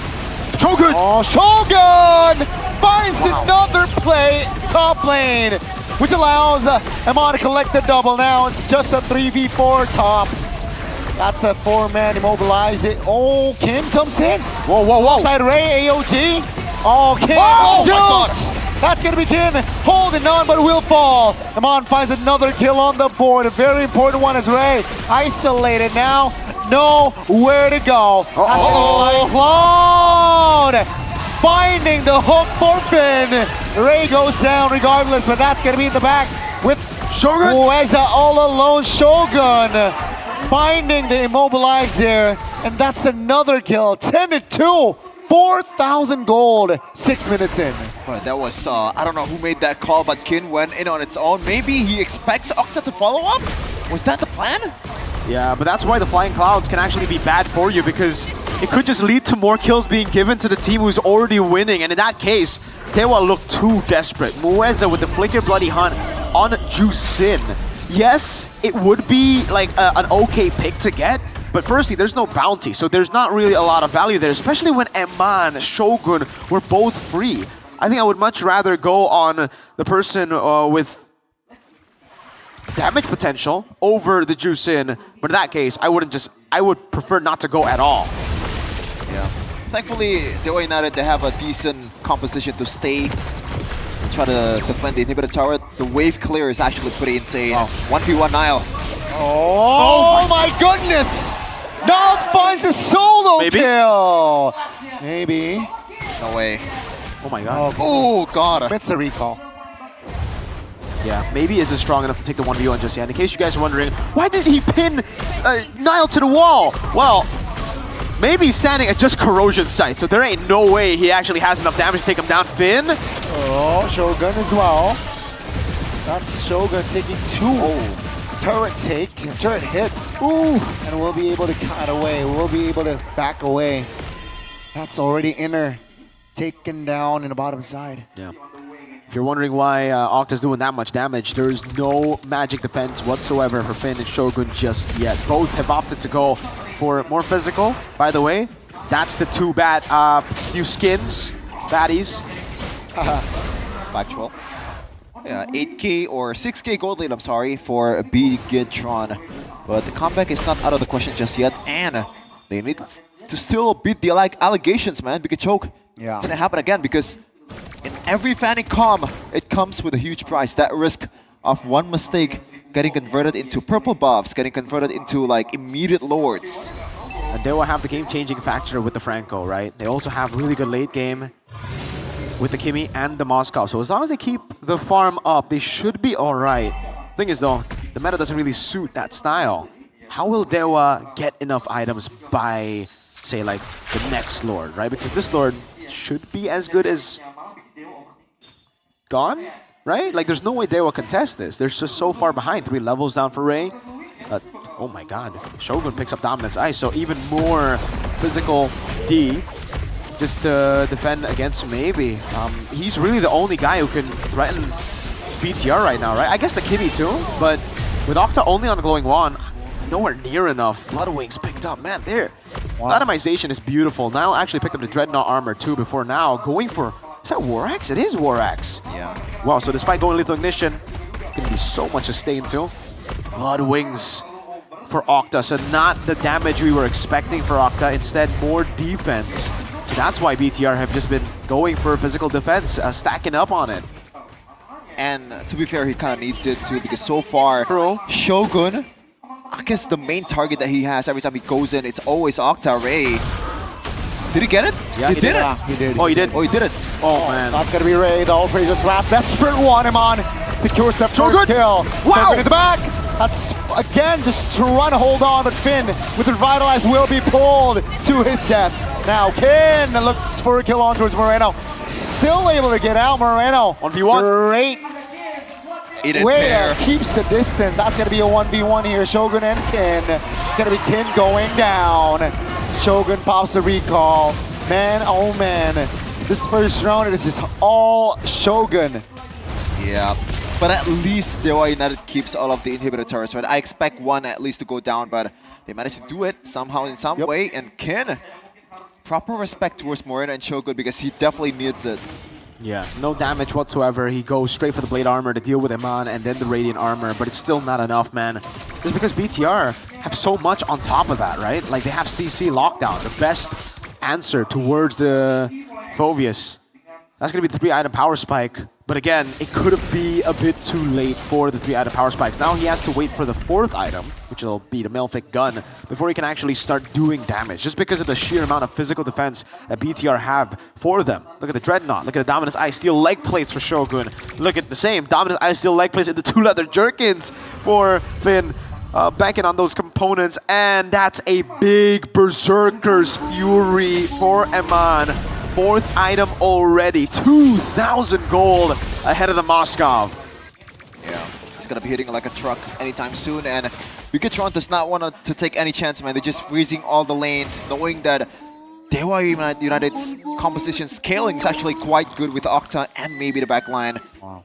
So they're just waiting for the right moment to take the objective. Even if you push through, right? This is the thing about the current state of MLBB. It's very difficult to get the lead back.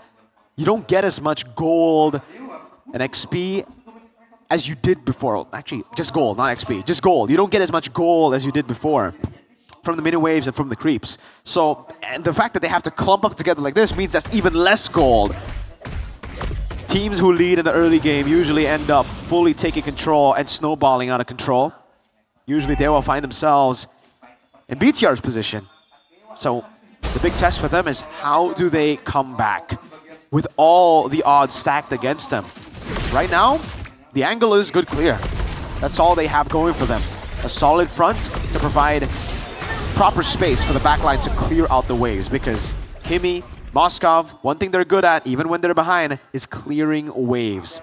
But BTR have answers to that. See, they have that dive instant dive. They have to burst towards the front line as well, who are just so far behind.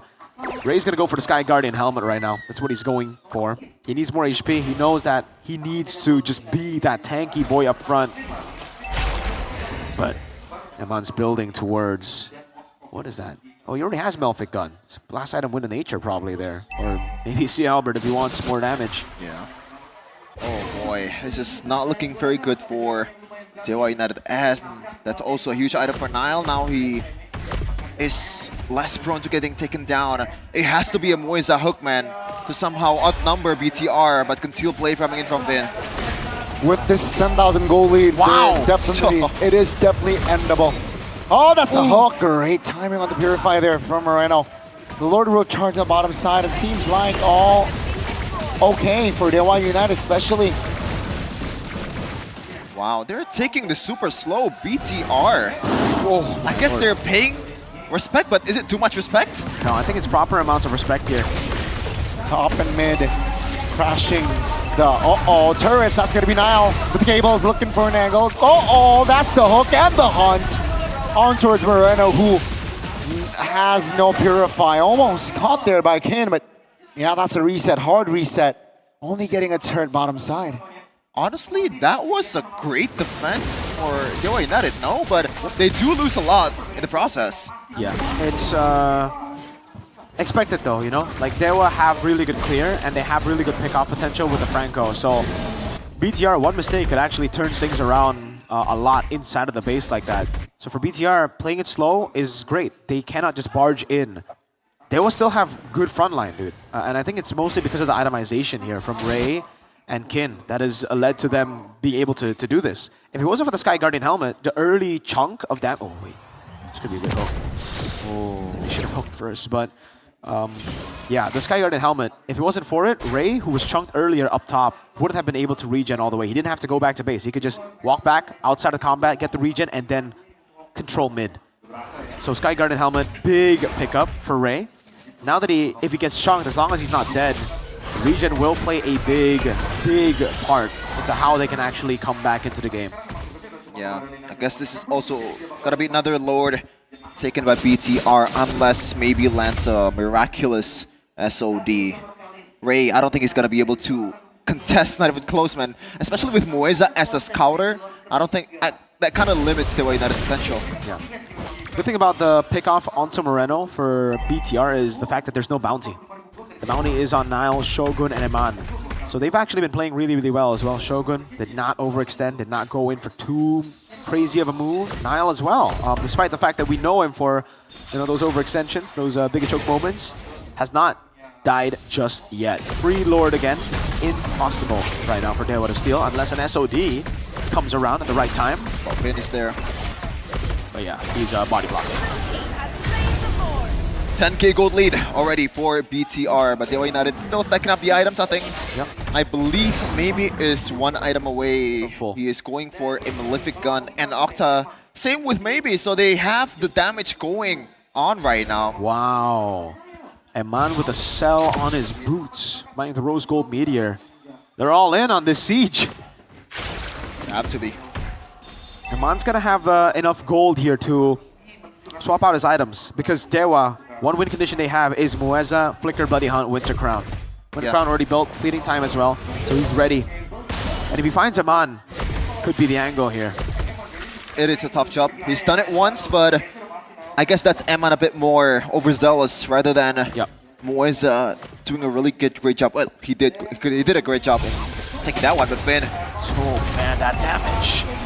Seems like the top. Oh, Shogun! Vice initiation!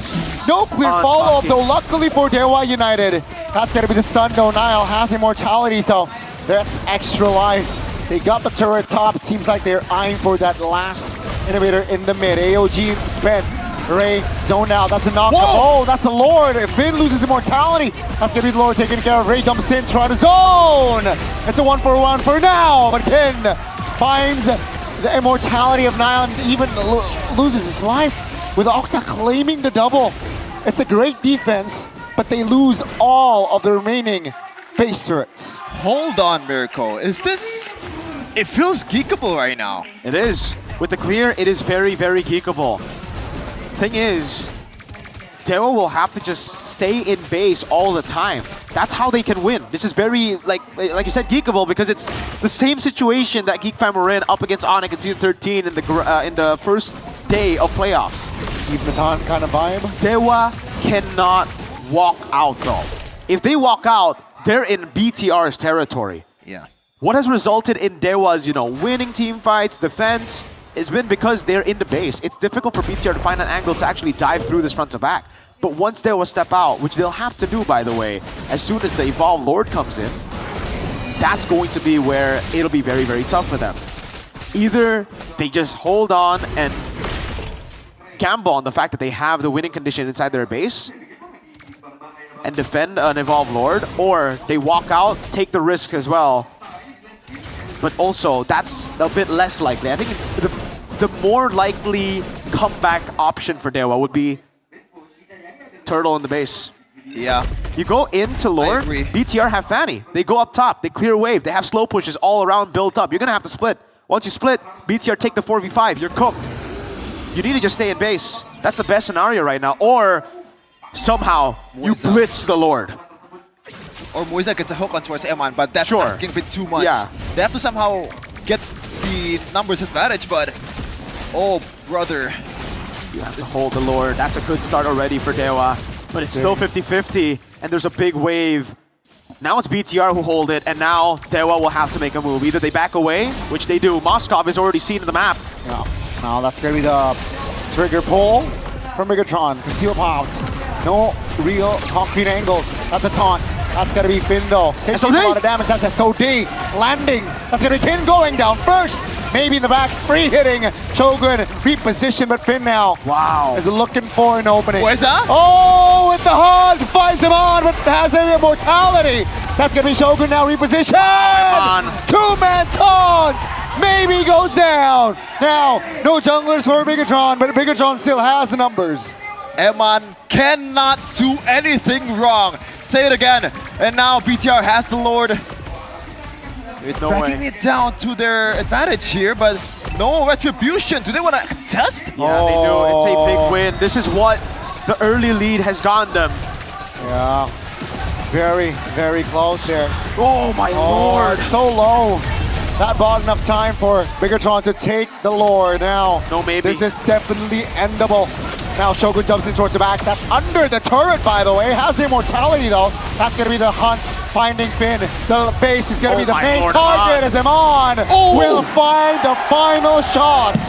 And Bigatron is strike first in this best of 3. Wow.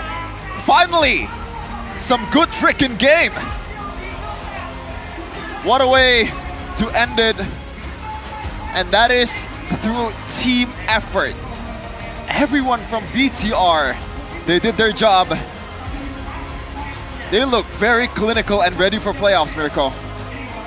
Unlike the previous seasons, when they dipped towards the end, they have found their form again after a big wake-up call from Team Liquid ID, getting that win. That was clean, absolutely clean, and very impressive by Dewa. Very, very impressive. Yes. Yeah. I cannot believe they held on against a 10,000 gold lead that well. Had it been any other team except for the top 2 from MPL ID, that would have been a comeback for sure for Dewa. They played it amazing. The gamble to take this fight, the way they executed this fight as well was brilliant. Mueza all the way to the end as well. Look at the angle here. Does not bait or does not get baited by the Bloody Hawk. Sees the angle, finds it, but Eman is just Eman. Rose gold earlier. He sold his boots for it. He has Win of Nature as well here.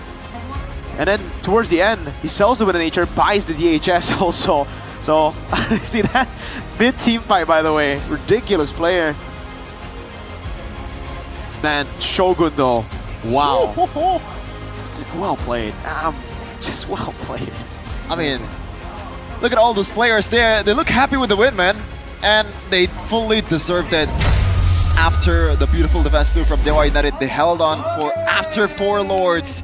Give it up for both teams. That was good. Goodness gracious. Oh, God. That was good. It was. It was. That's a 3rd versus 2nd. Oh, Evos are 3rd, but I think they are 3rd in my opinion right now. Wow. It's like level-wise.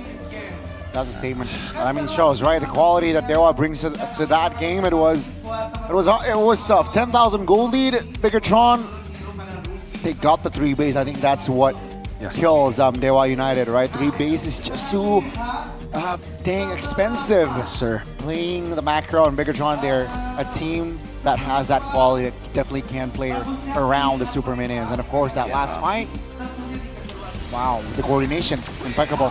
And it all started here, right? The early lead, Shogun. Shogun, yeah. For me, he was the MVP this game because, okay, maybe in the late game he didn't really have that much of an impact, even though I would say he would. It's just not as seen, not as visible as the first few fights.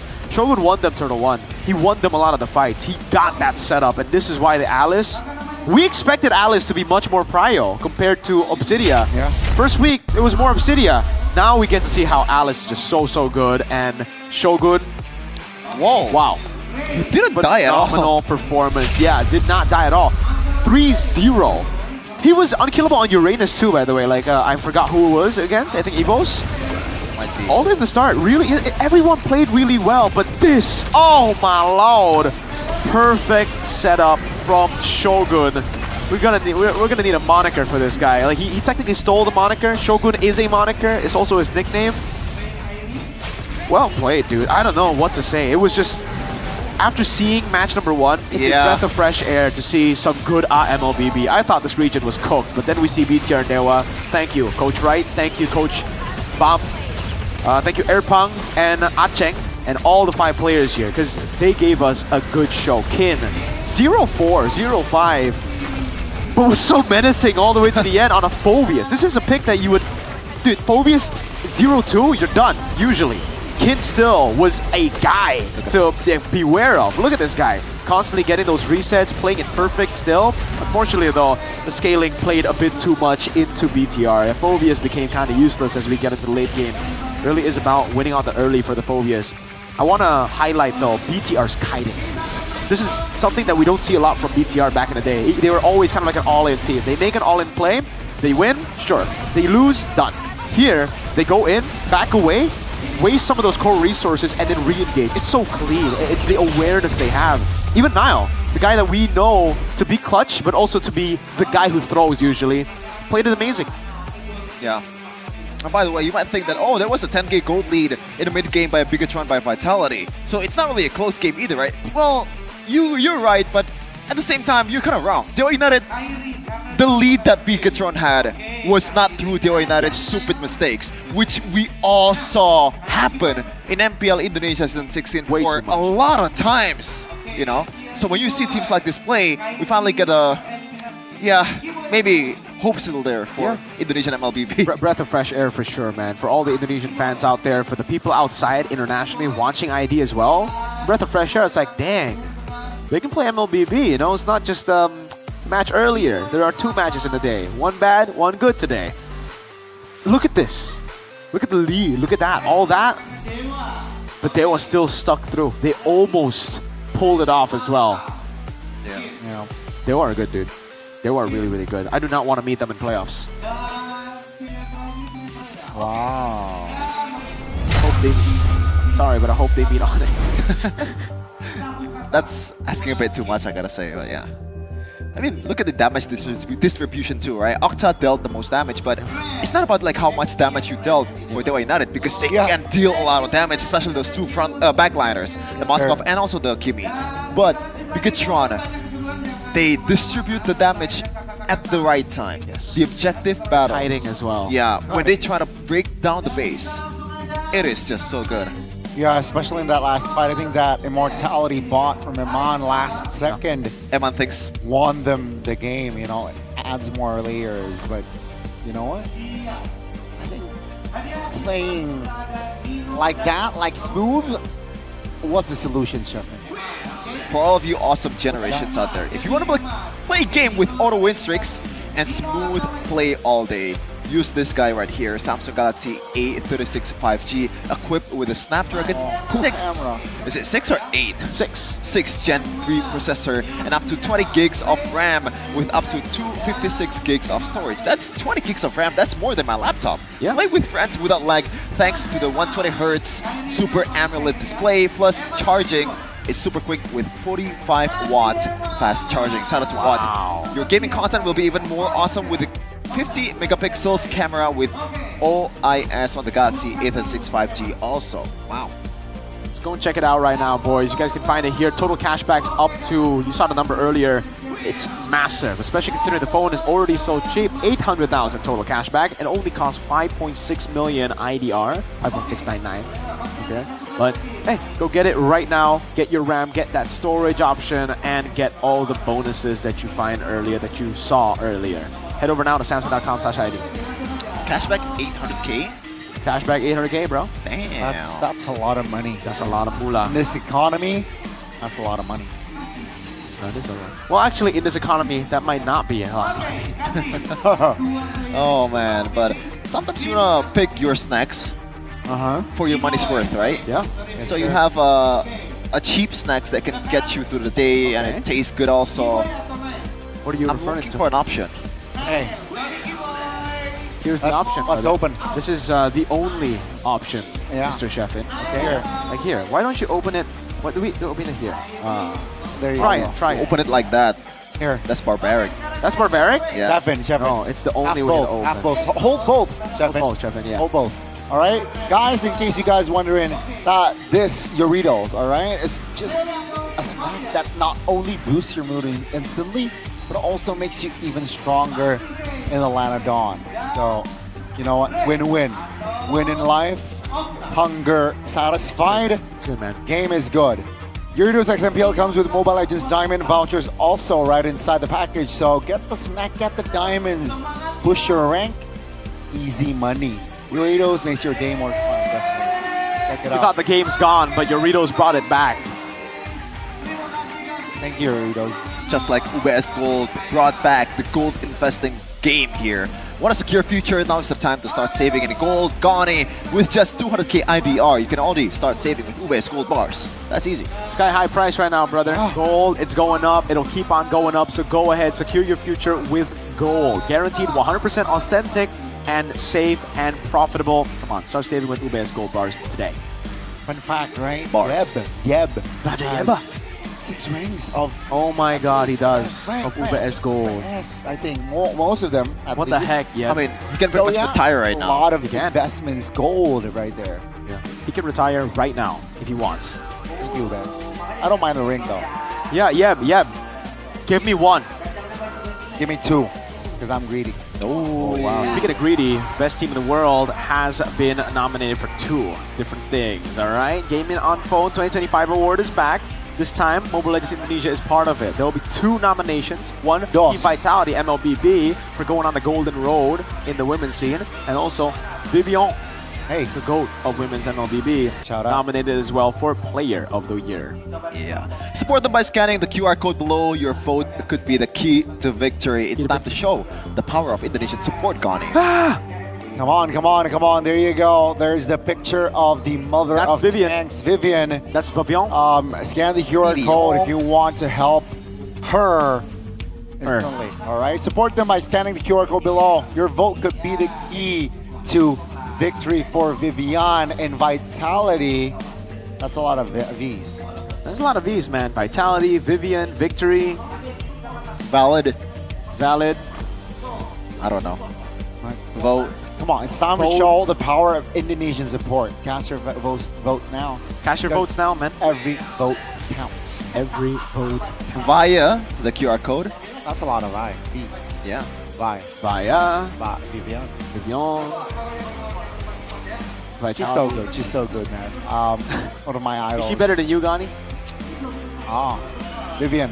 Let's see. No. Just say yes, bro. Come on, man. Honestly, It's not even close. honestly, He's better. maybe on Belleric he's better. I don't think that will do you much in game, bro. Yeah, but if they 1v1 Belleric. Oh, how about on the Kufra specifically? Oh, that's an ego battle for Gani. What do you out think? there. Yeah, let's do a Cooper 1v1. That's gonna take ages, bro. Just build Sky Guardian's helmet and no one's gonna win. It's just a bounce battle. Yeah. Who bounces better? Semangat B.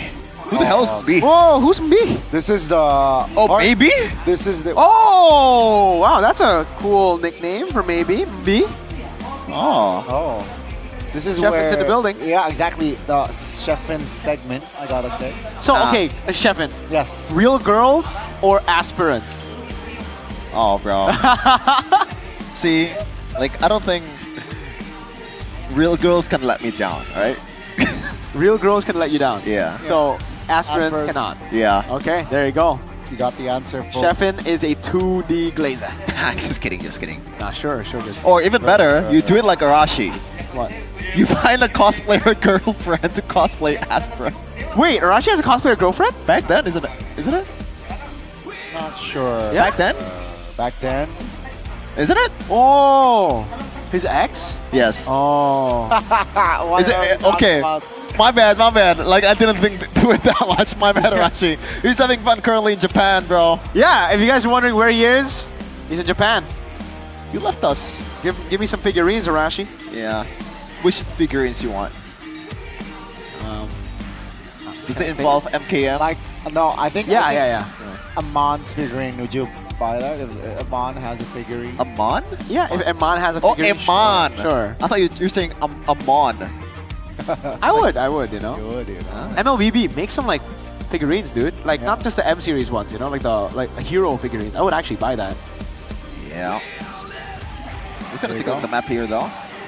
Last time it was Flying Cloud, but looks like we're gonna take our talents to South Beach. Expanding rivers.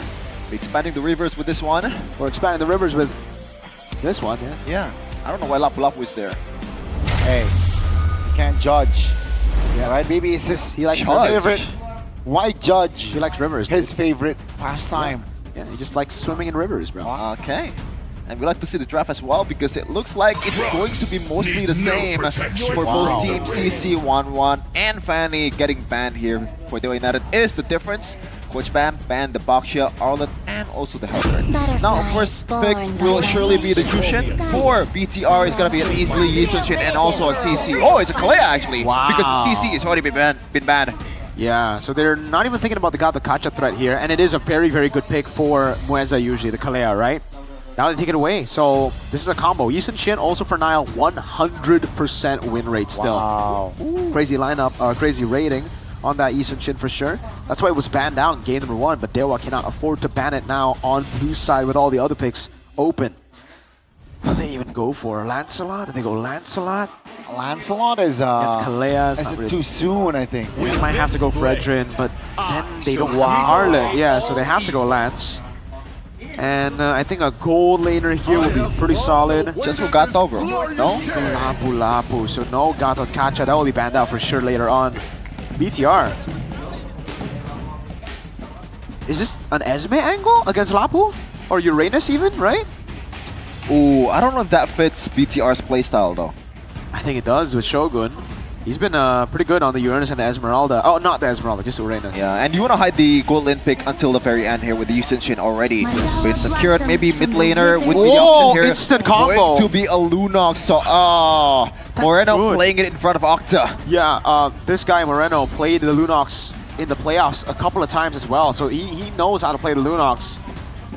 And he's really good too with Finn on the Kalea. The instant, this looks like a Dewa draft on the right here. Yeah. But it is for BTR. And what's crazy is the fact that it's still flex. You don't know where the Lunox is going. Most likely Moreno. Yep. And Amon plays a mean Lunox too. A very, very healthy Could be a Ruby last pick and it would be good too. Look at this. Against the Lancelot, yeah, that would be ideal. But you mentioned the Esmeralda earlier. Dewa United will be able to locate that pick and will ban it away. Bigatron by Vitality. They got that now, right? Yes. Kacha. Sure. You have the... Yeah, again. I feel like the fact that they are letting go of the Gatot / Grok in the first phase kind of signifies that Mueza wants to play a bit unorthodox here? Because what else is left open being the tanker there? Is it Hilda maybe? I think they were thinking of like maybe a Kaja pickup. Whoa, that's... Where if the Lunox was picked up. But yeah, again, with this, it looks kind of tough to pull off. I think for Dewa, right now they're caught. Like I think they might have to go Hylos or something. No? Oh yeah, you're right. It's not. There's no real angle for you to go for those pickoff heroes like the Kaja or the Franco anymore. And there's no real combo because the Jushin's already picked up. Unless you want to go Beatrix, but it's Kalea. That's dangerous, man. Yeah. So the Hellcat is just not a good pick. It's banned. It's banned. It's banned. Yeah. Oh yeah. Man, a lot of Dewa United supporters here, all with their... So, do you ban Phobius now or Uranus? I think they're fine going up against the Uranus. I don't think so. Because like, here, just picture this. Kalea Lunox goes for a combo, Uranus just zones the back. It's difficult for you to follow up when the Uranus just zones you. That's why the Esme gets banned as well. It's also a pretty good matchup against Lapu, if not mistaken. Yeah. So, can never lose against it. Yeah. If they don't get Uranus, oh man, what? Oh, they banned out the Hilda actually. I did not expect the Hilda to be banned out by Dewa. So BTR still can go for Uranus if they want to cross all the way to the end. You know what? I agree with you, Mirko. It feels like the Esmeralda and Hilda bans a bit not necessary right now. Yeah. Because there's too much option. Exactly. Ooh, Dewa 100% win rate on expanding rivers. Wow. Ooh, really good early game team, Dewa. Is this just GG then? I don't think it's as easy as that. Statistics kind of skewed, you know. No sample size. Looks like it's going to be Uranus, as you said earlier. Now for Dewa United, they do not have Shred, man. And at this point, I don't think they want to pick it either because the only Shred left open is probably like a carry. Yeah. Or they're lacking in magic damage if they want to be creative. So do they go pick off, carry Kaja? Does the Claude work here? No. No, I don't think so. I think I prefer Natan Kaja over carry Kaja. Natan Kaja, sure. But then your early game, I mean your early game botch anyways. Ooh. Yeah, this is a tough one. Odette and oh, wait. Odette, okay. wait. Gold lane? Who's gold lane? Odette gold lane? Odette gold lane, no? That's crazy. That is insane. Wait. Jusin gold? No way, right? Has to be Odette gold? Odette, the one that scales is Odette. So maybe. BTR, what are you cooking? I'm not even like joking, but BTR, doesn't the Obsidia fit? Or no, against Odette? I don't know. What do you go for here? Ranger's still open, but I don't think you want to go up against a Lance Lapu. It has to be a fighter, right? But what else is there? Is it just a Ruby? I don't like the Ruby because of the Odette, though. I mean, it kind of is a way to cancel the chip, etc. Something that disrupts the movement would be... I don't know, man. Bane? Yeah, Bane would that's work, actually. Oh, they go Ruby. It's going to be Ruby. I just thought about the Bane, you know, so much damage, but I guess they are... Oh my god. Yeah. Wait. Maybe Lapu can EXP Zushin. Oh. Whoa. Wow. See, the first time Jushin was released, there were some chatters about Jushin being placed on the XP lane just because of the fact that it zones people away. Whoa. Crazy drafts. This is Coach Wright. I love your drafting, man. Let's see if it's enough to beat BTR because fundamentally this is Bigatron's game. Whoa. But turns out the lineup rating and the counter index will favor Dewa United for this one. Oh, brother. This is interesting. What are you cooking, Coach Wright? It might be a 3 Michelin star dish. It might not be edible for MPL here. Second game is going to be underway in the Land of Dawn for Dewa United versus Bigatron by Vitality. Potentially the final game if Bigatron is able to close this series out. Let's see though, with this unique draft, can Zushin against Shogun in that lane, rookie versus rookie. Who will take it game 2? Isn't it good, by the way, the Uranus getting lifted up or getting the DPS put on him? Because the passive just gets, like, he just stacks up. Very easy to stack out the passive, so that's something that'll be very, very interesting in this matchup here. So far, obviously, winning it out. Oh, Moesa's got to be careful. Moreno, a lot of damage. This will be easy lethal take for... Unfortunate, Moreno takes it, I think, unintentionally. Pull yourself together, though. Wow. Moesa wants to flick a lot in this battle. Pull yourself together as well for Kalea, but that makes more sense. It was actually Shogun who wins out the XP Crab, and yeah. It is a Jody and Wilderness Blessing for the Jusin. Bargain Hunter and Rupture. So 2 Bargain Hunters across. It is also a Quantum Charge, so it'll be more respect for Niall over the killing spree that we always see him on. Yeah, so both teams right now, they are really focusing on the early game win here. Yep. Trying to just get the first objective. And I think the XP lane is going to be much more of a non-lane for Kin, just trying to clear the wave. The focus is not to win the lane per se, just be an annoyance. Ray might be in trouble here. 2v1, that's gonna be Ray, very low. Lancelot in trouble! Niall finds first blood. So an overextension there, capitalized by Megatron. Yeah. You can't be making those moves, man. Not when you don't have mid-prio. The chip and the Odette does not get you mid-prio. The Kalea with almost anything usually already wins out. Shogun level 4 very early. And Mueza, not sure there. Doesn't have a shortcut just yet. Look at Shogun zoning Kin away. Wow! 2v1! Wait! Whoa! No! Where's the info? That's gonna be another kill on the board. Now Mueza level 3, forced to use the flicker. Dewa dismantled early. Oh, Miracle. Safe to say he's not used to it. Yeah, unfortunate. But that is the case, man. When you're so used to playing fighters, hold up. Wow, Finn, what a read! Oh, that's a great read. Just a oh no! That's gonna be shortcut fan as well. Kin! But that's gonna be the members going back again. Mueza all alone. Oh! It's a disaster. 3 kills on the board already, and Shogun does not care. Oh man, this is not looking good at all. You're just gonna build on the early game win, but this is the outcome. 1.3k, Octa flickers out, and the orange buff is Niles. Feels like an easy game. Oh, what a steal from Mueza! Niall with the retry on mini. Unlucky, it was up for 1 second, so yeah. Oh, maybe. Should be okay here. Both fighters just juking it out, clearing each other's waves, and still though, Bigatron 1,000 gold lead in the first 3 minutes. That's a mountain. That is a mountain. For Turtle 1-2 with this composition, remember the chip is really bad against snowballing comps. You need to be the one snowballing so that you can control everything. Especially with the Kalea on the other side. You make one wrong move or you rotate too early, you'll get bursted down. There's so many combos too, right? Like you can't just build for one guy. Mueza's building the tough boots and magic defense, but Niall's doing a lot of damage too right now. Mounted Chakra and the burst with the Lunox, that's an insta-kill. Yeah. I think the Shogun is just too tanky already, dude. Oh, Kin gets it. Oh yeah, this is Dewa United, they gotta rely on the skills to be able to make the team fight work, right? And BTR, I think they have a really good composition to just back away and kite.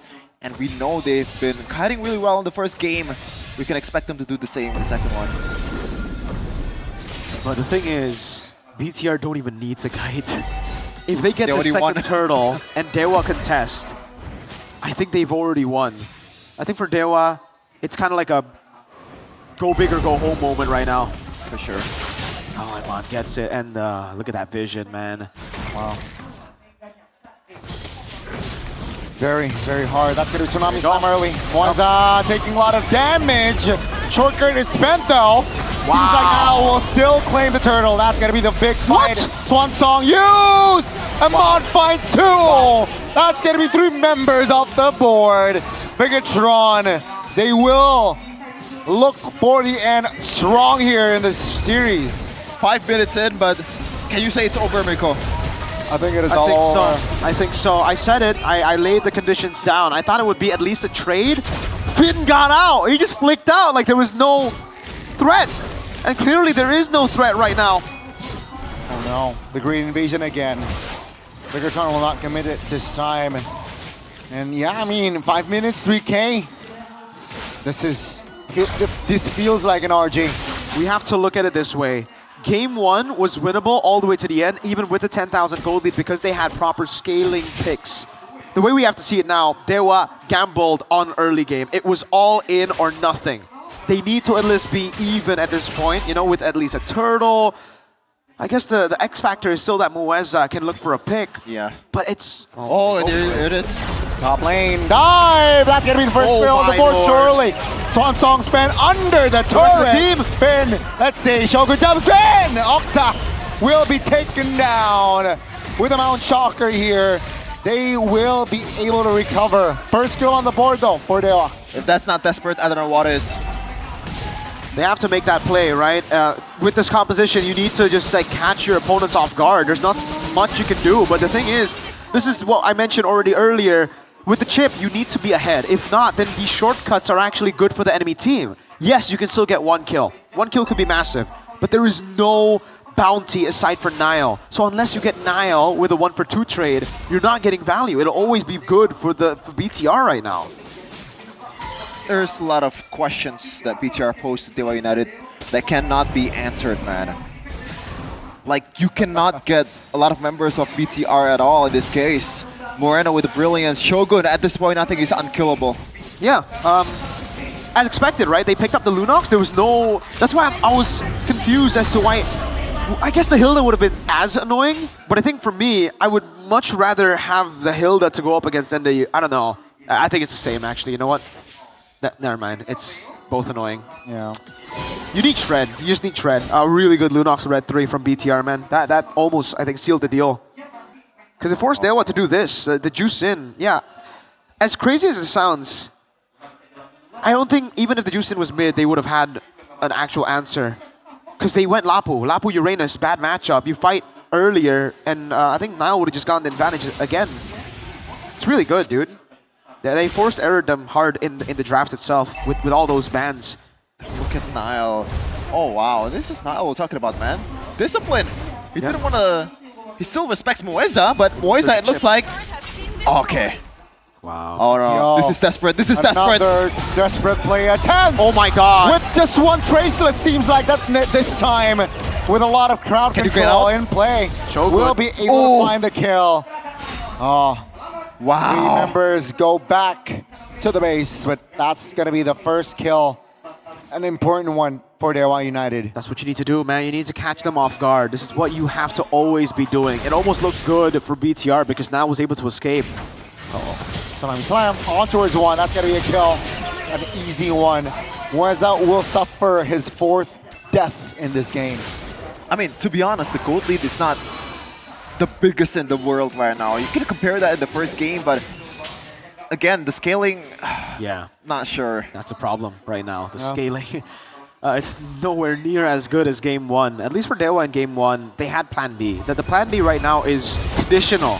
The Plan B in Game 1 was bound to happen. You know, it was inevitable. Here, it's like, all right, if we can outplay BTR, we have a comeback angle. Earlier, it's like, okay, if we prolong the game, there's more of a chance for us to come back. Fleeting time for Finn, too. He already has to put yourself together, too, by the way. So even more pickoffs as we get through. They're going to go for the Lord. Yeah, I don't think Moeza wants to bite on this. And the KT for BTR, which is the flank angle, becomes Dewa United's KTV right now, right? Because they really have to catch BTR off guard. But they can't even flank because like BTR do not have a backliner. That's the thing right now. And Nile on Choker, that should be an easy spot. Exactly. That's why the Yi Sun Shin has been good for BTR, but for the most part, 100% win rate. They know how to flank, and they know how to also evade from flank so far. Blue team turret has been destroyed. Wow. Not even 10 minutes here. We are about to see... Oh, that's going to be Tsunami Slam Flicker coming through. Flicker from both. All 10 members still up. That's going to be maybe towards the back. That's going to be Finn. And hold on. Uh-oh, Shogun. Hold on. Receiving a lot of damage, but that's Nile finding the angle to take maybe down. Oh, that looked pretty bad for BTR, but the kiting game is still there. It's so beautiful, man. Really, BTR, this is full glaze from a Bigot Trooper, but that was beautiful kite. They know they're sustained. They know their limits. Even Moreno, with the brilliance, flickered last second to maybe's bravest fighter. Sky Piercer for Kin. A bit of finishing potential here for the frontliners of BTR. They're up 6k right now, and they're still knocking through the front door in the mid lane. Nile already has the Mono Choker. Okay, that's going to be the conceal span already. Will they commit towards this dive? No, it seems like they will let Dewa United defend as well. Not enough tools, seems like. Amana has the Sea Halberd. Wow. That is very interesting. Just for maybe to at least negate some of that power. Okay. Coach Bam, the discipline is there. Yes, I think you're doing an amazing job, bro. Yeah, this is a shout out to Coach Bam, shout out to Coach Airpang as well. Take a look at the items for Kin. I don't know about that, brother, man. Sky Piercer. Yes, you don't have any execute, so technically you need something like that. There's no DPS either. Usually you have a gold laner at least. But is that too greedy in this position? 6.2k gold lead. They don't really have enough damage to shred anyone just yet. Finn! Tsunami Slam on towards one. That's going to be Moeza. Receiving a lot of damage. Still survives though this time. Finn flickers out. Shogun trying to zone, and it seems like Bigatron, they will be satisfied in taking just the mid turret for now. Yeah, honestly, so far for Daewoo United, it doesn't look as bad as I thought. It's not bad. It is significantly worse than game 1 though. It's like, again, like they don't have as much clear, they don't have as much outplay potential here, aside from maybe getting like a 5-man. Oh, the bait. Just the intimidation there from Finn. Uh-oh, that's gonna be the turret taken down. They're going all in! That's gonna be Shogun. Wow. Very low. That's gonna be maybe trying his own members and knock up towards Shogun, but Shogun is alive. All 5 members will still be up for Bigatron. Unkillable Shogun, truly a warrior. Game 1, he was on an Alice. Game 2, Uranus, and he just cannot die on these picks, man. He keeps on just being a menace. A very annoying guy for Daewoo. Because you walk up and it's like, you want to ignore him, but also you can't. He's so annoying. Oh, look at that. Finn with the read.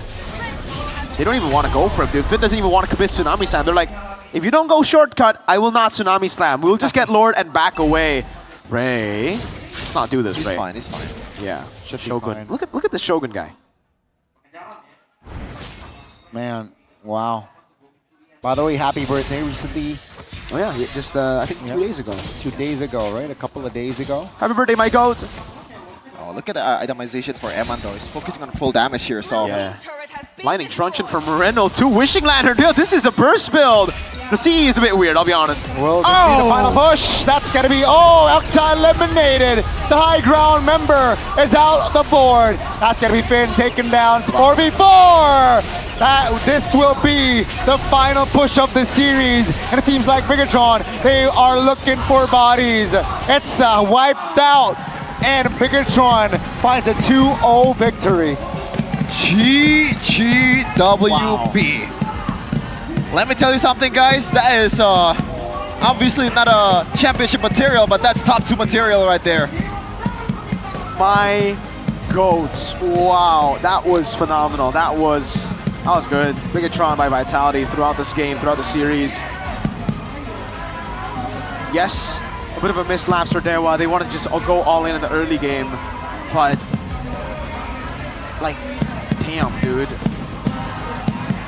The execution was clean. They left no way for Daewoo to come back in that game.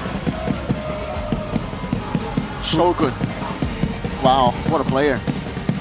I'll take back what I said earlier before the match. He's my goat. I'm still sticking to it, but yeah. My goat. The amazing part is I don't recall a single mistake from BTR as a collective. No, yeah, the kiting was perfect. Everything was dope. This does not look like a BTR, bro. What is this? This is reality. Bigatron by Vitality. My goats. Oh, man. In the last fight, man, Eman by the winner crown, able to pop it off right as Daewoo went for the all-in. Eman knows he's squishy, so he just needs to, oh my god, the buy. And I love the fact that Finn targeted Octa, the most important member on the high ground. But we'll see them on the stage. Bigatron by Vitality interviewed with Bude, Clara, Bongstar. What's happening? Bigatron berpesta karena kemenangan Bigatron is partying because Bigatron won against Daewoo United 2-0 in this Friday in week number 8. How do you feel, Eman? Senang banget soalnya. Very happy because bentar lagi kita bisa secure upper bracket. Sebentar lagi. We're gonna secure upper bracket in a second. Tapi kalau ngebahas kemenangan di if you're talking the win in leg number 2, now it's 2-0. Bigatron yang lebih baik atau is it just a better Bigatron or Daewoo United is red easily? Kita udah improve yang because we improved sebelumnya yang previously. Apa ya? Error kita sih. The errors are not there anymore. Belajar. Yeah. We keep learning. That's it. Bigatron pernah ada error. Bigatron, have you made any errors? Pernah ada error. Ada. Oh iya. We made a lot. Apa itu? What was it? Apa yang sempat kalian lakukan tapi udah nggak dilakukan lagi tuh? Errornya apa tuh? What do you guys do earlier or early in the season?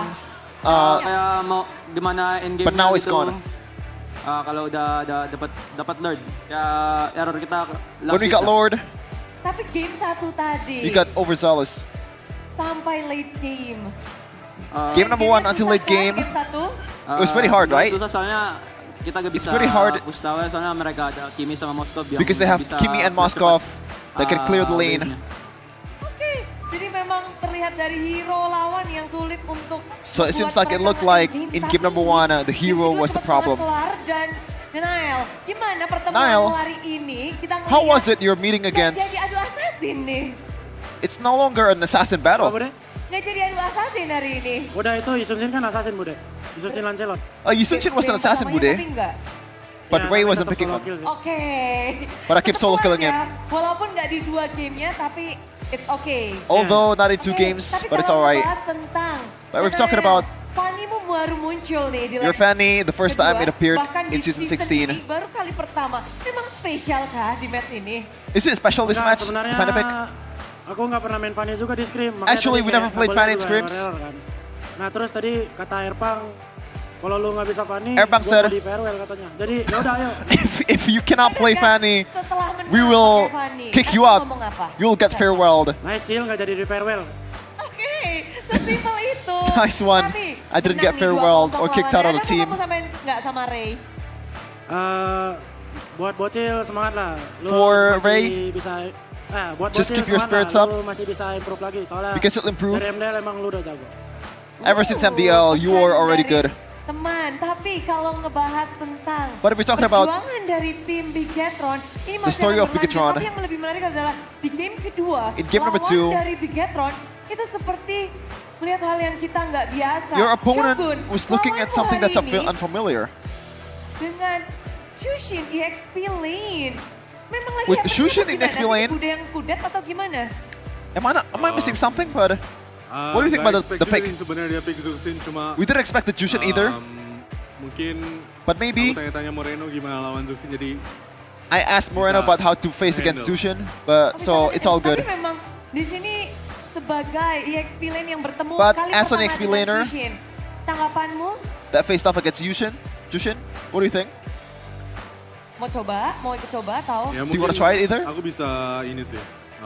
Maybe I explore can lagi hero-heronya, jadi explore more heroes. mungkin dia pakai itu tanpa bukan tanpa alasan juga, jadi aku bisa explore. He didn't use it without a reason, so maybe I can explore a bit more heroes. What do you think was the reason? Mungkin Maybe kurang tahu juga sih, Bude. I'm not sure either, Bude. Oh, tapi kalau dari Shogun di sini aman-aman aja melawan Shushin EXP. But for Shogun, aman. facing off against Jushin EXP, was it alright? It's Dari alright. Moreno sendiri tadi, But for tips Moreno, apa yang kamu kasih ke Shogun? what tips did you give EXP. to Shogun to face off against the Jushin Kamu EXP? kasih tahu ke dia? Apa ya? Nggak. I don't know. Cuma ini sih, What was it? hero-nya kuat di laning doang. Just in laning? Tapi kalau ditaruh di XP, team fight-nya nggak terlalu kuat. Kalau But in XP, the kan team fighting is not gonna be that strong. Cukup kuat, saya bilang. Cuma kalau di XP kayaknya nggak terlalu kuat ya. Maksudnya ya I think udah EXP Jushin is not really that strong. Kalau di XP gitu.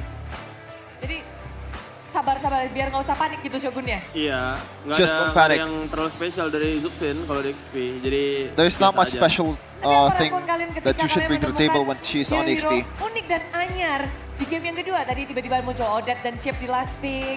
Dan gimana respon kalian? What was your response to the Chip and Surprise Odette aja, pick? karena mungkin kayak You got surprised, Dewa maybe. cukup nyiapin banyak strat lah. Dewa Kan yang prepared a lot of strats. Hellcard udah kita ban kan. Hellcard, Kayak mereka nyiapin we banned the mungkin Hellcard lebih already, banyak lagi dan keluar but they tadi prepared kayak a lot ya more. keren aja tim Dewa, respect lah. Mereka nyiapin We cukup respect banyak them strat buat lawan kita. because of their preparation. Namun itu belum cukup kayaknya untuk tim Bigetron. But it looks like that wasn't enough to beat Bigetron. Lagi di nomor 2 dan poin kalian semakin melambung. And your point Tapi udah penasaran. It's getting Besok, bentar, higher besok and lusa. higher. Tapi minggu ini kalian akan melawan. But this tim week, Onyx. you guys are Mana gonna tim yang face menjadi nomor Onyx. satu, belum ada tim yang ngalahin. So Leg far, there is kedua no pun mereka team that's beaten bersih Onyx yet. tanpa kekalahan game. They are clean. Dari Bigetron sendiri. Melawan From Onyx Bigetron gimana against sih? Onyx. Mental How is it apa gonna yang be? kalian bawa untuk melawan Onyx? What's the mentality gonna be against Onyx? Apa ya? Ya memang mereka Yeah, kuat lah. maybe Tapi kan they're kita really juga strong. di nomor 2. Harusnya kita But we are the second placer. perlawanan yang cukup seru sih, yang cukup sengit. So Buat we should lawan be able mereka to mungkin give bisa matain win streak mereka juga. a proper Cuma match. kita ya respect karena mereka cukup kuat. But we Paling kuat respect them di because they are Indo. really strong. Semangat gak sih? Bisa menjadi kemungkinan nih bakal battle yang panas banget karena bisa jadi kalian jadi pemecah win streak You guys nih. maybe will be the Ya, win streak kita breaker. as a team excited banget lah buat lawan Onyx di leg 2. Our whole Apalagi team is very excited in leg Nile number kan 2 melawan Kyrie X. because Nile is facing off Kyrie. Kalau katanya menang lawan Onyx memecahkan win streak Onyx berapa persen? What are the chances of you guys beating Onyx? Oh 100%. 100% or 100%? Dan semuanya juga pasti nungguin banget. Tapi apa yang Nanel paling tungguin nih? Untuk What did you guys melawan Onyx? looking forward to the most for you, Nile, especially Skylar sih, Skylar. against Onyx, Skylar? Soalnya Because dulu ada ngomong lah sama dia. back sebelum then season. we Jadi got pengen some ketemu beef Skylar. for we talked Mau disampaikan a bit langsung nggak sih? Halo, before Skylar, the season. Nggak ada. Is there anything you want to say against them? Tapi No. berhadapan dengan Kyrie berharap juga nggak sih untuk adu assassin Against lagi? Kyrie, do you want to battle out your jangan assassins? expected lah, soalnya leg 1 dia ngajak adu assassin kan. Jadi ayo aja. Ayo Let's go. aja. Let's throw it down again. Jadi bakal battle yang panas banget, tapi 100% dari Nanael di sini pengen balas dendam juga dan ingin memenangkan melawan mantan juga, ya kan pasti Nael. Udah nemuin racikan untuk mendapatkan kemenangan atas Onyx. What's the recipe to win out against Onyx? Udah nemuin racikan untuk mendapatkan kemenangan atas Onyx. Udah. Kayaknya. We found him. Udah kayaknya. Maybe. Tapi kita akan bertanya dengan Vin. Vin, We're gonna ask Finn. hari ini momen mendebarkan di game 1 kamu Today udah in buat game number tuh 1. melawan Dewa United. You were amazing. Apa sih kunci kemenanganmu melawan What was the Dewa key United to hari ini? victory against Dewa United today? Pegangin maybe-nya. Just try to Maybe-nya. catch maybe. Dan hari ini sudah kamu lakukan? Udah. And did you guys do it earlier? Yes. Kalau ngelawan Onyx, apa nih yang But against Vin Onyx- fokuskan? What do you want to do? Jujur, Honestly, harus pegang Sam sih. just try to handle Suns. Jadi tugasnya untuk memegang-megang ini ya? Iya. Itu tugas dari Vin ya? Oke, tapi hari ini But today, masih mendapatkan kemenangan bentar lagi Upper. Dan Eman, anything Eman, to say anything to for say? this win, 2-0? For this win, and for 2-0? the special one maybe? And to the special ones. Untuk Bigot Troopers Thank you yang for the sudah Bigot datang Troopers di for sini, coming yang today. Dari jauh-jauh ya. Semoga besok bisa datang juga dan Hopefully di playoff tomorrow you can tetap, come again. support kita lah. Ya. And keep supporting kalau us. tiket playoff sudah mereka kantongin. Dan tentu saja kemenangan hari ini harus dirayakan. Mereka akan kembali lagi. Setelah kemenangan 2-0, sambutlah Bigot Troopers kemenangan dari Bigatron by Vitality. Let's give it up for Bigatron by Vitality.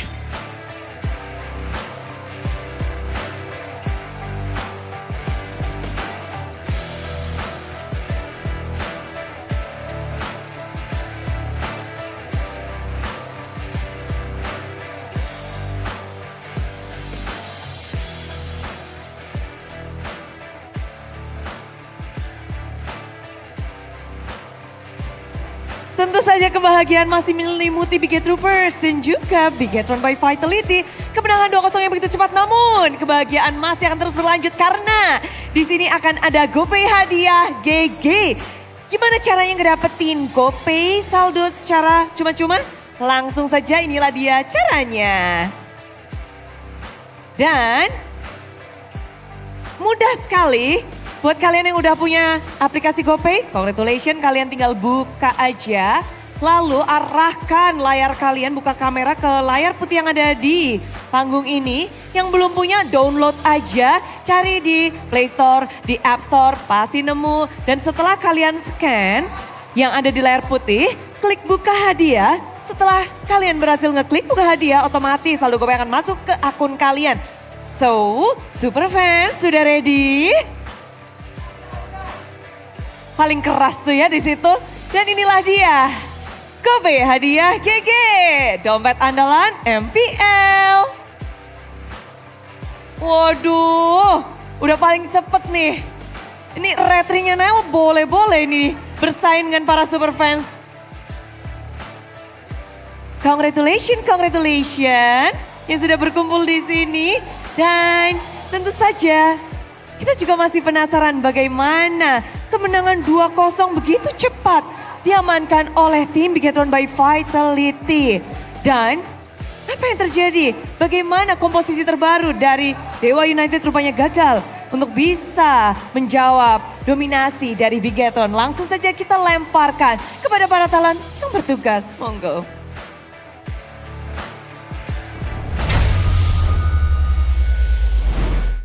Amazing from Bigetron by Vitality. You can see the improvement from week number 1 that was terrible. Now they got Airpang and Bomb. And now they might be a proper challenge to the throne. Is that enough, Gani? Oh, I don't know. You guys be the judge, because I can't really, maybe there's a possibility for the first time in MPL ID history we might see Onyx and Bigetron. Amen, bro. Amen. It's been a long time coming, honestly. Yeah. Has always been Onyx RQ on EVOS. The draft right from the get-go, Mirko. Super gambly, didn't pay it off, but to be honest, it's way better than I thought in the mid-game and also in the late game, to be honest. Yeah, I thought it was just going to be pure Turtle 1, Turtle 2, and if they lose here, it would be GG. So honestly, gotta give it to Mueze for a lot of the creativity, able to get the crash course down into the shortcuts, finding Nile, but it was not enough to facilitate a comeback fully. Just because of the scaling diff. Shogun, our player of the match, deserved, man. Yeah. In the matchup against Kin. We were talking about this matchup, we were all Kin, on Team Kin. Obviously a little bit of bias in me, wanted Shogun, and I think in this series, obviously it was Shogun. Unfortunately, game 2, he was on a pick that we don't really,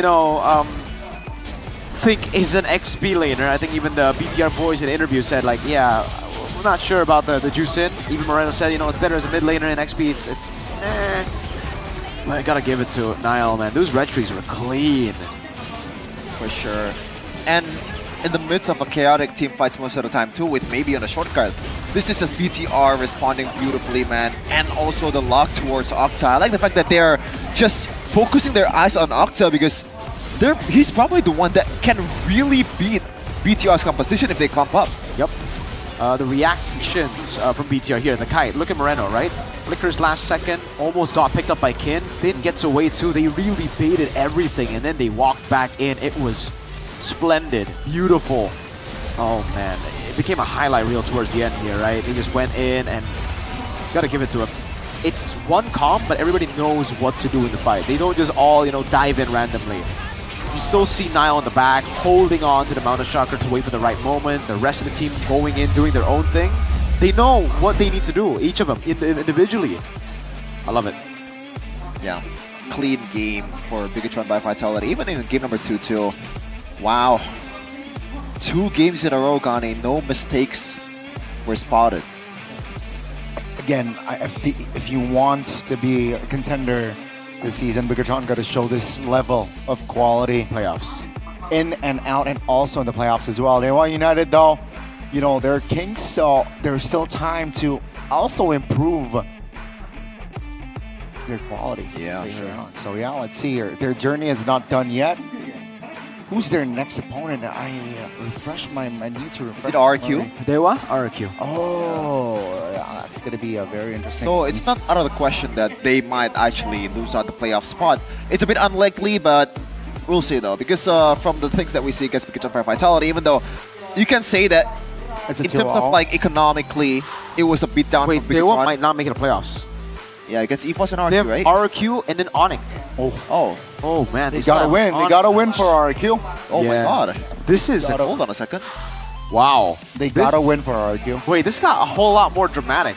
Like the playoff fight. Yeah, it's gotta start with not picking Jushin on Kin, man. Now, if you wanna pick a Jushin, that's fine. But on EXP, it might be fine too. But on Kin, this is just not Kin, man. You have the potential of a EXP laner that can zone, that can deal damage, and also set up for an objective fight, but you put him on this kind of hero that's super limited in the utility, in laning. Guys, everything. Yeah. Alter Ego have RQ next, but then they have Onyx and BTR. Wow. So if they lose against RQ, I think that's just... Wait, this just got a whole lot more dramatic. Hold up. So if Alter Ego loses tomorrow, let's say, then they lose against Onyx BTR. could be Navi RRQ. So now RRQ Geek Fam. Geek Fam, yeah. Wow. I'm not even gonna hypothesize. Like, I think I just gotta wait, right? Yeah. This is super hard to count. This is insane. When is Alter Ego RRQ, by the way? Sunday. Oh, actually tomorrow. Sorry, tomorrow.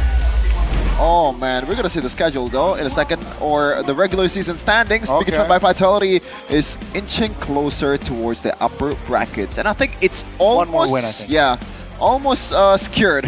One more win will definitely guarantee them of a upper bracket spot. Even then, if they don't win another match, Evos are also not confirmed. They have Onyx next. Wow. Oh my lord, this is insane! Is Wait, we're gonna actually have to find out in the last day because Evos after Onyx, they'll go up against Navi and then Dewa. Yeah, dude, this is crazy. Wait, hold up. Can Onyx? Oh, that would be uncouth and also unsportsmanship.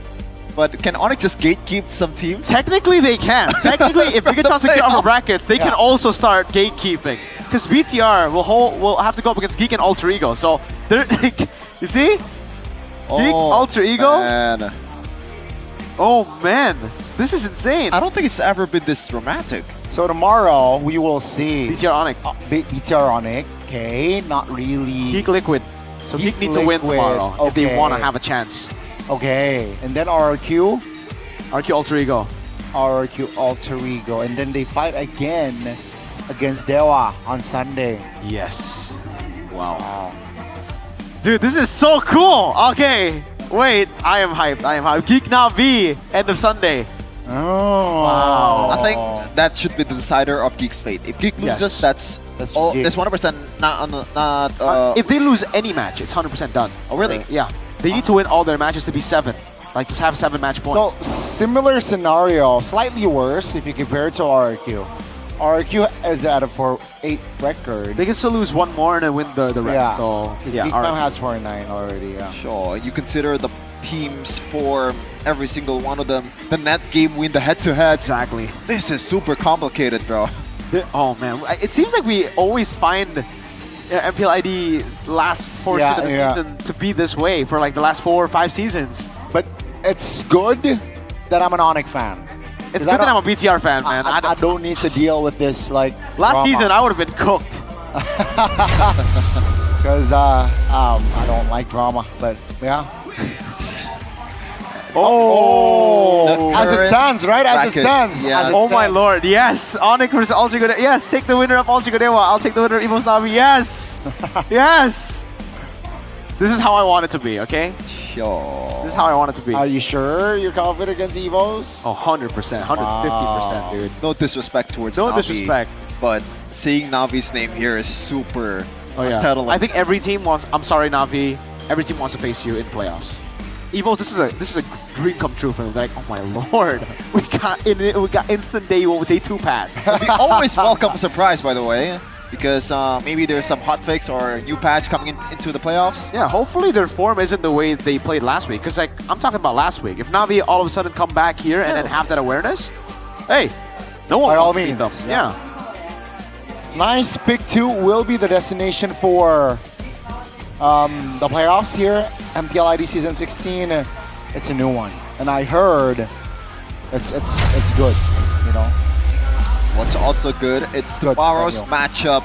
Let's go! Geek versus TLID. Woo! To be honest, I can't really rule out a TLID upset either. Yeah. Alter Ego versus RRQ. RRQ, you know. Honestly, I think RRQ gets that after seeing really. Damn. And of course, BTR Onyx. That's just a bragging rights match, man. Which one? Really, Onyx BTR. No, BTR still needs to secure upper brackets. They might. Well, yeah, but you it's know, still unlikely. Even though they lose the rest of the matches, they are still the likely upper bracket player. Probably. But oh man. But yeah. Wow, what a day tomorrow. Come on, I'm so ready. Can we skip? Dude, that's so good. Somebody's lowering their expectations. Who? Oh, Sheffin, come on, man. Have that hope, man. Nah.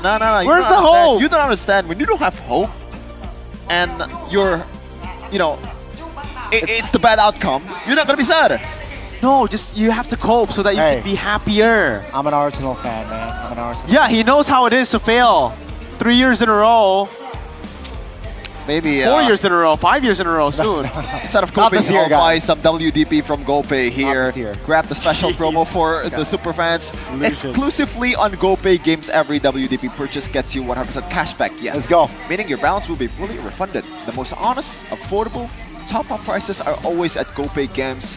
Don't forget, just check out the link down below, or maybe scan the QR code for the free WDP. Hey, check it out. Payments are also very easy and secure. Check it out. Because you can pay directly with GoPay. Here, scan. Scan buat kalian. That means scan. It's for you guys. All right. So, yeah, scan right here. Right there. Scan it right now. Essential ammo for gamers to keep playing smoothly. And for you guys who think you know it all, go and vote for your champion to get rewards such as the 16 electric motorbike, 16 gaming phones up for grabs. Of course, there are also other rewards like MLB skins, GoPay coins, headphones, and power banks. Power banks. Yeah. Power banks. Geek Fam? Geek Fam? What do you mean? You voting for Geek Fam? Yes, already voted. Okay. Like 50 times already. Fortunately. You only have 4 right now. Yeah, unfortunately for you guys out there, or maybe fortunately, there's still some left. Yeah. You know, there are already 9 winners who got a smartphone. 9 winners of electric 9. motorcycles. That means there are still 7 smartphones and 7 electric motorcycles. What's up for with grabs. 7, Gani? Hey, you know what, Kyrie? Oh, we did it. You want to do it, Shaman? 6-7? 6-7. 6-7.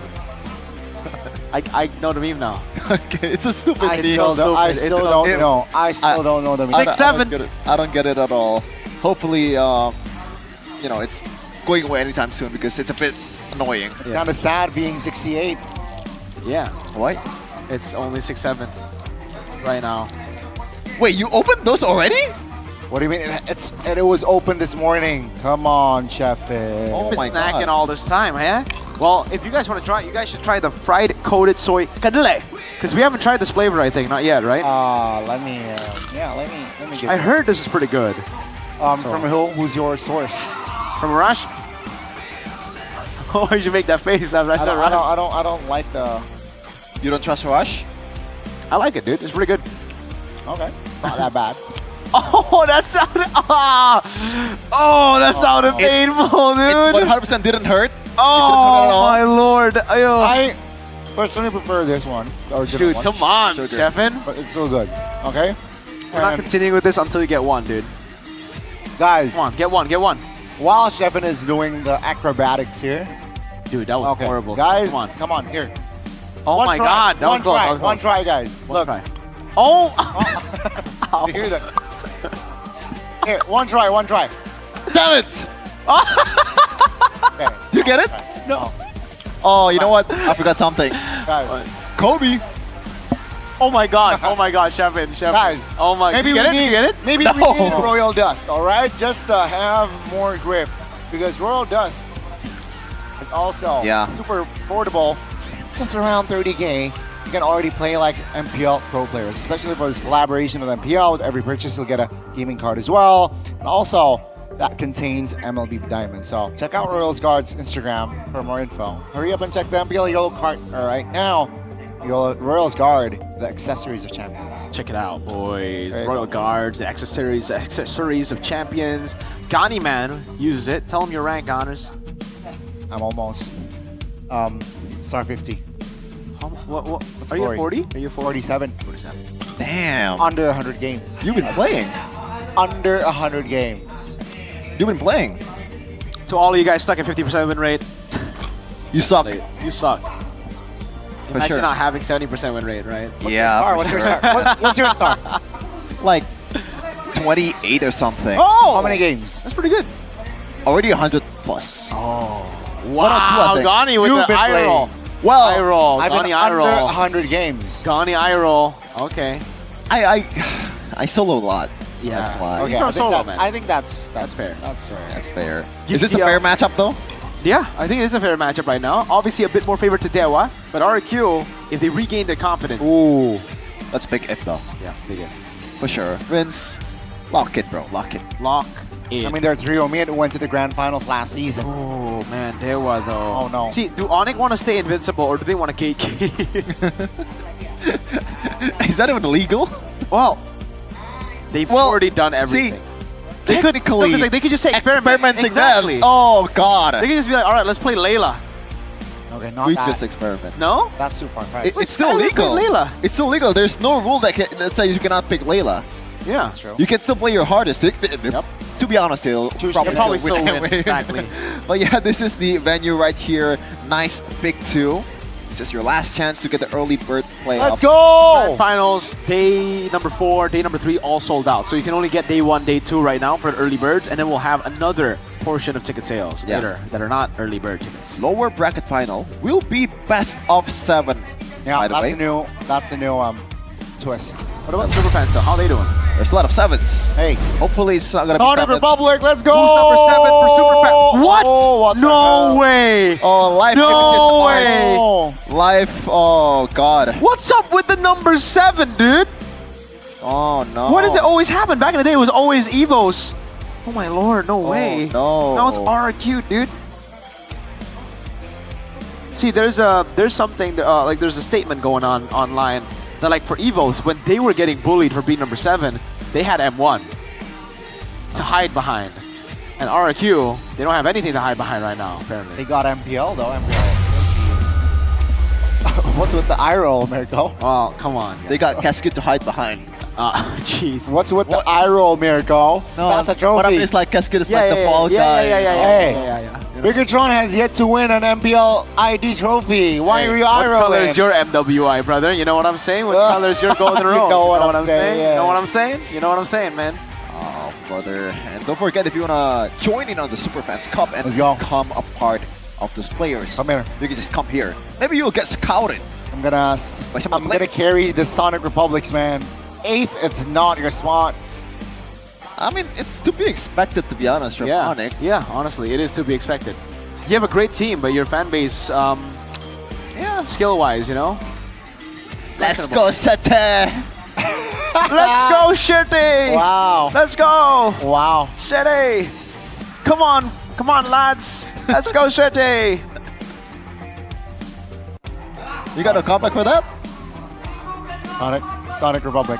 Well, maybe you can think of a comeback after the break, or maybe after we wrap up day number 1 of week number 8 today. What? Finito. What? Yeah. What did... No, it's just... Get ready, Yeah. get ready. Oh, get ready. All right. We're going to wrap it up in a second. Tomorrow, another MPL Indonesia Season 16 Let's go, day. Shitty! Come on, There's going to be a lot of good matches out there. BTR Onyx to close it out of Sheffin, Goni, and Mirko will sign out. We own this. Good night. Good night. Good evening. Whatever it is.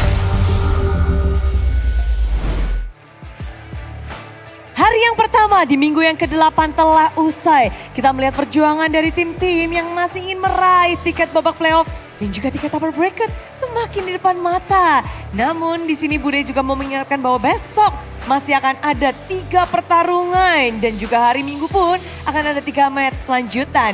Sebelum kita berpisah, izinkan Bude mengingatkan bahwa MPL Indonesia Season 16 powered by Munton, supported by PBSI, presented by official turnamen smartphone Samsung Galaxy, official e-wallet GoPay, official sponsor dari official coffee Good Day, dan partner ini sports ada Simpati, Dunia Games, Games Max, dan juga Good Time bersama dengan advertiser Kacang Sukro dan juga Yoritos.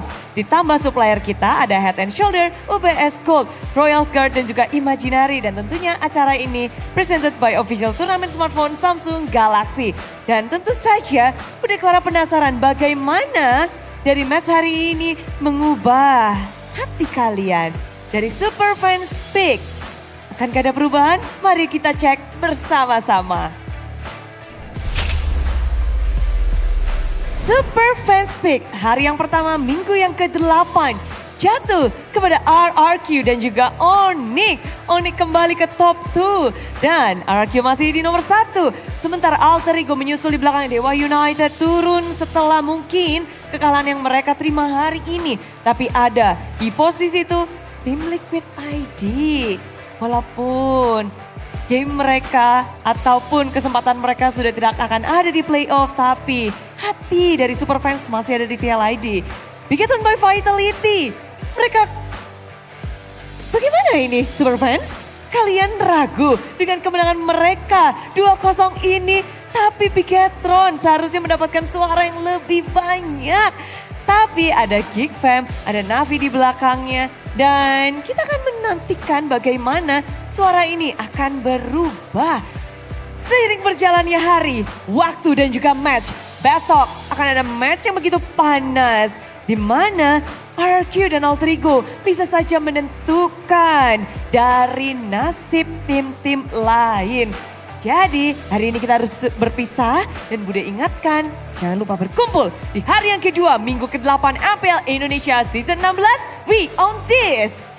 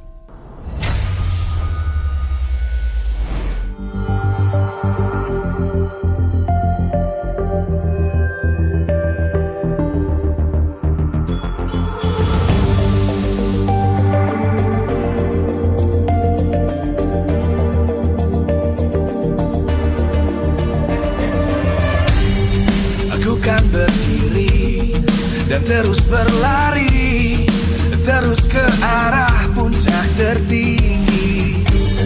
Ku takkan